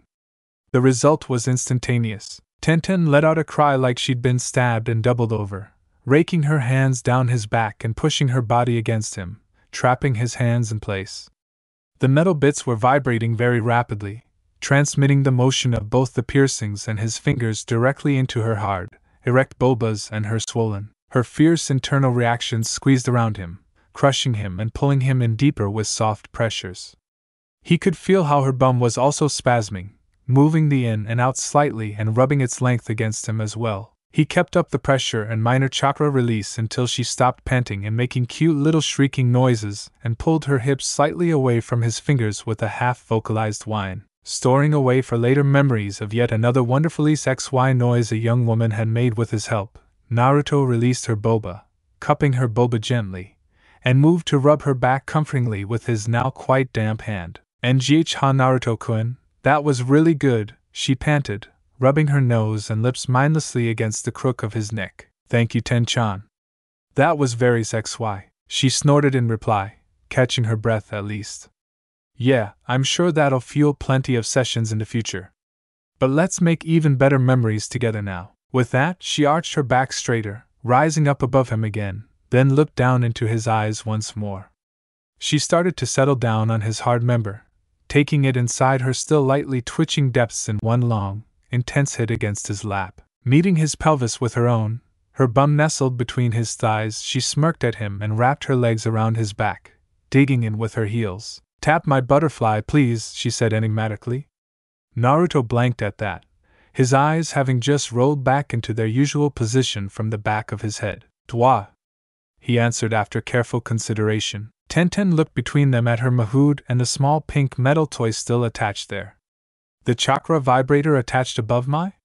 Tap it firmly while channeling a bit of normal chakra to get it started. She leaned over and nibbled on his ear. Then you can finally get started. You've been SOSXY and patient with me, Naruto-kun. Give it your all, make me scream. You got it, he said, scrambling to get a hand between them to activate the last of Tenten's SXY tools.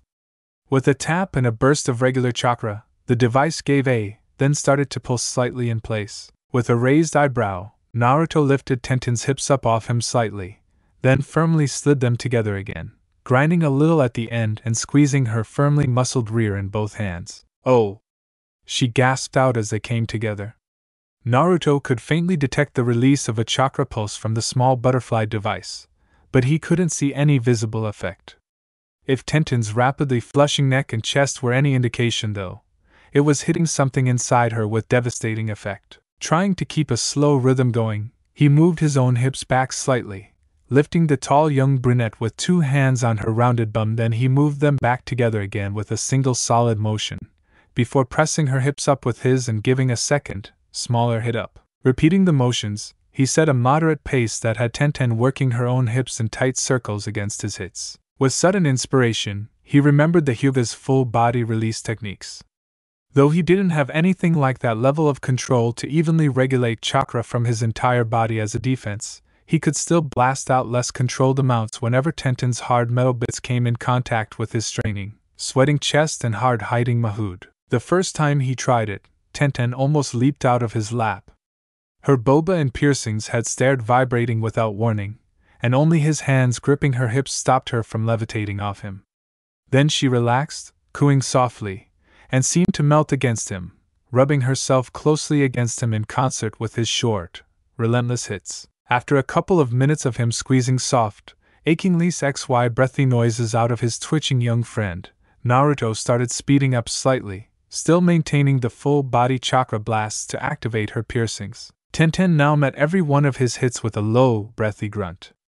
Her hands ran up and down his back and upper arms, nails nipping at his flexing muscles, her hips gyrating against his while keeping her body pressed tight to him. He was still blasting chakra at her as she rocked against him, and he could feel her metal piercings whirring every time she crushed her soft curves to his harder body.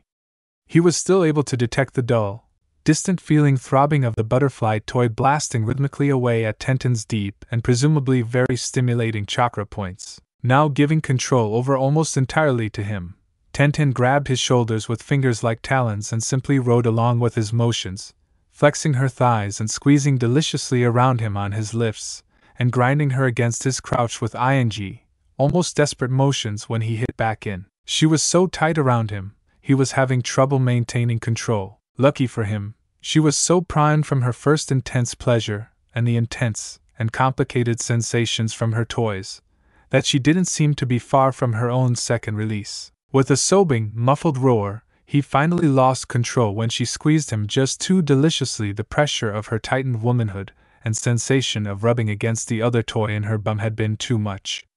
His entire lower body spasmed up, then he was hiding so hard he jolted Tenten into the air. She made a squealing noise, then rode out his violent upward S with wide-eyed surprise. Coming down at last, Naruto realized she hadn't yet come herself, so he cupped one boba again and pressed his fingers around their still joined parts, butting his palm against her vulva. Then, unconsciously using the same amount of focus he'd have normally spun up for a Rasengan, he dumped wind-natured chakra into his palms. Tenten tensed up as unshaped excess chakra blasted through her sensitive and already inflamed erogenous zones. Then she came with a scream, clutching to him, squeezing around him in quick, random-seeming tremors with her velvety internal walls, and digging furrows into his back with her nails. The young woman twisted under his hands. Her hips shook and her lungs emptied, then every half-breath she managed after that produced nothing but garbled grunts and sobs. A wild, hot wind whipped around them as the familiar light show started, emanating from Tenten's midsection and sending insubstantial but numerous threads of glowing light everywhere. Tenten seemed frightened, eyes wide and rolling around, trying to track the ghostly objects. Naruto sat up straighter, holding his friend close in his lap. With her wrapped tightly in his arms, he rocked slightly with her continuing intense pleasure icy release as they sat covered in cool sweat in the sunny field, in the middle of a mystical hurricane. Much more quickly than previously, the iridescent strings wrapped back around them both, tying them together with a confused sensation of sun and rain, storms and calm days, and a wet taste like a freshly turned flower bed. They into Tenten's body again. Then the drained feeling he'd grown to expect with the natural energy rebalancing was once again replaced with a rushing feeling of power. And, of course, unconsciousness. She had just finished with the first batch of late lunch dishes when the ANBU member appeared behind her silently, of course.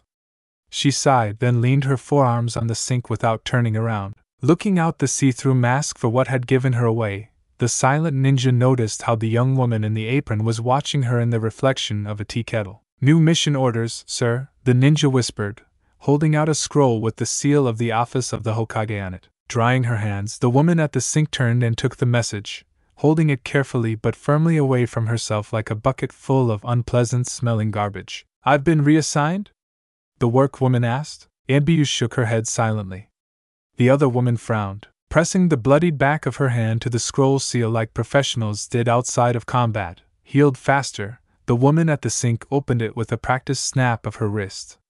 It was short and to the point and caused her to freeze in place. Not breathing, only her eyes moving, she reread the message one more time, then one more time again, before rolling it up with a spin of her wrist and shoving it into her loosely closed work robes. The dishwasher's back seemed straighter now and her face was as unreadable as the ANBU's black-on-white chipmunk mask. "Chip, do me a favor?" she asked. The masked woman bowed the slightest amount. "Get my mission pack from storage and bring it to our apartment. The one with the A-class sealed template tent. I'll need something more than my go bag for this." A tiny nod was the ANBU's only response. "Thank you." Message received and acknowledged. Without noise or motion, in the blink of an eye, the civilian-dressed woman was once again alone in the restaurant's kitchen. Running a hand over her hair and down her face, she leaned back against the sink. "Oh, Naruto-kun. I'm so sorry. But I have my orders now. I just hope." Biting her knuckles, the deep cover kunoichi ran over her plans for tomorrow morning. "Yes, yes, yes!"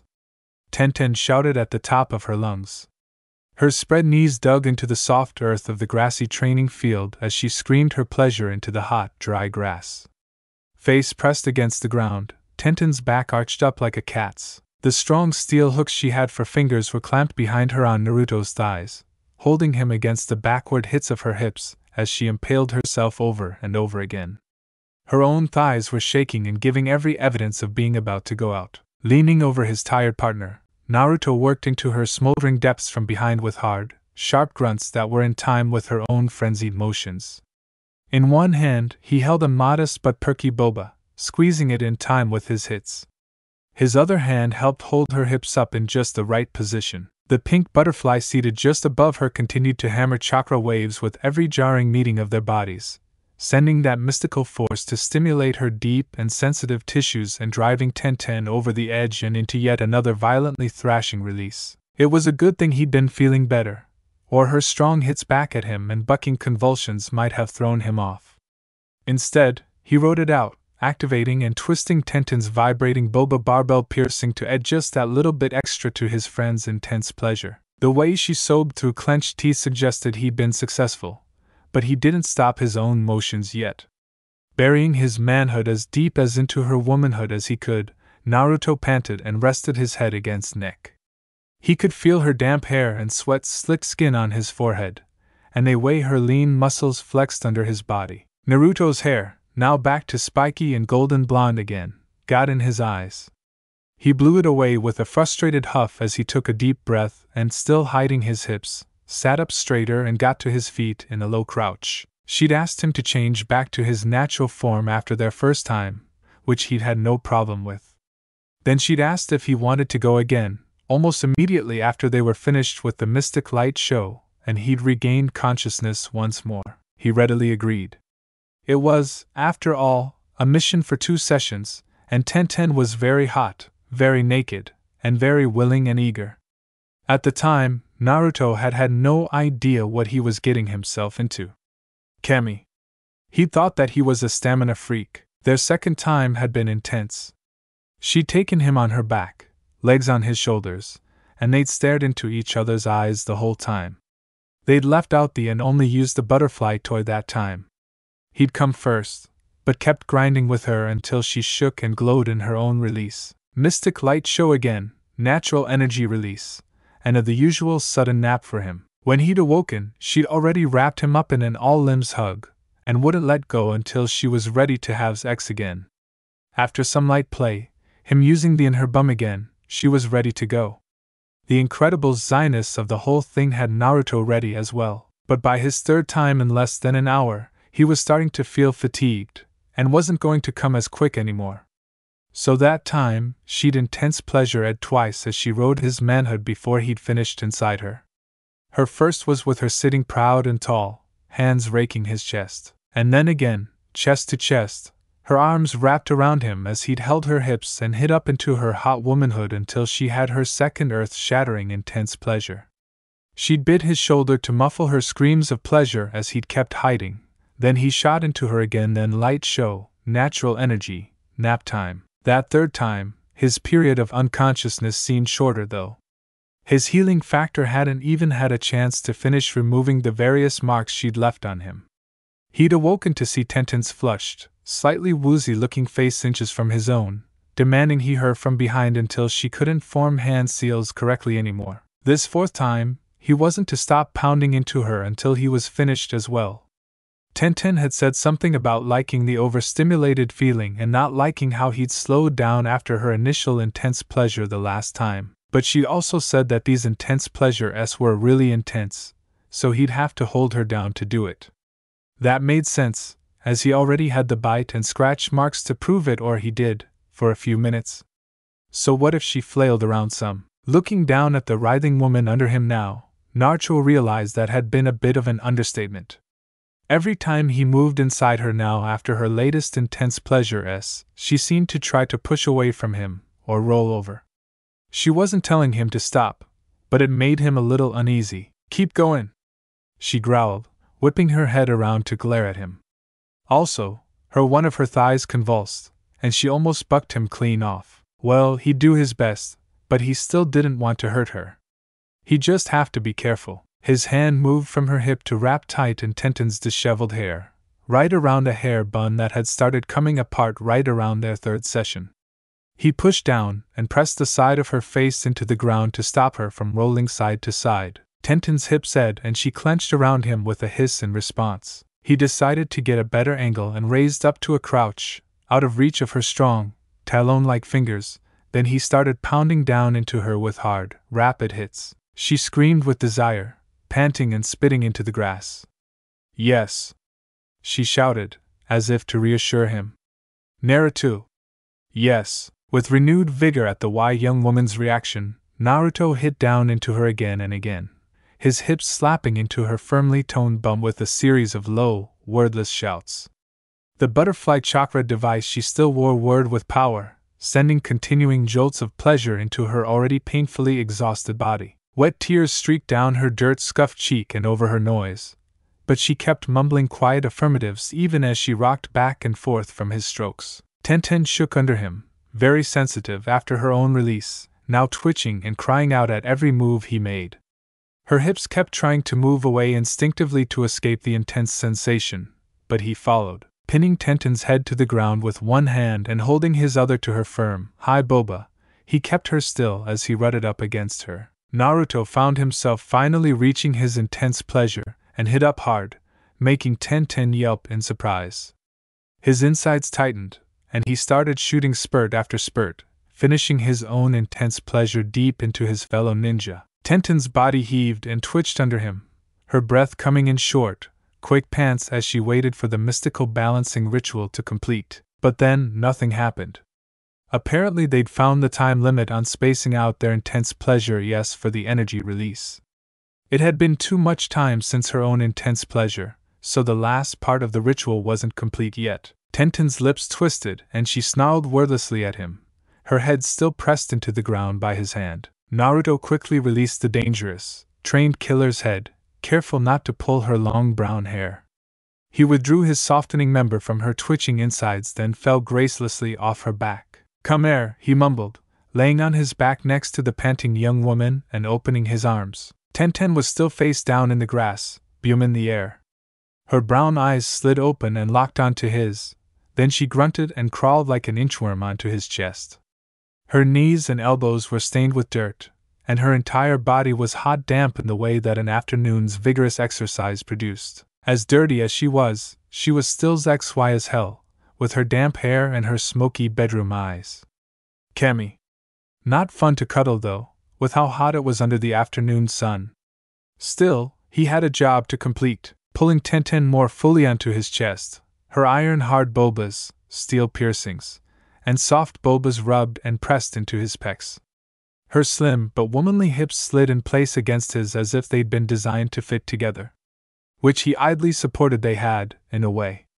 His mahood didn't even twitch, though. He was thoroughly tired, a rare sensation for Naruto. As the metal of the butterfly toy that was still attached to her mahood dug into him low on his hips, he had an idea.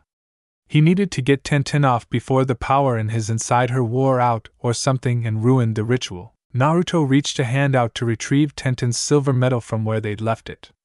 Then he activated it, flipped it over in his hand, spread her bum cheeks with his other hand, and guided the into her bum. "Ah!" Tenten groaned, face twisting in tired pleasure. He wormed the sun-warmed and automatically lubed and disinfected metal toy back into his partner's body. She took several sharp breaths, then said, "Good, good. Almost there, Naruto." He nodded, then pulled it in and out a few times before pressing it up to the hilt inside her. She whimpered and sobbed softly, taking several deep breaths with her face pressed to his chest.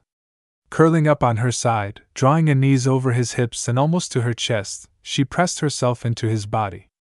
Their combined fluids had started to leak out of her and collected on his stomach, leaving a cool spot on his overheated skin. His hand with the was wrapped around her back and his other hand went between them, to her. He could do this. "Come for me, Tenten," he whispered into her ear. Then he activated her vibrating piercing again and started moving the toy in her beam in and out with sure, steady strokes. Each one was met with a loud sob, and he could feel her start to grind against his palm. Slipping 2 fingers inside her, he felt how she was starting to pulse as she gripped his digits with her softly strong internal muscles. He rubbed against her with his hand, squeezing his palm to her. Without warning she came, howling and sobbing into his chest. Finally, they both glowed again. She gripped his shoulders tightly, her eyes squeezed shut, knowing what was to come.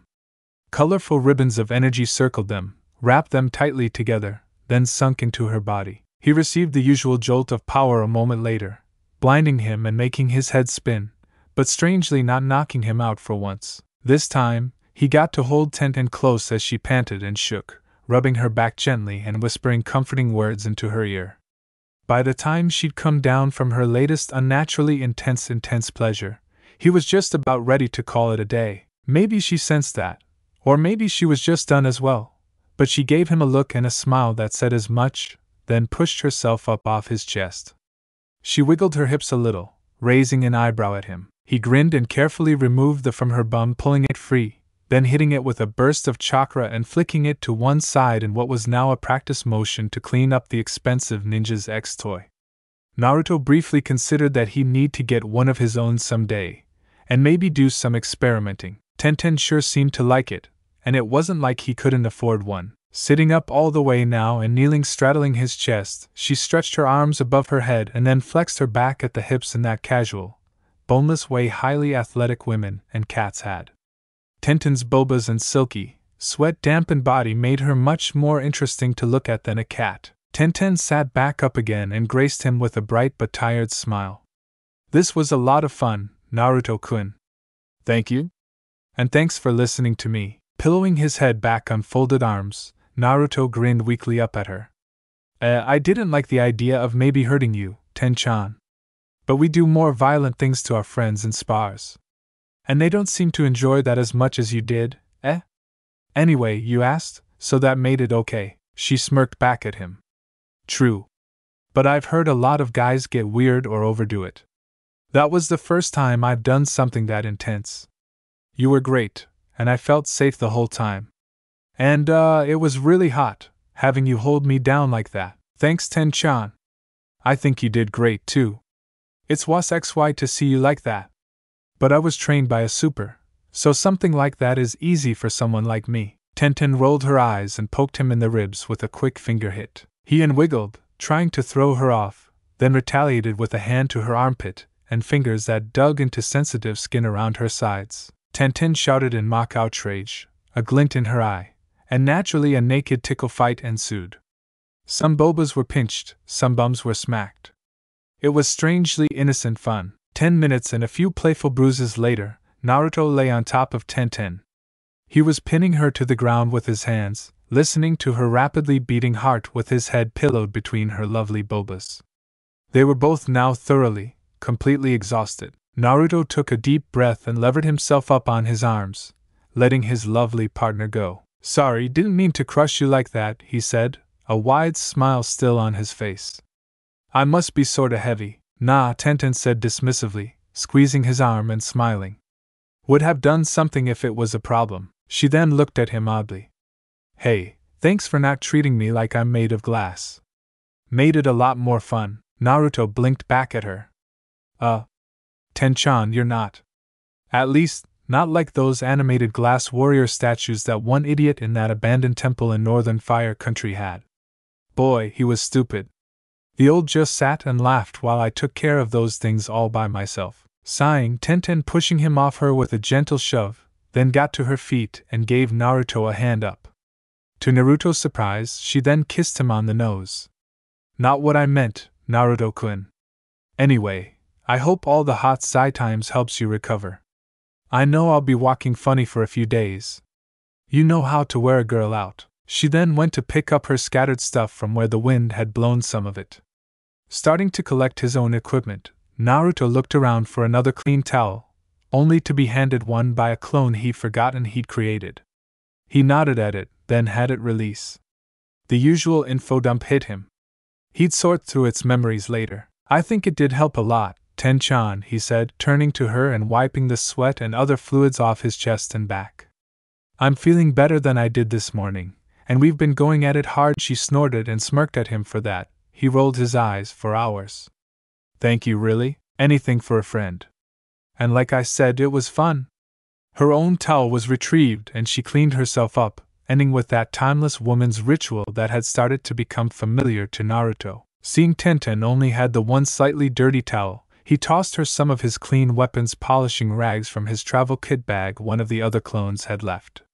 She smiled and gave him a head in acknowledgement. Tenten then started wiping their emissions and the lube from her mahood, using swift front-to-back motions. Practical and unashamed of herself, that was Tenten. They were standing naked in a field, his manhood liquid dripping down her legs, but she just got down to business, doing what she had to do and not bothered by him watching her do it. Still, he turned to give her some privacy, even if she didn't need it. Hey, we might not ever do this again, Ten-chan, Naruto said, putting on a clean pair of underwear and pants. But I wanted you to know that was really special to me, yeah? I don't know if that makes sense. Definitely, Naruto-kun. I think this was good for me, too. Helped me work through some frustrations. You're getting really good at pleasing a woman, you know that? Naruto rubbed the back of his head in embarrassment, but there was also a playful glint in his eyes. I might have heard some girls screaming something to that effect, Ten-chan. You were one of them, if I remember. Tenten threw a deadly accurate of dirty rags back at him, but she was also laughing. Right, whatever, stud-kun. Have fun tomorrow, eh? And don't be a stranger. We should totally spar again sometime. It's a totally platonic, ninja-style date, Ten-chan, he said with a grin. Oh, and good luck with Niji Baka. Tenten froze, hands hovering over some gear she was about to reseal. Naruto-kun, I love you like as XY distant cousin, you know that, right? But you'd better explain right now what the hell you're talking about. She turned slowly and started stomping towards him, giving him plenty of time to continue to dig his own grave. Naruto thought fast. Whoa! I apologize and take everything back and promise to say nothing until my dying day. There is nothing not to say, friend, Tenten said tightly, poking him in the chest. That's the sort of rumor that gets people written up for violating Team's Zul harassment regs. Fine, no really. I won't say anything. Tenten looked puzzled. There isn't anything going on there, Naruto-kun.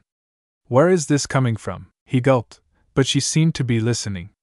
For now. One shot at this. I'd never violate your trust, Tenten-chan, but there are rumors, you know? And that form you had me take, the first time? With the back hair? I mean, isn't that? Her eyes grew wide, and Tenten looked offended. Or maybe potentially violent. Or hungry. He was terrible at this sometimes. Then she broke into loud laughter. Wahaha! You thought? Me? Having the hots for stick up his butt? Enough to want to risk breaking up the team and violating regs? No. Not him. I love the stiff goofball, sure. But more like a brother, or at least a brother in arms. She wiped a tear of laughter from her eye. No, I've got it bad for some hot, young, potential boitoi chunin, but I can't bring myself to visit his civilian family's shop and just ask him out while he's not working. And I don't want to creep on him during working hours with my ninja skills. Stupid way to start a relationship, being a stalker like that, yeah? Naruto felt a flash of diffuse killing intent at that, but it wasn't strong. Maybe Tenten was it after all, but she appeared to be willing to let him live. Oh. I'm sorry, Ten-chan. Forget I ever said anything. And yeah, ask that guy out for sure. No way he'd be able to resist your beauty and charm. If that doesn't work, just tire him out first, he'll put up less resistance to the idea then. Right, she said sarcastically, grinning and punching him hard in the shoulder. Sure, whatever you say. Maybe. Anyway, see you around, Naruto-kun. Tenten picked up the last of her stuff and strolled towards the path leading back to the center of the village. Most likely, to collect on her mission pay. Well, she certainly deserved it. Naruto considered his situation. It was late in the afternoon, and he was conscious, not dying in any way, not tied to a bed, and in full possession of his pants. That was a good day, by his current standards. He should be planning or plotting or something like that, but tomorrow could go itself. No, he was too beat to care, so he was going straight home and having some more ramen. And then take a nap. And maybe have some more ramen. And sleep all night like a log. Hell, maybe he'd be ready for some more wild and crazy kunoichi's X tomorrow. It was almost as good as, but no. That was blasphemy. Nothing was as good as ramen. Well, what if he could know? No. That was impossible. And likely also blasphemy, too. Naruto hummed a happy ramen tune as he walked back to his tent. Then he realized he had no ramen there because he now lived in a tent he had to share with another genin. He clutched his head and jumped around for a few minutes, and quickly ran over to Ichiraku's new location only to find they'd closed the news stand earlier than they had before Pain's attack. Oh, the horrors of war, Naruto thought, leaning against the new ramen stand's closed sign and crying. Someday, he'd see a land where peaceful ramen chefs could sell their wares all day and night without the shadows of violence hanging over them, and that was the promise of a lifetime. Naruto was determined to arrive early and actually get some ramen in his belly before some crazed kunoichi ambushed him again and dragged him off to Her's X dungeon.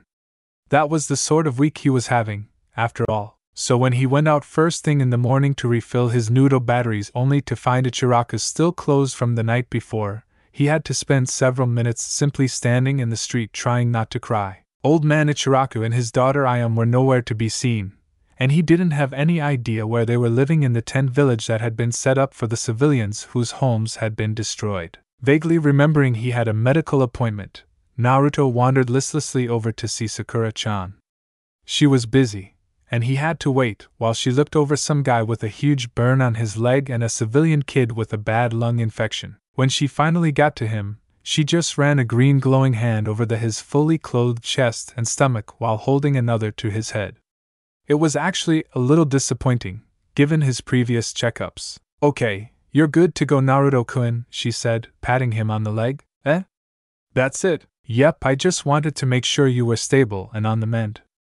See me in a couple of days and we'll monitor the end of the process to make sure you're still on the path to recovery. A little bemused and maybe disappointed by not having to take his pants off for Sakura-chan for once, Naruto hopped off the bed and started to leave the tent. Oh, and Naruto-kun, Sakura-chan said, fiddling with some medical junk on a table and not looking at him. Thanks. For helping Tenten-chan. She's a friend and she'd been feeling down lately. Okay, last night, Sakura-chan said, ignoring his boyism ing. I ran into her after work and she seemed really happy. I think that's because of her time with you. So, thanks. Naruto was about to respond when a uniformed nurse rushed in and started to whisper in Sakura-chan's ear. She frowned and started putting on a surgical gown. I've got to go, Naruto-kun. Thanks again. Have fun today, but be responsible, yeah? His pink-haired teammate and the nurse then hurried out of the tent without another word, leaving Naruto standing there blinking and confused. Was Tenten acting different because she'd been with him? They just had some fun, casual sex together and talked a bit. Well, Ten-chan had been acting weird and seemed down when they'd first talked. He guessed it was good she was now feeling better, whatever the reason. Now it was just Sakura acting weird. What did he do this time? Was Sakura-chan mad at him or something?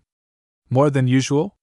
Hard to tell. In any case, it was about time to meet his mission kunoichi of the day. Naruto hoped she was nice. Wandering back to the genin campsite, hungry, a little tired, and more than slightly confused by girl's situation normal, really Naruto was surprised to see a note pinned to the outside of his tent. I am and your favorite ramen. This is not a prank. Tell no one and come to this location alone by 10:00 this morning, or you'll never see either of them again. Do not contact AMBU. Do not tell your team. I am watching you. There was a crude map drawn at the bottom. Naruto was instantly in motion, heading to the marked location at the edge of the village, way over on the other side of town, all before he even finished planning a route. Flying over tents and around the wooden frames of half-reconstructed buildings, he only hoped he'd be in time. According to Sakura-chan's desk clock, it had been after 0950 when he'd left the medical compound. Naruto skidded to a halt outside the large pavilion-style tent. This was the location on the ransom letter. The fact that it didn't ask for a ransom hadn't occurred to him as he barged into the tent, throwing aside the flap and marching right in. It was dark inside. There was a pile of something in one corner, and a low table, and some legless seats in the center of the room. But his eyes were drawn to the figure sitting in front of two large pots bubbling away on a wide portable camp stove opposite the entrance. A cloak disguised the mysterious person's clothes and build, their face hidden in the hood's shadows. Not that it mattered. The villain here was clear. Hands on his hips, he confronted the kidnapper and ramen thief. Hey! You! Give back old man Ichiraka's daughter and all the ramen you stole. The figure stood up and pulled back their hood. I'm so sorry about this, Naruto-kun, said, her face pale and pinched. Her long brown hair spilled out from the hood. He froze in shock. Why? Oh, hi, Chan. You okay? Where's the bad guy at? She shook her head sadly. Naruto-kun, I asked my father to close the shop today. I'm the one who sent that note. Oh, what? Then, no one's in any trouble? Looked even sadder as she raised her hands together. I didn't say that, Naruto-kun. 17 hours of pleasure, activate. Shouted, hands flying through a rapid series of seals, and ending with her slamming a palm into a glowing seal that had appeared on the floor of the tent. With a flash of light, the entrance to the tent disappeared, leaving a smooth canvas wall in its place. Naruto whipped around and tried to open the flap, but only ended up pushing the yielding tent material around. Struggling harder, he took out a kunai and tried to cut the fabric, but it was impervious to the razor-sharp blade. Chan, what's going on? He shouted in confusion. We gotta get you out of here, and the ramen too. Oh, Naruto-kun, she said sadly. There will be no escape for the next 17 hours. We are sealed in here together for that time. You entered the tent willingly and greeted me as a close friend, allowing me to complete the mystical trap and seal us both inside. But why Chan? Naruto asked, really confused now. I have orders, she said, standing straight and stiff. Orders from the revered third Hokage himself. A contingency plan, if your life was ever in danger from lingering illness or injury. These orders were crafted when you were young, soon after I was placed as a sleeper agent at my father's ramen stand when you were 8. Naruto shook his head, unwilling to believe what he was hearing. Remember that first coupon you got in the mail? She asked. You were the only one to get 2 free just for coming in that day. It was part of the plan.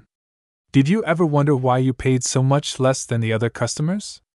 That was so you could afford to eat at our place as often as possible. So I could keep an eye on you. You did look out for me, I am Chan. You and the old man always treated me right. But what is this about a mission? You're not a ninja. I am pulled her sleeve up over her shoulder. There was a swirled, iconic flame tattoo high on her arm. Just like Kakashi Sensei's. He'd been in ANBU and so had I am. Naruto's legs gave out and he sat down with a thump. My mission isn't to do you any harm, Naruto-kun. Not that I think I could. You're very strong, and I'm not an active duty ANBU for a reason. After I was severely injured in combat during a mission, I was going to be forced to retire and quit being a ninja. But my long-term mission let me keep working for the village, even if I wasn't ever going to fight in another battle. And now I have a new one. Resting his arms on his knees, Naruto held his head in his hands. He thought he sensed a pattern. I am Chan? What is your mission? Is it to have sex with me? The brunette blushed and toed the ground with one foot. Why, yes. Sort of. My original, long-term C-rank sleeper mission classified as an S-rank secret was to get close to the village Gene TTU and monitor your mental and physical health. I have reported weekly to ANBU for 9 years. That mission is now complete, and my cover is no longer needed. I was authorized to Expo Air, tell you about my past role. As for my current mission, I didn't know about it before. It was secretly created by the third Hokage, then sealed, only to be unlocked by the head of ANBU if certain triggering conditions were met. The orders were automatically activated when the most recently filed medical report suggested a possible life-threatening illness. They gave me the mission because I hesitated, then barreled on like a ninja, giving an unpleasant but through mission report. I then took advantage of the extant missions relating to your health and your relationship to me and my family's ramen recipe to set up this encounter. And if it matters, I am also your Konoha Medical Division assigned tie-in specialist for today. Naruto's mind broke, the pieces scattering over the ground. I thought you were my friend, he said, slumping low with his head in his hands. I am Naruto-kun. Please believe me. I didn't know you when I accepted my original mission. But it isn't just a mission now. I've grown to think of you as a friend. Please, you have to believe me. Our friendship is real, Naruto-kun. I want to help, which is why I accepted my new ANBU orders. I could still have said no woman in Leaf's ANBU can be forced to but What Naruto choked on the words, feeling woozy from shock and lack of ramen. What is your new ANBU mission, She fell to her knees, tears running down her face.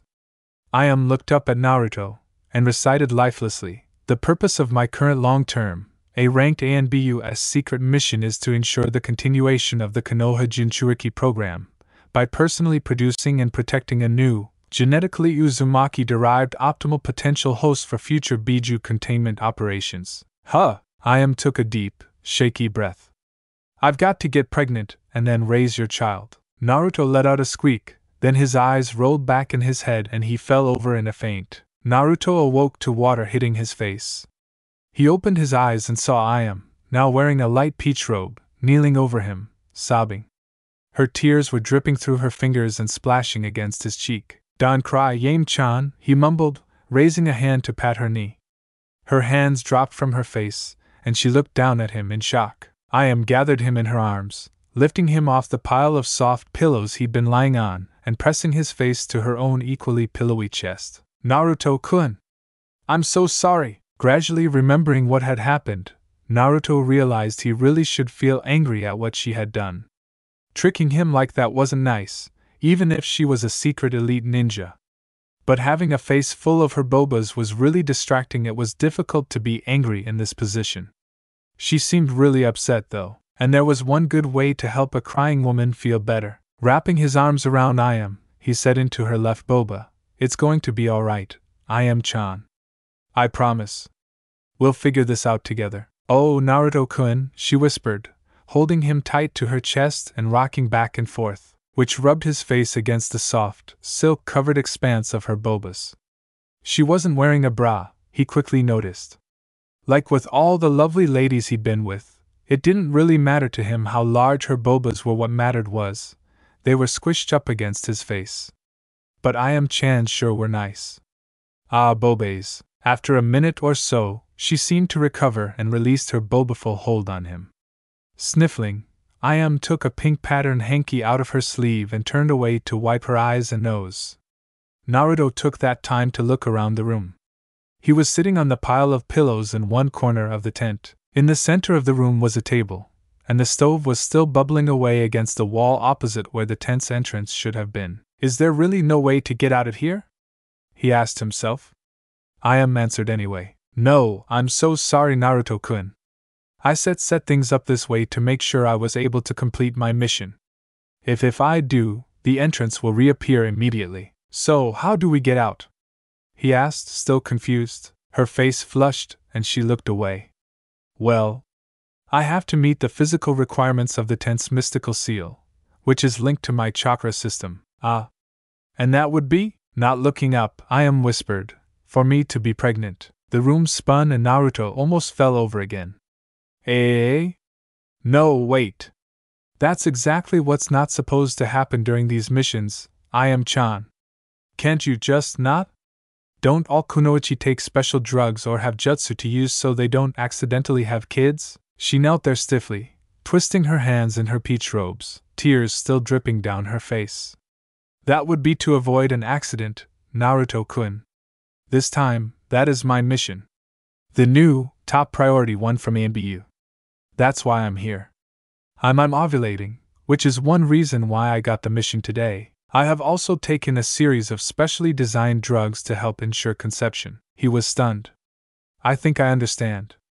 I know most of that. As things to make sure aren't happening when I have sex. That means you really are trying to." She nodded sadly at him, then wiped her eyes again and sat silently watching him. "I don't think I can do this," he eventually concluded, staring at the floor. "Jiraiya-sensei said, getting a girl pregnant and not taking responsibly made you worse than trash. I've got big battles still to fight. A teammate to save. I couldn't stay in the village and still complete my promises. I can't do this to you, Ayam-chan." She closed her eyes and shivered. "I'm sorry. You don't have a choice, really. If I fail, someone else will be assigned to this mission. I'm the first person they gave it to because I'm not available for missions outside the village, and then I was already ready because of my cycle. But they don't need your compliance or consent, as this is a directive straight from the office of the Hokage. They'll find a way to take your sperm somehow, and a kunoichi will be tasked with bearing your child.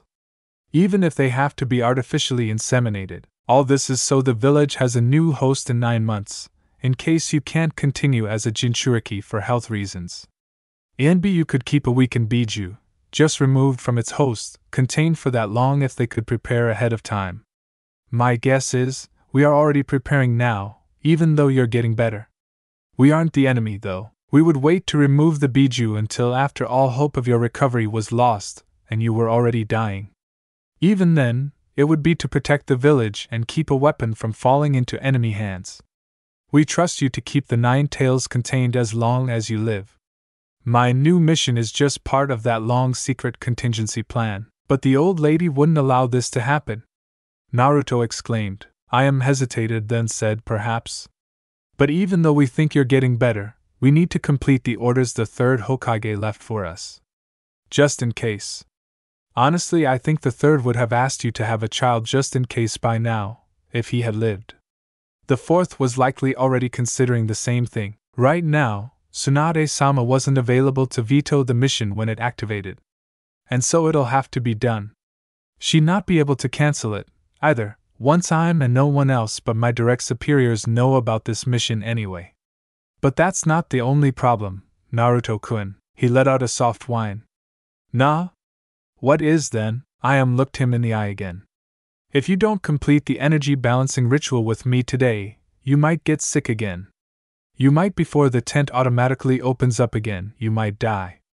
I can't do any of the medical jutsu to prevent pregnancy, even one that wouldn't mess up your treatments. She was waving her hands around, babbling a little.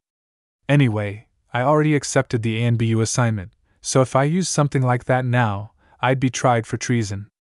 And I can't do anything later to stop the pregnancy, for the same reason. It's too late. I've already accepted both missions.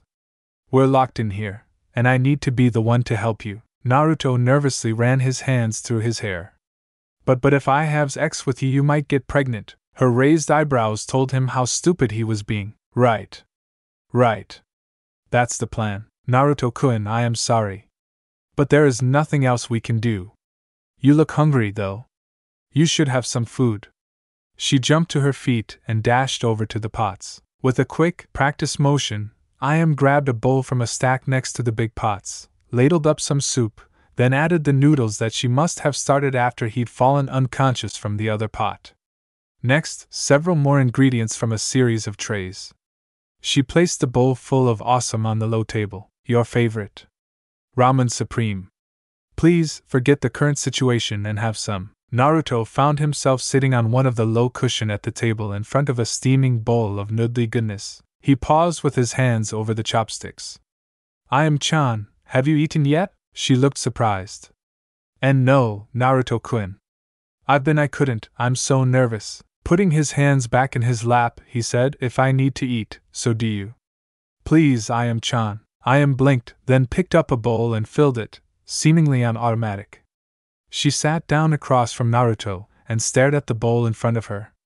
She jumped when Naruto gave his traditional ramen prayer, but picked up a pair of chopsticks and started to eat when he did. Ah, that was good. Naruto slurped down the last of his bowl and sat back, leaning with one arm against the ground. He noticed Ayam had actually kept up with him and was almost finished with hers as well. She looked up at him and ed down a noodle. What? She asked, seeing him staring. Nothing. Just, not many people love ramen as much as I do. Ayam looked indignant. Uha? Of course I love ramen. I put those feelings into every batch. Naruto looked thoughtful down at his chopsticks and empty bowl. Well, if that much is true, maybe you were really my friend this whole time, after all. Ayam's eyes grew wide slowly, then she leaped across the table, tackling Naruto and spilling the last of the ramen in her bowl. She was babbling into his shirt, arms wrapped around him again. Of course I'm your friend. I always have been, and no stupid mission will change that. You have to believe me, Naruto-kun. His arms were pinned this time, so he couldn't even hug her back. But a thought occurred to him. Do you actually want a baby, Ayam-chan? Her arms stiffened around him. Then she drew back and pulled up her legs to one side to sit straighter in his lap. Ayam's face was hard to read. Actually, I don't know. I think so? Well, you've only had a day to seriously think about it. That's right, she mumbled, turning inward and staring at her lap. The orders would have gone into effect a couple of days ago. I found out yesterday, and Haruno-san looked me over just this morning to make sure I was healthy enough. What? Sakura-chan had known about this? Well, she was cleared for S-rank secrets with a need to know, and checking the future Jinchuriki's mother out medically before pregnancy would count as would doing the same for her father. That would explain her acting so weird earlier, and why he'd had an appointment today he wasn't supposed to miss. Ayam continued, most girls first think about it as soon as they realize they could have a baby someday. But that was silly stuff, choosing baby names and daydreams about marriage that disappeared quick while I was training to be a strong ninja. Naruto put his arms around her and gave her a comforting hug. I'm not sure I want to know, but what happens to the kid? She blinked and looked at him again. If you die, they would become the new Jinchuriki. There is a seal ANBU has. One Jiraiya gave them soon after the fourth's death. That should work. It'll take some time, though. And well, you'd be dead. I don't want to think about that outcome, really. Okay. What if I'm too awesome to die? Do we get married? Do you, Kami? This is Naruto rubbed her back. Do you even get to keep the kid? Oh, yes. Of course I'm allowed to care for her. Leaf isn't monsters like Cloud or Mist. And we wouldn't marry. I mean, most active duty ninja don't, and I'd be taken care of anyway by the village. My long-term mission, for which I'll continue to receive full pay, will be to complete the pregnancy and raise our daughter until she graduates the academy or another vocational school of her choice. I'd imagine, if she were the new Jinchuriki, she wouldn't have much choice in careers though. Well wait, she? You're sure it'll be a girl? She nodded. Female Uzumaki were determined to be the best hosts overall during the first Hokage's time. That's why your mom was originally chosen, and why she wasn't in Whirlpool when it was destroyed. The drug they gave me means about a 90% likelihood of a girl, he gasped. Mom, she was like me? I bit her lip. Well, sort of. This is all A-ranked village secrets, by the way. I only know because ninja parents of Jinchuriki who have security clearance have need-to-know status on Jinchuriki operations. The paperwork is already filled out. For both of us, as you're going to be. Don't tell even you teammates, though. He nodded, eyes wide. Your mom was made a Jinchuriki after the first wife, Mito-sama, died. Long ago, when she fought together with her husband against the Nine Tails and Madara Uchiha, she sealed the demon inside herself on the battlefield. Your mom was chosen to carry on as a container for the Kyuubi when Mito-sama was old and growing gradually weaker. She knew someone from her home village would have the strength to contain the demon's evil. She hugged him tighter. But your mom, Kushina Uzumaki, got a choice. And it was when she was already a ninja herself that the demon was sealed inside her by an entire team of sealing experts. It was a much better seal, too, and she reported almost never noticing the demon at all. Her seal was very strong and normally would never have broken, but that night, it must have been. Naruto's hands clenched into fists around her back. It was when she gave birth to me that the seal was weak enough for the masked man to. He swallowed hard. Spoke up softly. They were married, you know, in secret. Namikaze-sama loved your mother dearly, so I'm not just another part of this Jinchuriki program, like my mom was? Oh wait, oh yeah, right, I'm not a girl. So mom didn't. Your parents had no plans for you to ever be a host and I think you were heir. A bit of a pleasant surprise. Naruto blinked then grinned. But still, no secret village super weapon training program for our kid? No, of course not, said, pulling back to frown at him. We didn't do that with you or your mom, and again, we're not Cloud. We don't even have a program in place to do that, like they do. And if she becomes the Jinchuriki, we'd be able to actually keep it secret this time. It would be more like with your mom. I'd ensure she grew up strong and protected, and without anyone knowing. I'd promise she wouldn't suffer from the villagers' ignorant hate. That's right, Naruto said. I guess mom didn't have a rough time like I did, if no one knew about it. Well, I guess that makes things easier for the kid. And when I'm Hokage, everything will change. Even though she wouldn't be the host in that case, whoever comes after me won't have to suffer like I did. He frowned. If I kept it a secret, could I see her? Right. And I'd be allowed to secretly help you with money if you needed. Silenced him with another crushing hug. Of course. I'd never keep you from your daughter. I'll fight anyone who tries, yeah. You'll be such a great dad, Naruto-kun. You're the kindest, most responsible person I know. Eh? He wheezed out. She loosened her grasp, but was still wiggling distractingly against him. Everyone always says I'm terrible at being responsible, he said, running a hand up and down her back. Not when it counts, I bet, she purred. I bet you never run away from trouble and always see things through to the end. Yeah, I guess so. You're older than me and responsible yourself and all. But I don't want you to suffer because of this. And I don't want to bring someone into the world just to give them the kind of life I had growing up. Pulled back and pressed her forehead to Naruto's. If the worst happens, and I promise, I won't let the secret get out. I'll love our child, and she will be ours, yours and mine together no matter what happens. My dad, no, the entire village will help raise her. And you're a hero now. If they somehow found out she was yours, and after you saved everyone, they'd all want to love and protect her anyway. Hey, he said in surprise, that's right. They mistreat the hero's kid. I'll come back from the afterlife and kick all their bums. She squeezed him again. No, because you're not going to die. You'll be there to see her grow up into a fine adult. But first, I've got 2 missions to complete, remember? I stood up and got a new bowl, but filled it only with the steaming broth. She then got something from a tray and a pile of napkins and went over to the pile of pillows in the corner. Naruto realized with a sudden blush what that was for. Lay down facing him, her legs folded tightly to the side, and picked up what he now saw was a paintbrush. Naruto-kun, I know you like everything on our family's ramen menu. But you haven't yet had my new, secret recipe. Ramen. She opened the top of her robes until they barely covered the tips of her bobas. Then she took the wide basting brush and dipped it in the broth.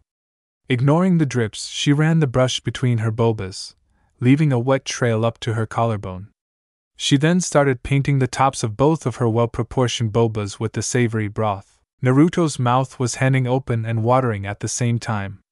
He'd just eaten, sure, but he never wanted just one bowl. Jumping to his feet, he stalked towards where lay with long, purposeful strides. Ayam's eyes grew wide as she saw the hungry look on his face, and she flushed prettily, staining her cheeks a light pink. Naruto knelt down next to her, leaning over the older woman. She gulped and dropped the paintbrush at her side. What a fine-looking dish, he said in a raw, husky voice. He looked deep into Ayam's wide brown eyes.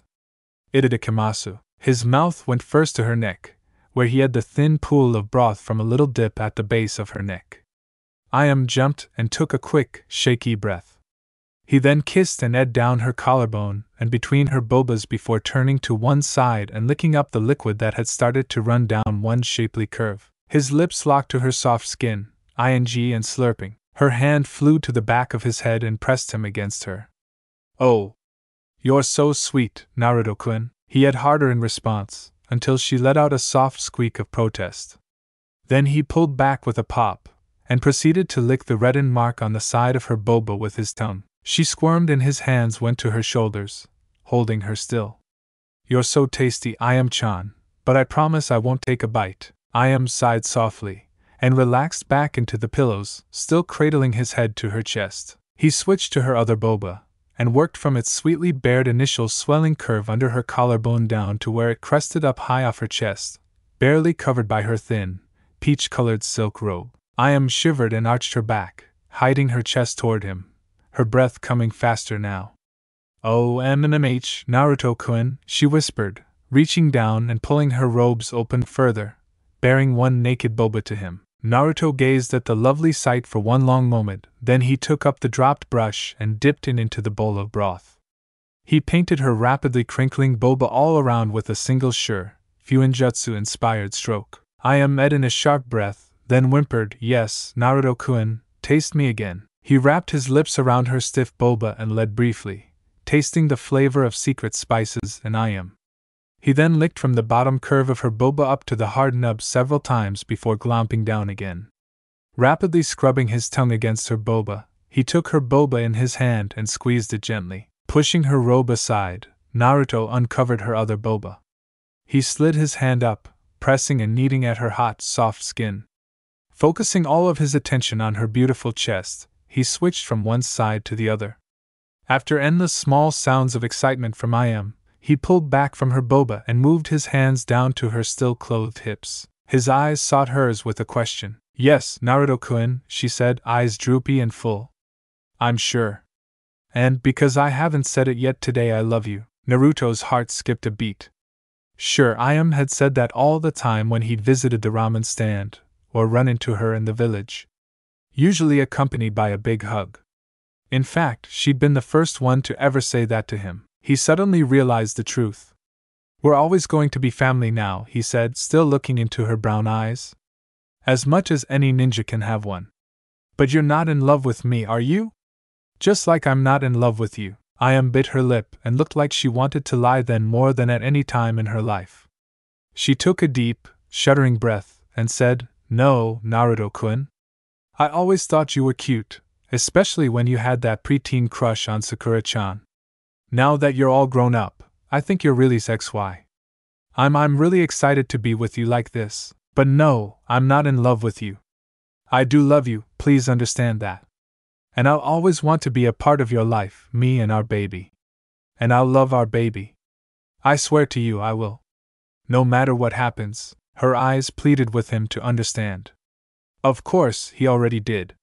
You're a good person, I am Chan, Naruto said, smiling brightly at her. I know you'll make a great mom. Now you know you need to work hard to get that sort of promotion, right? She smiled back up at him playfully. Yes. I'm all yours, Naruto-kun. Reaching his hand down the side of her robe, he paused. Wait. You said you were injured and couldn't do combat anymore. Is there something I need to be careful of, I am Chan? The pain on her face made him wish he'd been more sensitive in how he asked that. No, I'm okay now, she said sadly. I'll just never fight at my full ability again. I was hit by an explosive. Here. She took his hand and moved it inside her robe, down to her outer thigh, pushing one side of the robe fully away from her body. He kept his eyes locked to hers, which seemed to make her confused. She brought his hand down over several rough spots. Likely scars and other damage. He felt several places where tissue just seemed to be missing entirely, leaving slight depressions. I lost chunks from my legs, she said, old memories clear on her face. Mostly on my left side. It was an early mission I had in ANBU. I was a prodigy, though not like Kakashi-senpai, obviously. Anyway, medics on site couldn't heal all the damage. By the time we got back home, it was too late for the best regeneration techniques. Thankfully, they saved my leg, and the menin here in Konoha were able to permanently numb the nerves that were damaged. Otherwise, I might have been in constant pain for my entire life. I can walk fine and even run, but not like a ninja. Chakra pathways were also burned out by the energy released in the explosion. No more climbing trees without hands for me. Reduced mobility and strength with lower leg chakra disability. That's what put me on the sidelines for good. I could still have taught or worked an office job, I guess, if I hadn't been given that deep cover mission. She closed her eyes and moved to cover up her leg with the robe. You shouldn't look. It's really ugly. I'm so stupid, I should have worn something else. We can turn out the light and… Her eyes flew open when Naruto's hand covered hers and pushed the robes back again. He finally looked down then, and moved back to examine her legs more closely. His hands ran over jagged white scars and twisted-looking skin covering missing flesh.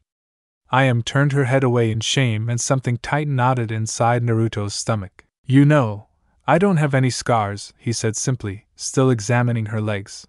Seemed confused, but didn't look at him, keeping her face turned away. He kept running his hand over her calves and around her knees, feeling out every injury and tracing it with his fingers. Old fuzzy ass heals everything the way it was before I got injured. But that isn't all. My fingernails don't grow like normal. They actually grow naturally to sharp points and stay like that, so I never have to cut them. My hair is always this length, never longer. I don't even tan, really. I've been sunburned before, but it clears right up once my healing kicks in. They can't tell which bones I've broken before because the breaks heal so thoroughly.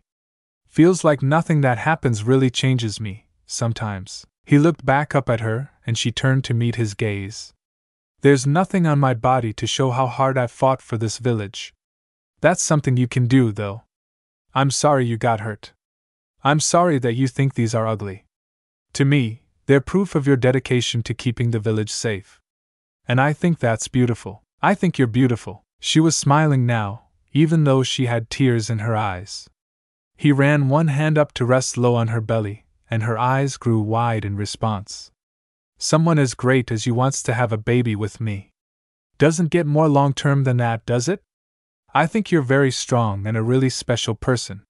And I'm proud to be your friend. Having found the scar lowest on her legs, he started there, placing a soft kiss on her ankle. Then he moved up, finding one on her other leg on the lower calf. He kissed that one.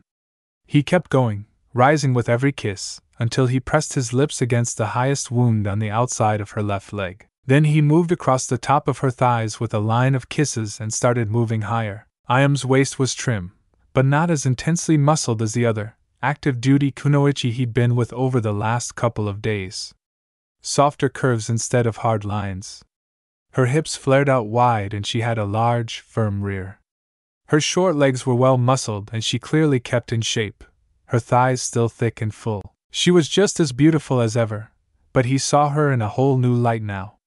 Ayam was so full of life, so eager to share that with him and with the child she unexpectedly wanted. He found himself eager as well. His hands wrapped around and held her soft, strong flanks, then cupped against her bum and lifted her up slightly. His latest lover hummed a pleased sound as he kissed higher up the inside of her thigh, and her knees spread wider, inviting him in. She was shaved, as were most kunoichi, with that silky smooth closeness that only chakra-based depilation could accomplish. Her plump vulva rose high off her pelvis, sharply curving back down to a small, tightly closed labia.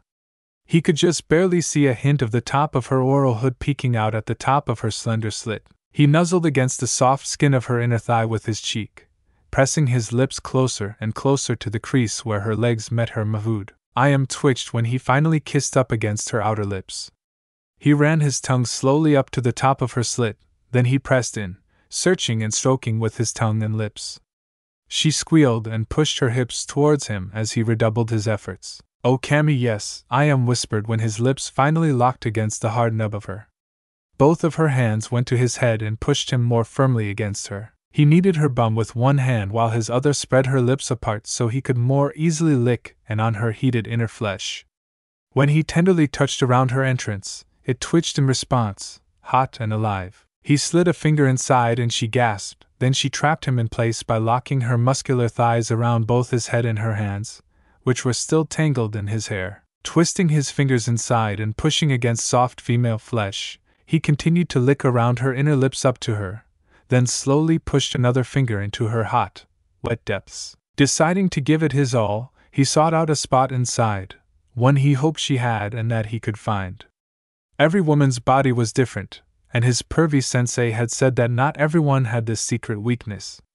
But he had to try and find it. Being a ninja was about exploiting weaknesses, after all. When he did find it, and his fingers pressed firmly against the upper wall of her yielding tunnel, Ayam's hips left the pillowy bed, and she screamed in pleasure and surprise.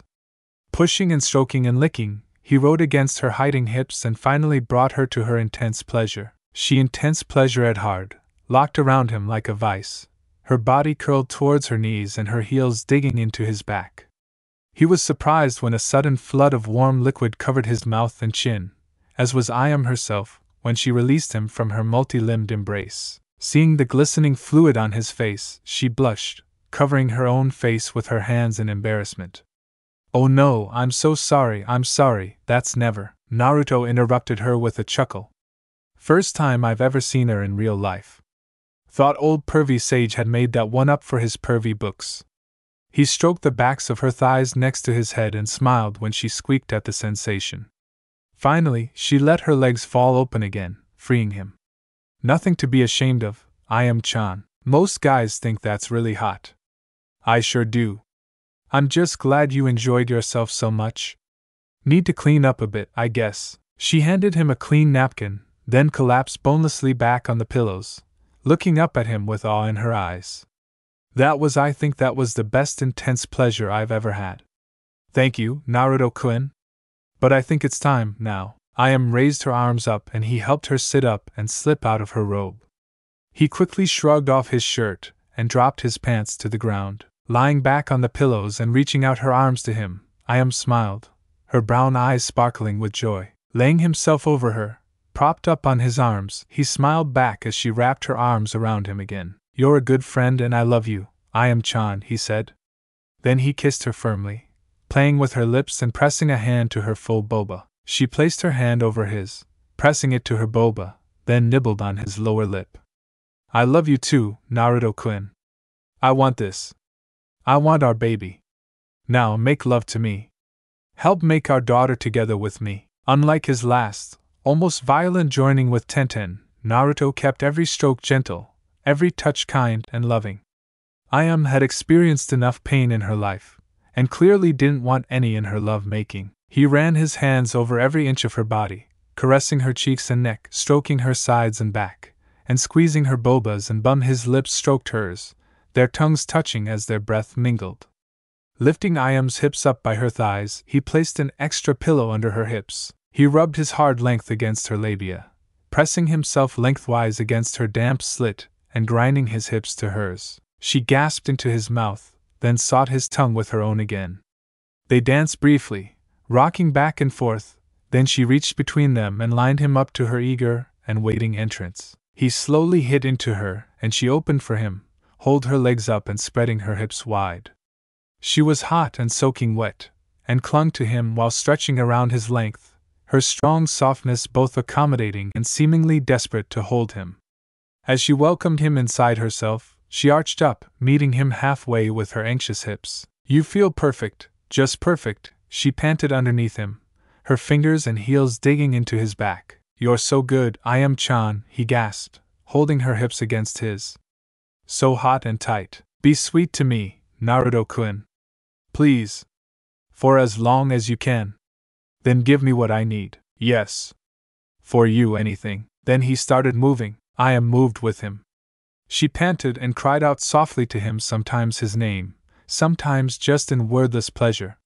He held her close and ran his hands over her bobas and down her sides, stroking her thighs and holding her boom as he hit into her. Every gasped response from his lover was like notes to a song, and he quickly learned to play the delicate instrument of her body. Meeting her hips with slow, regular hit, he drove her to the edge with all of his skill. Then he kept her there, kept them both there, slowing even further but keeping his motions into her tight slickness regular and strong. Occasionally, he'd circle his hips and grind against her body, pressing his pelvis to her hot, swollen slit, and holding her chest firmly against his. Then he'd make shallower hits, not meeting her completely. He followed this by strong attempts to knock against her deepest inner places, which sent shock waves through her as Ayam clenched her teeth around impassioned her groans. After an endless time, he was still going, and Ayam was breaking down. "Naruto-kun," she gasped as he hit into her again. Her arms were thrown above her head in exhausted wantonness, and she was taking short, panting breaths. "Naruto-kun, it's time!" He immediately speed up his pace and relaxed that odd internal muscle his most ed teacher had told him how to strengthen. Ayam's legs were clamped tight to his sides and her body shook and quivered with every hit he made into her. She'd already had several small, whimpering near intense pleasures, but he was now aiming for a big one. One hand still propped him up above her, and his other went down to her. Her eyes rolled back in her head as he pressed and rubbed around the tight bundle of nerves. Her knees pulled up and she crossed her ankles behind his back. She clenched around him as she came in fluttering and slowly weakening pulses. While he continued to hit into her hot, wet womanhood, Ayam's short, sharp cries rang out over and over again. His focus narrowed down until his world was the tight, damp warmth surrounding his manhood. Then his world exploded. Naruto felt it. The moment he came, Ayam would have their daughter, and he would live to see her grow up. It was all clear in a moment of crystalline optimism. He pushed again and again into Ayam with his hard, pulsing member, emptying himself deep into her body as she screamed out her pleasure. Then there was a flash of light, and chains of power, huge things, pure energy made almost physical, erupted from Ayam's stomach. They wrapped around the room, crisscrossing the inside of the tent, then turned back, spearing her through the hands, feet, and chest. The glowing chains pinned her to the ground through him and the pillows with ethereal metal links. Naruto felt nothing where they passed through him. They seemed to not actually restrain her either, as she was still thrashing around, but instead drove her to even greater heights of sensation. Ayam's toes curled tight and her hands shook. Her arms pulled tight against her sides and her curled fingers clawed at the air. He continued to hold her close as her back bowed and she shook all over, her mouth open in a silent cry of joy. He felt a sudden hot wetness against his groin where he pressed tight against her. Naruto tried to shout, tried to move, but he was almost completely frozen, still buried deep in his friend's body. Ayam's eyes were open but not seeing as she lay pinned under him like a butterfly. Then there was a roaring sound like the wind, or a wild animal, and her upper body was lifted into the air. He clung to her, his arms wrapped around her body as he knelt between her legs. She hung for a moment, then all the chains retreated from the room, returning in writhing coils that wrapped around her body. With another flash, they were gone, and Naruto had to tighten his hold so Ayam didn't crash back to the ground. Holding her in his arms, shocked by the violent mystical event, he totally forgot about the next part. So when it happened, he was surprised. But then he was even more shocked when the rushing, explosive unconsciousness he was expecting never came. Instead, he felt like he was getting rapidly drunk over the course of several seconds. His head grew heavy, then light again, and the room spun. His stomach felt like someone had put stones in it, then it was on fire. All his limbs tingled, and he had to concentrate to keep from dropping the still limp Ayam. Then the sensation started to fade. The mystical pressure disappeared, along with the odd sensations. He quickly checked Ayam over, still holding her in his shaking arms, frustrated tears in his eyes. Ayam-chan! Are you okay? Oh Kami, be okay. Her head rolled loosely on her shoulders and her eyes were rolled back and all whites.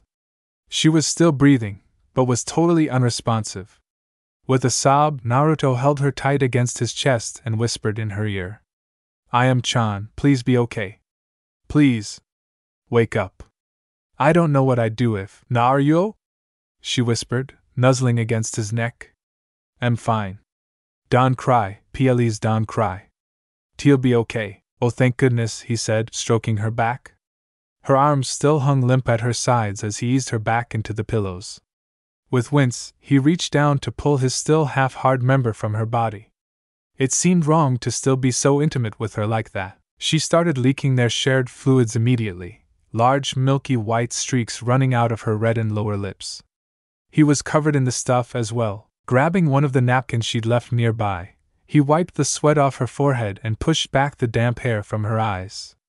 He took another one and pressed it gently to her mahood, then wiped off the sticky residue left there. It looked like she'd had another extremely wet intense pleasure, and he was honestly a little worried about dehydration. Ayam lay on the pillows with a happy, if slightly vague smile.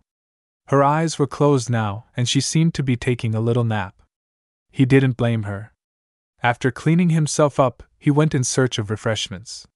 He hoped there was something in the tent, because the exit was still missing. Ayam seemed to be coming around when he returned with a tray holding 2 bowls of ramen and a couple of cups of the green tea he'd found waiting by the sideboard. What was the? She asked, slightly more coherent than before. That was the most intensive natural energy rebalancing I've seen so far. And you've had the most extreme reaction yet. Are you okay? Does anything hurt? Ayam blew out a breath and flopped an arm onto her stomach.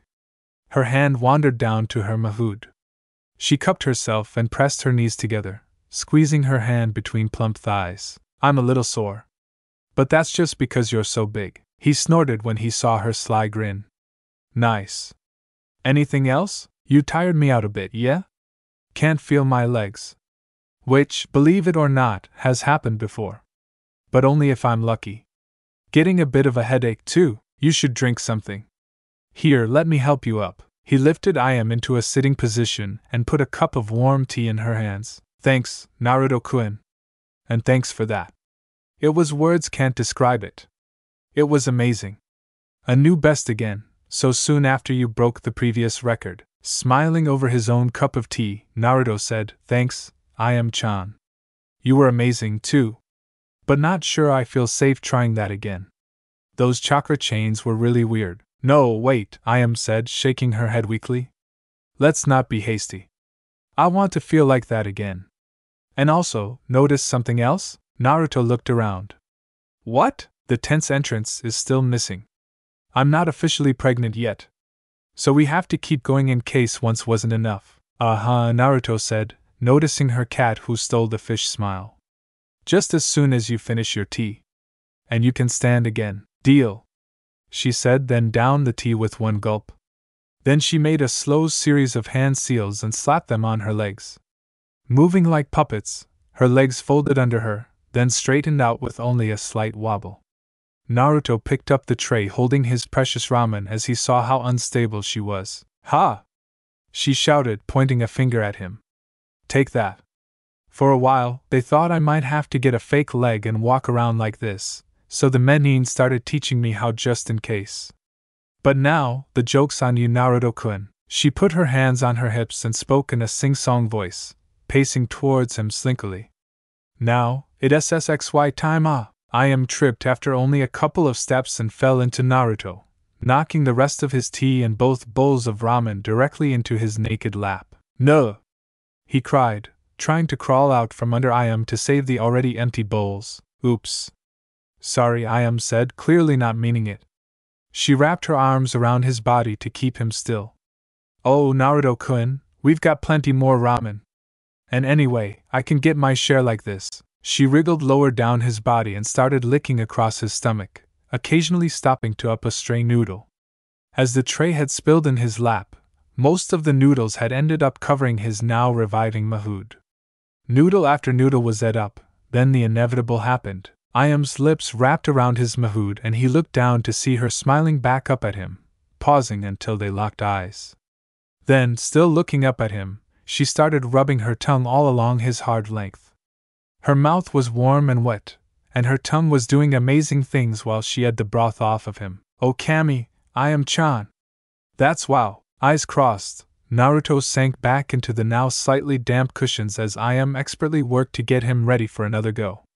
Remembering his earlier incorrect and contrariwise, actually blasphemous thoughts, he decided that for worshippers of ramen anything was possible. He'd have to keep a more open mind in the future. Ayam's eyes were clouded and vacant as she was slowly rocked back and forth. Her arms were thrown out, and her legs were spread wide, like a beach starfish. Naruto was propped up on his elbows, pushing into Ayam's clutching hole over and over again with small, slow hits of his hips. She gasped softly and twitched her hands every time his hips bumped against hers, but otherwise they moved silently together, making only minimal movements. It was hour 15. Sometime in the early morning hours, and the tent's entrance was still closed. After their first, they'd had mind-blowings a couple more times in quick succession. It was so intense every time the natural energy balancing occurred, however, that they were left dizzy and exhausted, so they'd taken a long break, assuming there was now enough of his sperm in her to repopulate an entire ninja village. 2 hours later, the tent had still been closed, and they were cleaned up and once again really, so they went at it like rabbits again. 4 hours. They couldn't seem to get tired of each other. Naruto and Ayam would rest for a few minutes, then one of them would look at the other, or make some comment about what they were thinking about concerning the baby, and then they'd frantically start kissing and groping each other again. By now in hour 12, they both seemed zully supercharged, and Ayam had started having tiny little intense pleasure, yes, every time he moved inside her. What they were doing now didn't even seem like sex. It was more meditative. They'd stretched out the edge of their last intense pleasure for over 45 minutes, and this time it looked like they might beat even that record. The entire tent smelled strongly of sweat, ramen spices, and sex. I've got to be pregnant by now, Naruto-kun, Ayam mumbled, rolling her head side to side. I'm overflowing with you. I can feel you touching the insides of my skull with your manhood. Come inside it, and fill up my mind with your seed. They'd also gotten into a really strange place, mentally. Naruto kissed her on one tightly crinkled boba. She whimpered and squeezed around him, then sighed, as he licked at the spot. I love you, she said, speaking in fractured sentences. Shivers down my spine. Touch me more. Inside me. Yes, Ayam-chan. You're so good. Together, Naruto-kun. Making something precious. Inside me. I know, Ayam-chan. She'll be ours, yours and mine. Can do this. I want that. You're going to be a great mom. Yes.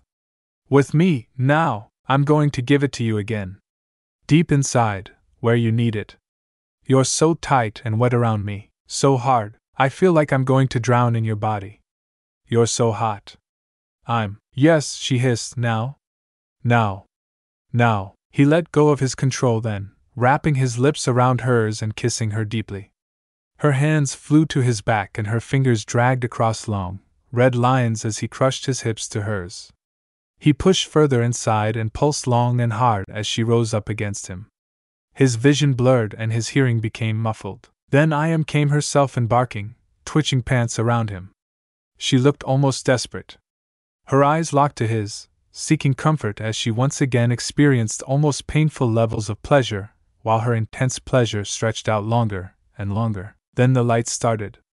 Multicolor chains shot across the floor and looped in low, towering stacks. Ayam looked up at him with tired eyes, knowing what was to come. She closed her eyes, then the chains returned and pierced her body over and over again. She screamed, trailing off into whimpering sobs. He held her tight as she writhed in pleasure and release. Her body hit an even higher peak, and she continued intense pleasure in one long, impossibly strong wave of sensation, and then she was still and silent again. With shaking hands, Naruto checked her breathing and pulse. He didn't think this was dangerous, but she always fell unconscious, and it worried him sick. Seconds later she awoke. Naruto-kun, she mumbled, eyes open but not seeing. Yes, I am Chan? I don't think I can do that again. I'm so full. So tired. We don't have to, I am Chan. You've done so well. Just rest. The door will open soon anyway. She smiled and nodded, then slowly drifted into a natural unconsciousness as he held her in his arms. Leaning back against some of the few remaining clean and unstained cushions, he stroked Ayam's hair and thought about everything that had happened. His friend Ayam wanted a baby. It wasn't just a mission. She could have refused, left it to someone else, but she wanted one. She wanted it to be his, and even though she wasn't in love with him, she still loved him like he was her family. And he was okay with that. Even if today's mission was ultimately a failure, he'd still help her get what she wanted. And he'd always be there for her and their child. The thought of being a part of something that wonderful made him feel warm inside. With an almost silent click, like a door unlocking, the tent entrance appeared between one blink and the next. Naruto started, brief thoughts of returning to his thin cot running through his mind. He then realized Ayam was still asleep, snoring lightly on his arm. He had nowhere else he needed to be until morning, and she was so warm and soft against him. Making a tired cross with his hands, he summoned a half-dozen clones to guard outside and tried to clean up some. One of his clones found a blanket and tucked it around him, and Ayam, sighing contentedly, Naruto drifted off to sleep, one hand pressed to Ayam's stomach. The cloaked figure sat up straighter on the tree branch, seeing the tent's seal trigger revealing the entrance once again. After waiting for a while, it became clear the inhabitants weren't leaving, and were in fact settling in for the night. The target's clones were starting to swarm out of the tent, making staying hidden exponentially harder. The figure paused, searching for clues. What was, oh, of course. What this meant was yes, the parameters of the tent opening had been clear enough. What had happened was clear. These eyes missed nothing, after all. Chakra burned like flames, bringing the entire world into even sharper focus. The clones grew nearer. It was time to leave, but still there was hesitation. No hesitation. A pale hand squeezed so tight, knuckles cracked. Waiting was no longer an option. All possible paths had been considered. The time to act was now. And what needed to be done was clear. The target would be at a known location in the morning. It would have to be then, even if it was in the middle of the village. The figure took a deep, steadying breath. There had been endless training and preparation for this, after all. Secret techniques that would have shocked Otosama, and an even powerful, unapproachable Onizen. There was also the all-consuming thoughts of this next reunion, dreamed of ever since that last time they'd met together in battle. The hand shook with emotion. There had been no fear then, and now that it was time to face him once again there still wasn't. No, this wasn't fright. It was excitement. A twisted smile crossed the shadowy figure's face. Yes. Facing Naru, the figure took a deep breath, clutching a fist to their chest. No, that name was to be avoided. For now, at least. Tomorrow, he would have to see the real differences were between them. See the abilities he'd so long overlooked. Tomorrow, he would be unable to avoid the truth. And no kunoichi were going to get in the way. Thanks for listening to my video. Don't forget to like, share, subscribe and comment below your favorite part. Sayonara, see you in the next video.